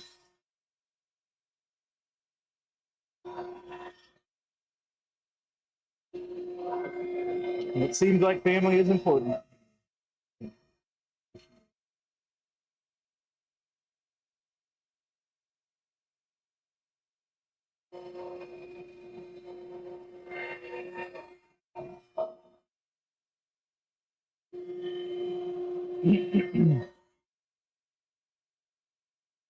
I know that my grandmother would not move at all. Will not move. Which, you know what? Okay, no move.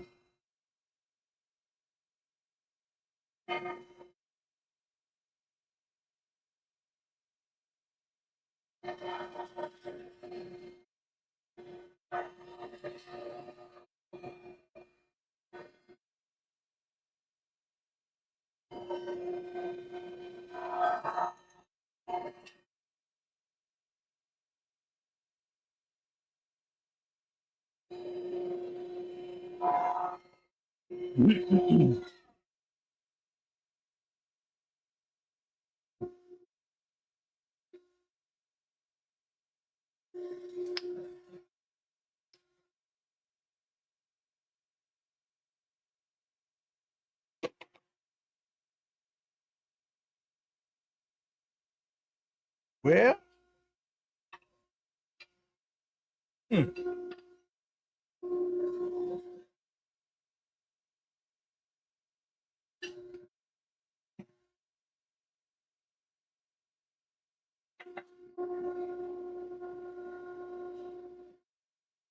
take a look. Here we are here. Too high.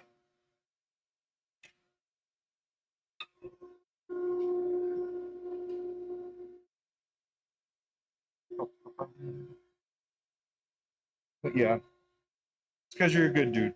That's why.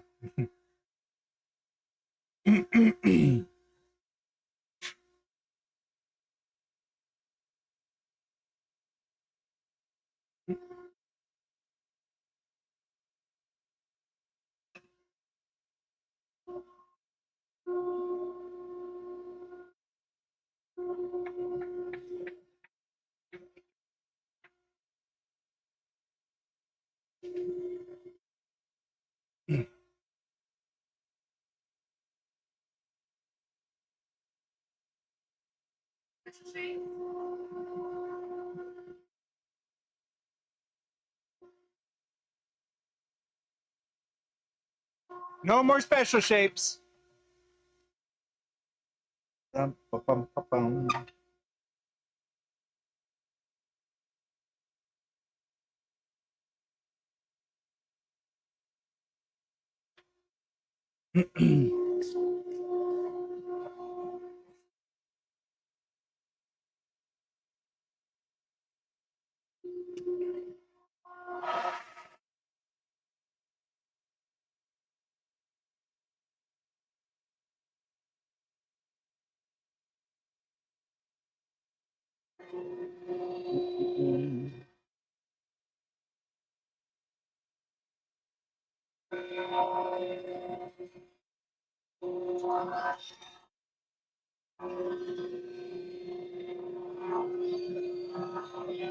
Yes, that's interesting. I don't know what I would do.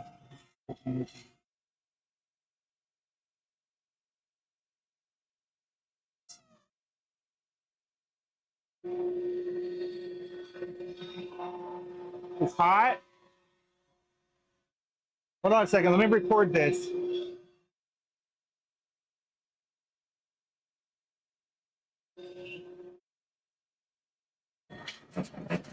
Finally, got warm enough. Arrgh.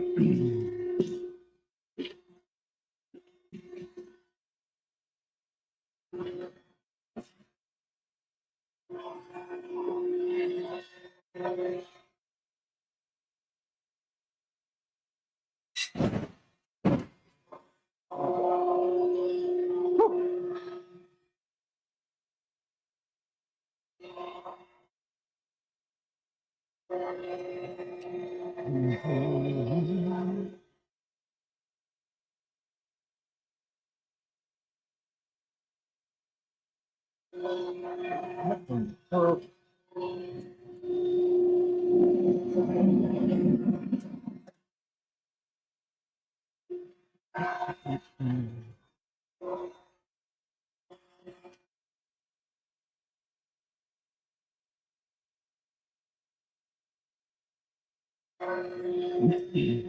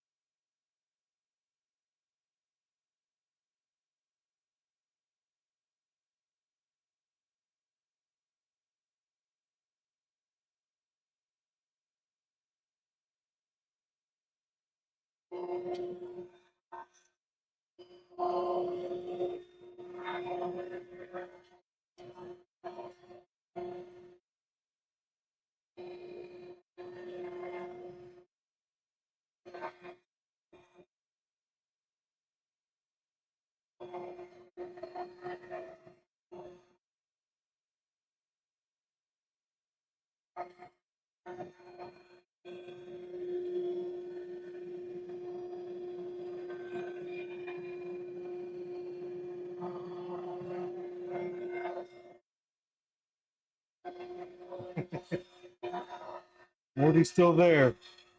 Morty's still there.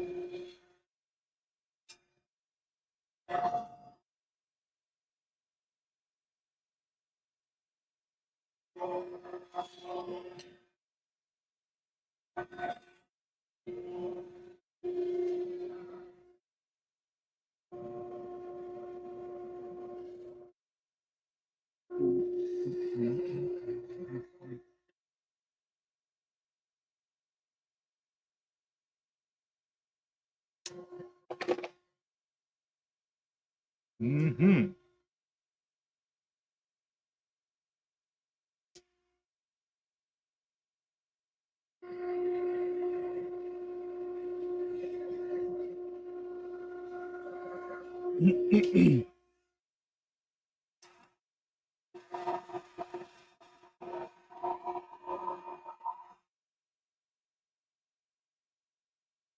I don't know what kind of person it is that is interested in working with all kinds of people.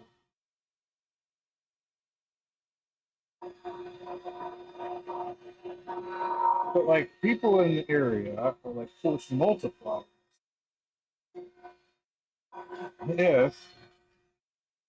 If they figure out need or want.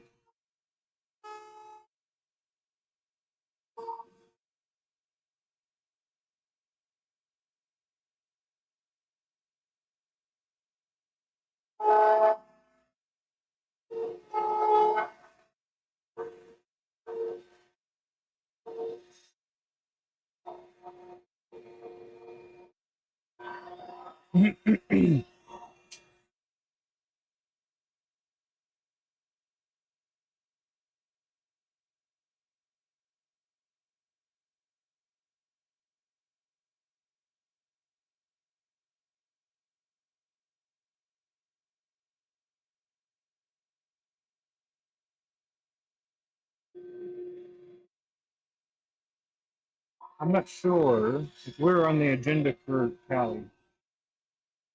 But probably.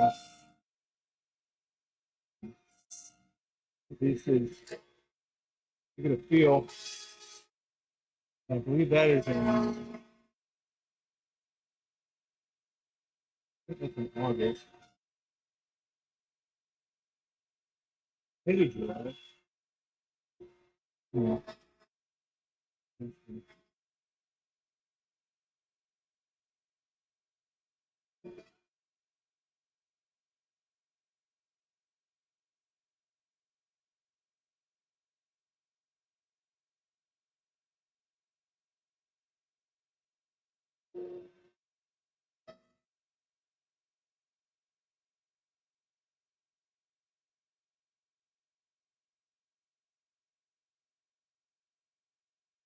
I guess that was kind of a random thought, huh?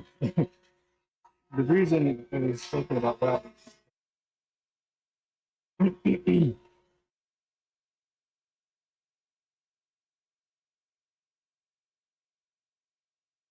Well, I guess we can talk about it later. Hey.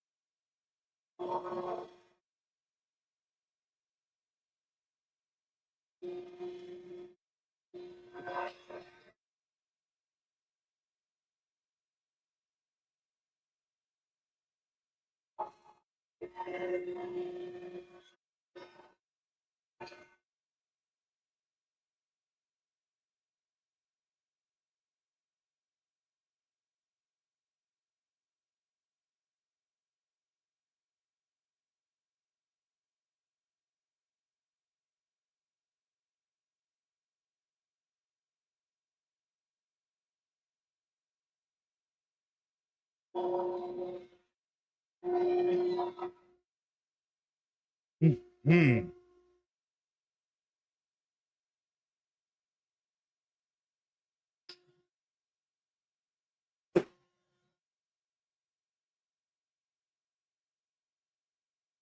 My carbide is at the point where it needs to be swapped, but I don't want to. It needs to be rotated, I guess. Don't want to.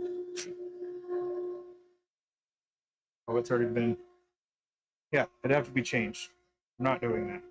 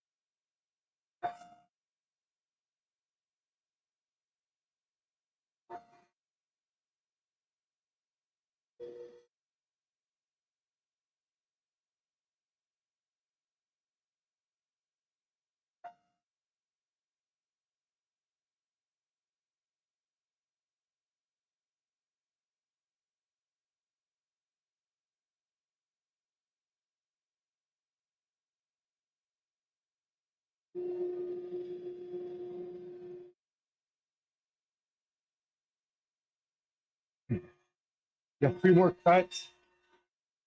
Yeah. One more after this one.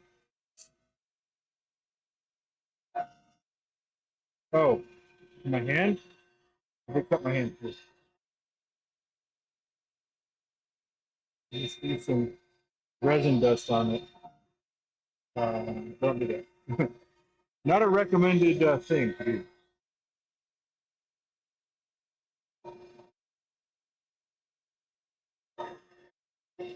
But yeah, the carbide will last a couple, 2, 3 more. Then it'll be time to change it, which will be fine. And the muscle memory won't be based on this.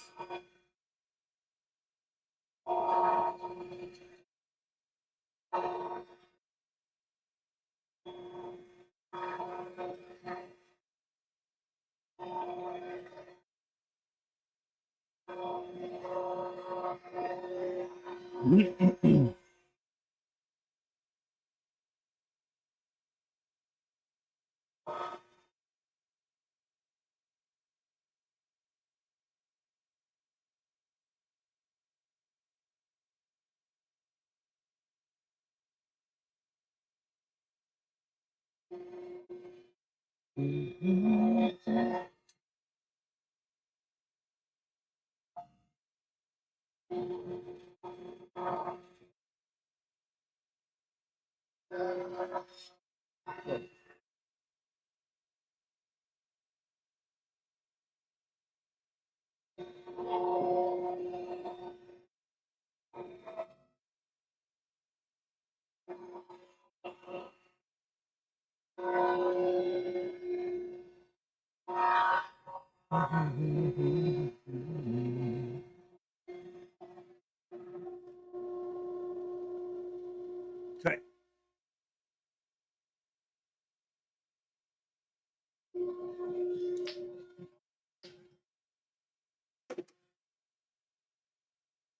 You know, wouldn't it be cool if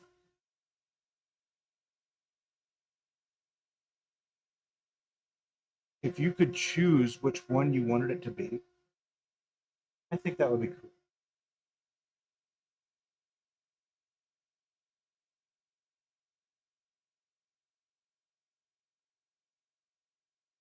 Like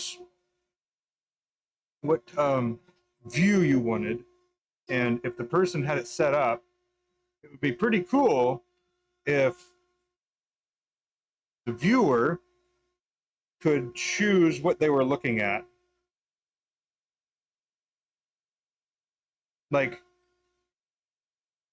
the cameras are just set up, right? And I don't actually do anything to change the view. It would be more like a choose your own adventure of what you want to focus on. Cool to change, like you could change scenes. I just think that would be pretty neat. You could be like, oh, I want to watch more of the lathe. You do that. I want to watch more of the overview of the workshop. Do that. I want to watch. I want to watch a very how he's standing, what he's doing with his hands. Do that. It would be pretty cool if it had a button you could choose the view.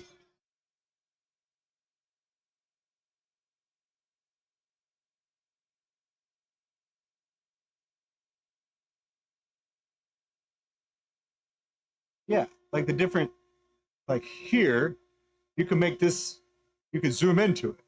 Or this one here, you could zoom in. It probably is possible. Um,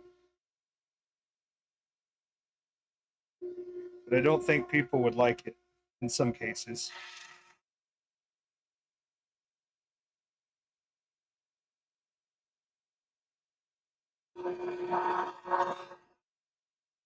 And it probably already exists.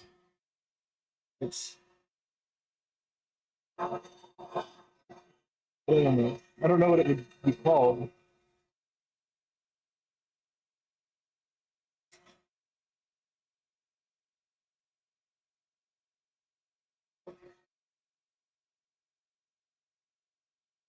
Like, something that I would think about is, you know how people always say, man, I'd really like to be a fly on the wall. Well, what if you kind of could be? What if you had control of a camera that was in here, and while I was streaming, you'd be able to watch wherever you wanted to, as if you were in control of the camera? Isn't that cool? I think that'd be pretty cool. A little weird. Uh, yeah, we just need the technology. If only we had a camera that could pivot and follow.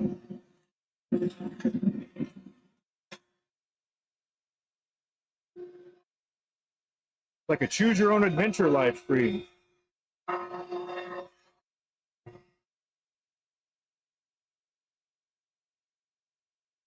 I've also wondered how this could be integrated into like the VR headset.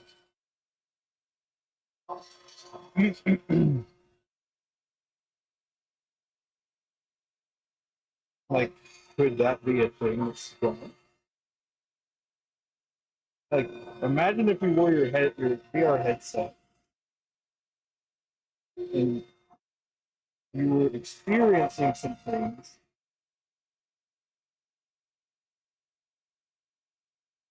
I guess the techniques wouldn't be able to, but if you were seeing it like it's the exact way I was seeing it, and a helmet cam doesn't work or a head cam doesn't work, I tried it. It's very unsteady.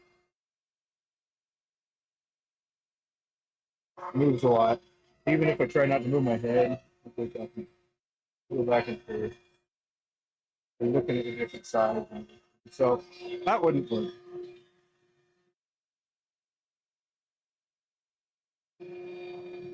Okay, yeah, see? That's a better take on it. If you had like specific positions that it could move to, which I know that the Ozbot webcam does that. You can have preset positions. I don't know how many, but basically it'll focus on this, or it'll turn all the way face over there. Wherever you have it set, it will do that. Pretty neat. That way you could use like a stream deck and put it where you want it to be, basically. If you didn't want it moving, that is. Otherwise, it'll just track you. Which is pretty neat.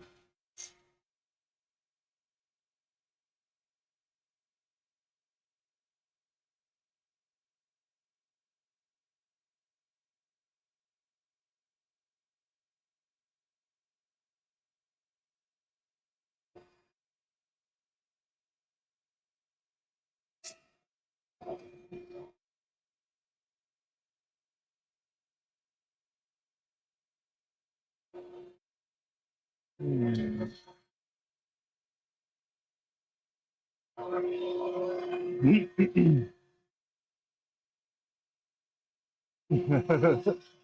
Hey, no worries, man. I appreciate you hanging out for the stream. I'm probably going to bounce off of here shortly, but I'll be back on tonight.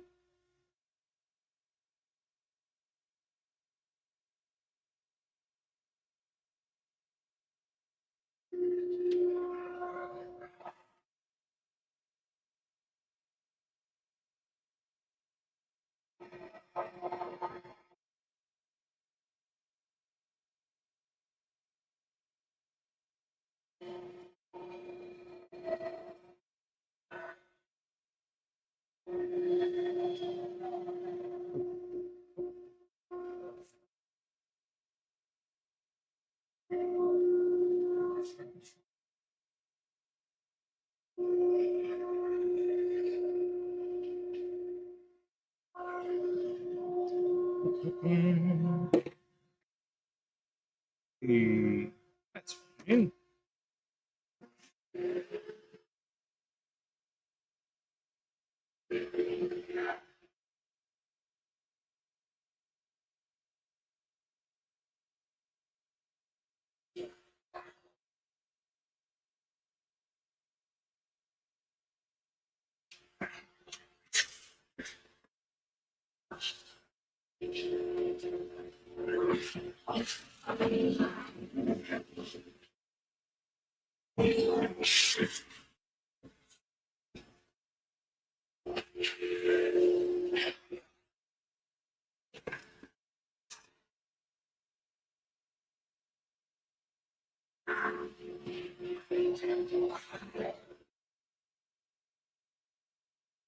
Do a little cleaning. Chuck meat, you know. Go ahead and get ready for maybe a little pin making action tomorrow.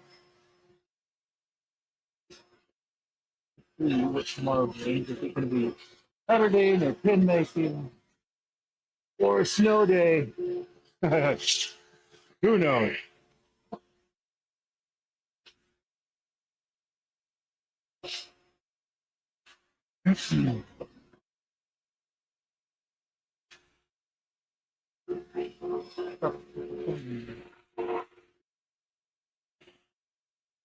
Morty off.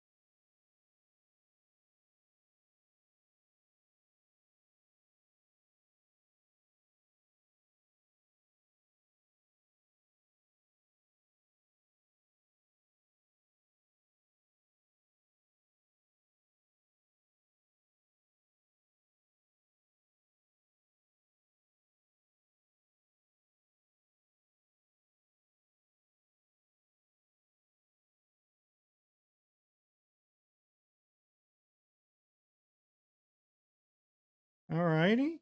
Hey, there we go. See, this is what I'm talking about. I need a new mic. I gotta grab some new mic. It was only a 5-hour stream and I went through both of them. That's not really cool. I mean, only, 5 hours, pretty long time, but, you shouldn't be running out of microphone if I have two, But anywho, it is what it is. I'm gonna move forward anyways. But yes, appreciate you hanging out. It was nice to see everybody. Got some new people, Joe and Josh. Appreciate you hanging out. And Kevin, as always, good to see you. And we'll see you around. Catch you later. Have a good day.